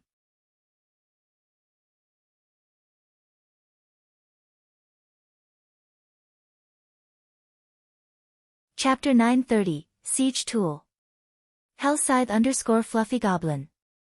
Seeing the King of Corrosion fall to the ground, the survivors released a sigh of relief. A moment later, everyone burst into cheers. Psilocybin's death allowed the survivors' levels to increase rapidly. For example, Fire Dance and Aqua Rose, who were level 40, reached level 42. Yulan also climbed from level 39 to level 42. As for Shifeng, White Knight, and Frozen Dream, they shot from level 42 to level 43. So much EXP. The corners of Bloodsucker's lips twitched slightly when he saw 2 consecutive lights wrap around his body, his level rising to 42. The King of Corrosion had nearly annihilated them. Not a single MT on the team was still alive. Among the healers, only Violet Cloud still stood. Without any life-saving skills, the King of Corrosion could kill a player with each attack. The battle's intensity had left a lingering fear among the survivors. Rest up. Violet, after you recover your mana, revive the other healers, Shifeng ordered after glancing over everyone. The King of Corrosion's might hadn't particularly surprised him. After all, Psilocybin was an archaic species. In fact, this outcome had been excellent since he hadn't used his trump cards. If they had been any other team, Psilocybin's ultimate attack would have annihilated them. They would not have survived until the Grand Lord entered a weakened state. The King of Corrosion didn't drop much after it died. Even after Shifeng had used Divine Providence, it had only dropped 9 items and some coins. Among the items, 5 were materials. After splitting the coins among the team, each person only obtained around 40 silver. They did not even have enough to pay for their repair fees. However, among the loot, Shifeng only had eyes for a flashing, silver emblem. This was none other than the Holy City's emblem. With this emblem, he didn't have to worry about finding a pass to the Holy City in the future. Of the 3 remaining items, one was a piece of growth-type equipment, one was a piece of epic equipment, and the last was a miniature ballista design. Solovia's blade, two-handed sword, bronze rank, level 40, level 100 equipment requirement, strength 700 attack power plus 944, level 40, strength plus 52, endurance plus 61 attack speed plus 3 ignore levels plus 7. When attacking, 20% chance to deal 2/1 times damage and inflict the bleeding debuff on target for 12 seconds. Additional passive skill, monstrous strength. When attacking, there is a chance to increase strength by 60% for 5 seconds. Additional active skill, Blood of Fury. The lower the wielder's HP is, the higher their damage and attack speed become to a maximum of 70% for 1 minute. Cooldown, 5 hours. This sword belonged to Titan's Grand Marshal Solovia. However, due to contamination by the power of darkness, purifying the item will require a large number of magic crystals and EXP. First purification requires 200 magic crystals and 400 million EXP. This sword, which had once been used by a Grand Marshal of Titan City, caused the team's berserkers to drool. The weapon even tempted Bloodsucker. Although his current weapon was epic rank, when comparing additional skills, Solovia's blade was much suited for berserkers. Solovia's blade was almost tailor-made for the class. Unfortunately, purifying the weapon 5 times would require a lot of magic crystals and EXP. The other epic item also left everyone speechless. Ring of Corrosion, Ring, epic rank, level 40, level 90 equipment requirement, agility 400, intelligence 200 strength plus 38, agility plus 42, endurance plus 26, intelligence plus 31, level 40, ignore levels plus 10. When equipped, increase all attributes by 10%. Poison resistance plus 20 magic resistance plus 10. Additional passive skill, Corrosion, allows wielders' attacks to weaken opponents' defense and magic resistance by 50% and inflicts a poison debuff, causing damage every 2 seconds for 10 seconds. Debuff can stack up to 5 times. Additional active skill, Poisonous Miasma, release a poisonous mist in a radius of 20 yards, causing damage equal to 500% of wielder's main attribute every second. Enemies within this poisonous mist suffer a 10% defense and magic resistance decrease for 10 seconds. Cooldown, 30 minutes. Ornaments were already extremely rare in God's domain, much less an epic ranked ring. A ring that improved a player's DPS was even rarer. Overall, the Ring of Corrosion was even more valuable than Solovia's blade.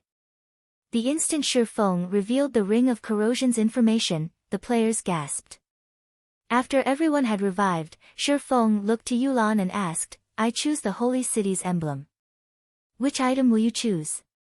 Overwhelming smiles. Members wished they could walk away with it all. The 2 items and the miniature ballista were extremely valuable items to a guild. As for the Holy City's emblem, Shurfeng had not shared its attributes. He had specifically exercised his right to choose the first item to avoid revealing its information. Nobody called Shurfeng out on his actions either. After all, they had only won this battle because of Shurfeng's commands. However, Yulan was somewhat hesitant, her gaze shifting back and forth between the 2 items and the miniature ballista. The miniature ballista was a powerful siege tool. Now that players were reaching higher levels, the various guilds had begun to prepare for conquering towns. They had already learned the benefits of mastering a town from the situation in Stone Forest Town. That little town raked in thousands of gold each day for Zero Wing. Hence, the various large guilds prioritized capturing their own. However, producing the miniature ballista was very difficult. With lifestyle players' current abilities, it was almost impossible to manufacture. In the short term, choosing the 2 pieces of equipment would undoubtedly benefit her team. In the long run, however, the miniature ballista was more advantageous. As Yulan hesitated over her choice, Warwolf whispered to her, "Yulan, pick the 2 pieces of equipment. You still lack a powerful foundation. Although the miniature ballista is indeed valuable, it is not particularly useful right now." In the organization known as Underworld, Yulan was not yet an upper echelon. She also did not have a guild of her own. While the miniature ballista might profit a guild immensely, it was not particularly beneficial to an individual. If Yulan wanted to raise her position in the organization, then she needed a powerful team to support her. Hence, choosing Soluvia's blade and the ring of corrosion was a wiser decision than choosing the miniature ballista. Moreover, if not for Shifeng's help in the trial, they wouldn't have any of these items. I'll pick the ring of corrosion. Yulan felt that War Wolf's opinion was quite reasonable. Although Underworld might be an organization, not everyone within the organization was of a single heart. While she might temporarily raise her position if she presented the miniature ballista, others could replace her at any time. I'll pick the miniature ballista design, then, Shifeng said without hesitation. He had plenty of methods to obtain top-tier weapons and equipment. Although he lacked epic weapons and equipment right now, as players reached higher levels, obtaining them would become easier. However, it was a different story for siege tool designs. These designs would also be difficult to find. They couldn't be obtained by simply killing a few powerful bosses. If he missed on this opportunity, he would definitely regret it. Moreover, Shifeng now had the Holy City's emblem. He no longer worried about nurturing advanced engineers. He could even nurture master engineers. It wouldn't be long before he could manufacture the miniature ballista. The thought of using the miniature ballista to capture a town excited Shifeng. After Shifeng finished distributing the items and everyone had rested, Shifeng reversed the flow of mana in the teleportation magic array once more. Suddenly, a small, golden teleportation magic array appeared a short distance away from the central array. The small teleportation array's golden glow scattered the surrounding corrosive beasts and corrosive beast kings. None of the monsters dared move closer than 300 yards from the teleportation array.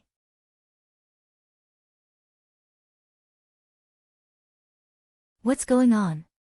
Shifeng frowned at the golden array with curiosity.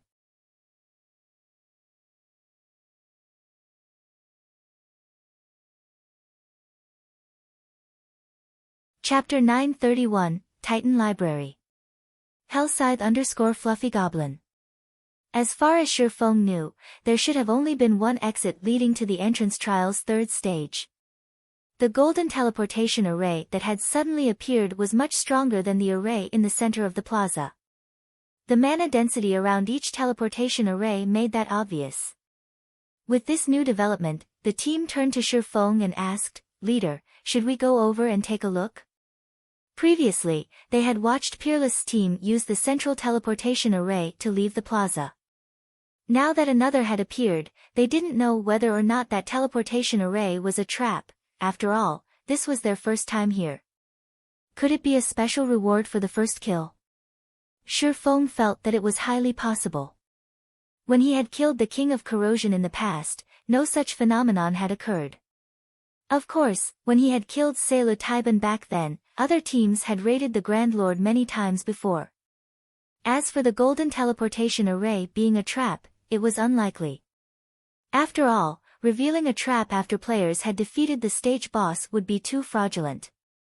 The teleportation array was most likely a reward of some kind. Let's head over to investigate. In the end, Shifeng decided to examine it. Under Shifeng's command, the team approached the golden teleportation array.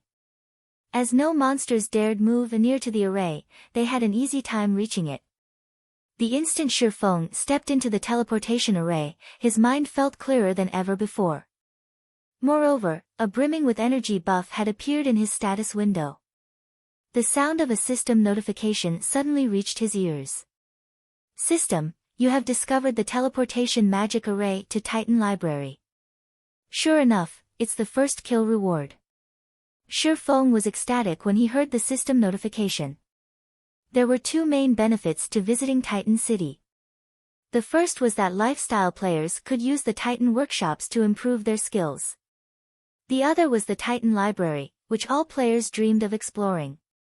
Generally, for players seeking the Titan Library, they first needed to reach the third stage and then take the path to the library.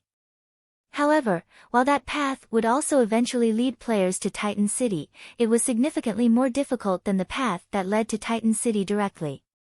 Players usually chose the latter option to ensure their Titan City entrance slots. Shi Feng had never imagined that obtaining the King of Corrosion's first kill would garner such a benefit as well. Following which, Shi Feng walked towards the teleportation array's center and activated it. Everyone instantly transformed into streaks of golden light and vanished. After the team disappeared, the golden teleportation array faded as well, silence returning to the spacious plaza. The entrance trial's third stage consisted of narrow pathways. Barely 3 people could walk, side by side, down the pathways. Meanwhile, bottomless pits lined each pathway on either side. If a player fell off the pathway, it wouldn't even be possible to revive them. They would be instantly disqualified from the entrance trial. Aside from this dangerous pathway, there were large groups of bat monsters flying through the air that frequently screeched soundwave attacks. If players were not careful and failed to avoid these attacks, they may plunge to their deaths. When Peerless' team arrived here, they were immediately thrown into a bitter battle. The weakest bat monsters here were special elites, with many being chieftains. There were even level 45 Lord-ranked bat kings. When these bats caught players, they immediately threw them into the abyss. These bat monsters were far more difficult to deal with than the corrosive beasts. The fact that players would be disqualified if they fell off the pathway was particularly harsh. Use the sound bombs. Peerless shouted when he saw bat monsters gather around them. Against ordinary monsters, the sound bombs weren't particularly effective. The bombs only made some noise to disturb monsters. However, against the bat monsters, the bomb's effect was massive. A single explosion would scare away these monsters, preventing them from approaching for a short time. Peerless had specifically prepared this item to deal with the bat monsters.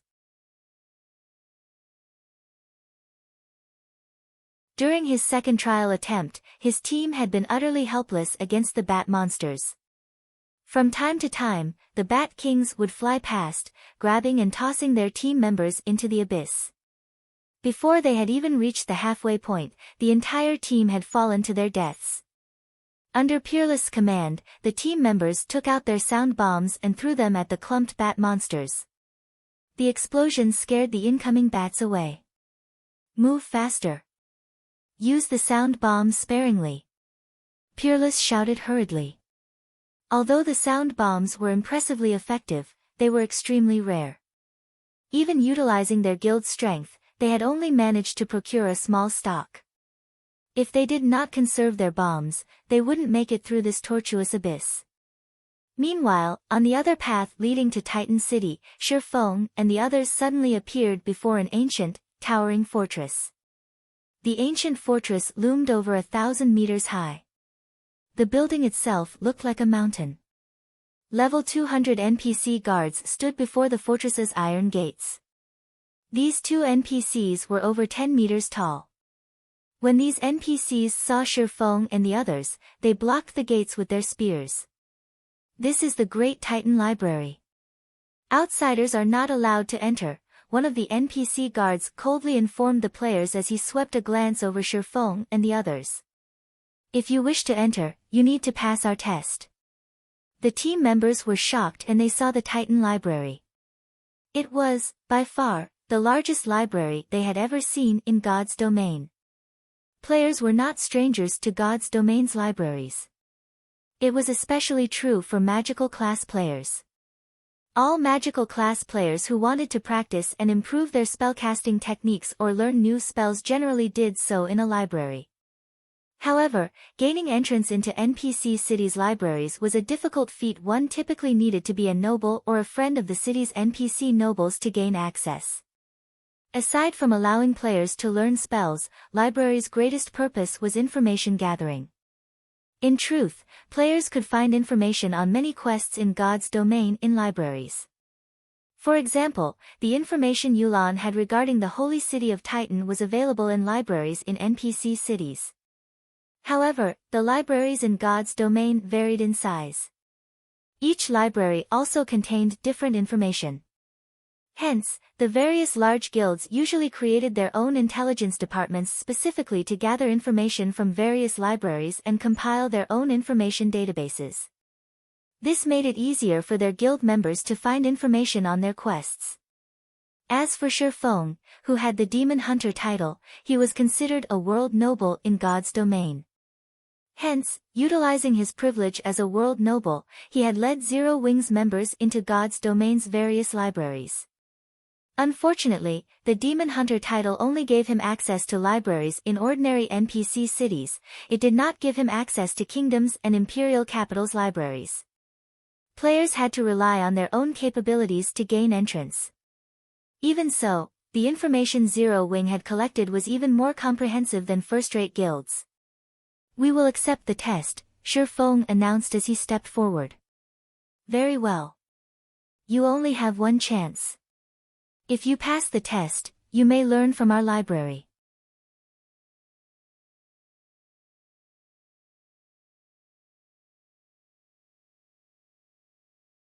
Chapter 932, Advantage of Tier 1 Players. Hellscythe_Fluffy Goblin. When the team heard that they could enter the Titan Library if they passed the test, elation colored their expressions. The team's magical classes were particularly eager, their eyes alight as they hungered to enter the library as soon as possible. "Everyone, rest up. Make sure you are in peak condition before you challenge the test," Shi Feng instructed his team. Each person only had one chance to pass the test. If they failed, they would not gain access to the library, they would only find another chance to take the test when they came through the trial again. However, it would be far more difficult to reach the Titan Library next time. While Shi Feng was confident in leading everyone to Titan City, the same could not be said for the Titan Library. In the past, many independent players had chosen to take the library's test whenever they got their hands on a pass. However, since reaching the Titan Library was more difficult than the direct path to Titan City, very few players had passed the test. Even so, everyone wanted to try. This was all because players could learn extremely rare skills in the Titan Library. These rare skills could improve a player's combat power significantly. For example, Shi Feng's Flame Burst was one such rare skill. Moreover, these skills generally did not require proficiency to level, only EXP. Hence, a player could dump a large sum of EXP into leveling these skills during a crucial moment with the hope of turning the situation around. Your test is simple. Because you are all Tier 1 classes, you just need to kill a chieftain of the same level within a certain time. If you fail to defeat your opponent within the given time, you fail the test. After the Titan NPC finished explaining, the spear in his hand trembled. Suddenly, a golden magic array with a 5-yard radius appeared a short distance away. That is your arena. When you are ready to take the test, simply step into the array, the Titan NPC said as he pointed at the golden magic array. The NPC then fell silent as he resumed guarding the closed gates. As the team members listened to the test's rules, they frowned. Ordinary experts could not solo a chieftain of the same level, not to mention doing so within a limited time. Since the system had placed a time limit on the test, it was obvious that players would not have long. "Just enter the array when you're ready," Shi Feng said. He could not help but laugh and shake his head when he saw everyone's depressed expressions. In reality, Tier 1 players had a benefit when they came here. When Tier 2 players took the test, they had to solo a High Lord of the same level, that monster was 2 ranks higher. Compared to a High Lord, a chieftain seemed cute. After saying so, Shi Feng entered the magic array. He then transformed into a streak of golden light and disappeared. After watching Shi Feng enter the test, the rest of the team stepped into the magic array as well. Even if they were not confident of succeeding, they had to try. After players entered the golden magic array, they were transported to a peculiar space. When Shi Feng opened his eyes, he discovered that he had teleported to a wide, open prairie with no end in sight. Meanwhile, 200 yards away from him lay a flaming rhinoceros that was over 5 meters tall. Crimson Rhinoceros, Elemental Being, Chieftain, Level 43 HP 400,000/400,000. The library's test monster had far less HP than an ordinary chieftain. The point of this test was to see if players could face these monsters head-on. As Shifeng prepared to approach the rhinoceros, he heard the sound of a system notification. System, you have 10 minutes to complete the battle. If you cannot finish the battle within the allotted time, you will be automatically transferred out of this instance. The system's giving players 10 minutes.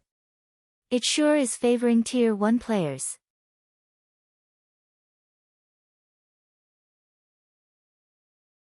Shifeng could not help but sigh.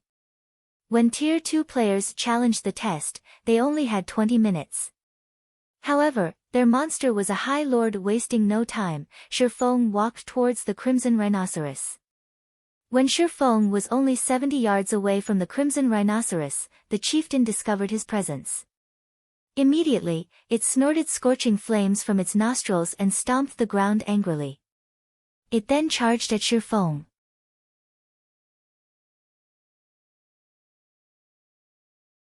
When it moved, it thundered like a speeding truck. Seeing this, Shifeng activated Flame Burst.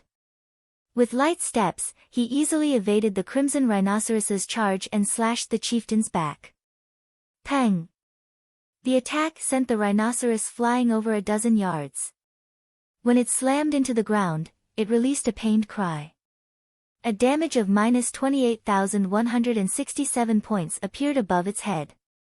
Shifeng then activated Silent Steps and appeared behind the Crimson Rhinoceros. He brandished his swords at the chieftain, every slash leaving a deep cut. Suddenly, Shifeng's attack triggered Killing Ray's lightning effect. Combined with Flame Burst's effect, the attack dealt -67,846 damage. Before Shifeng had used all of Flame Burst's attack counts, the Crimson Rhinoceros burst into flames, disappearing from the prairie and leaving behind a black iron token. The token was the required proof he needed to enter the Titan Library. System, congratulations! You have killed the Crimson Rhinoceros. Time remaining, 9 minutes 52 seconds. System, you will return in 5 seconds. Please prepare. After Shifeng picked up the token, he quietly waited for his teleportation away from this map. To him, the library's test was not a challenge in the least. He had long since surpassed chieftains of the same level in terms of strength. Even without any special techniques, he could easily kill an ordinary chieftain of the same level, not to mention one with weakened HP. In front of the Titan Library, many members were still preparing themselves mentally. When a figure suddenly appeared in the golden array, they turned to look. What? Someone has finished already. It's only been a few seconds. Did the monster kill them? Those who hadn't taken the test yet grew even more nervous. However, when they Shifeng emerged, their jaws dropped. Isn't he too fast? None of them doubted that Shifeng had passed the test. If he couldn't do it, no one could. However, he had cleared the test astonishingly fast. Not even 20 seconds had passed since he had entered the array. That was a chieftain they were talking about. A party dungeon's boss. This wasn't some ordinary monster they usually farmed. Why haven't you guys taken the test yet? Shifeng glanced over the group before the gates. There were over 24 players who had yet to take the exam, and they were all Yolan's subordinates. He then advised them, relax. The test isn't as difficult as you imagine. Although the monster is indeed a chieftain, its HP has been reduced. Yolan's subordinates were speechless. Even with reduced HP, a chieftain was still a chieftain, yet Shifeng talked as if it was some random mob that was too easy to slaughter. Shortly after Shifeng had returned, Fire Dance stepped out of the magic array as well. Following which, one player after another emerged. Why are there so many people ahead of me? When Bloodsucker returned, he saw a large group already standing before the iron gates. Even Violet Cloud was among them. He was confused. He could accept monster-like damage dealers such as Feng, Fire Dance, and White Knight completing the test faster than him. But Violet Cloud was a cleric. She was a mere healer. You're tuning into the Blissful Bookshelf YouTube channel. We're so grateful for your support, and don't forget to subscribe to join us on this incredible journey through captivating stories. Your generosity through donations truly makes a world of difference, as it's the primary source of revenue that allows me to expand and enhance this channel for you. Thank you from the bottom of my heart for being a part of this adventure.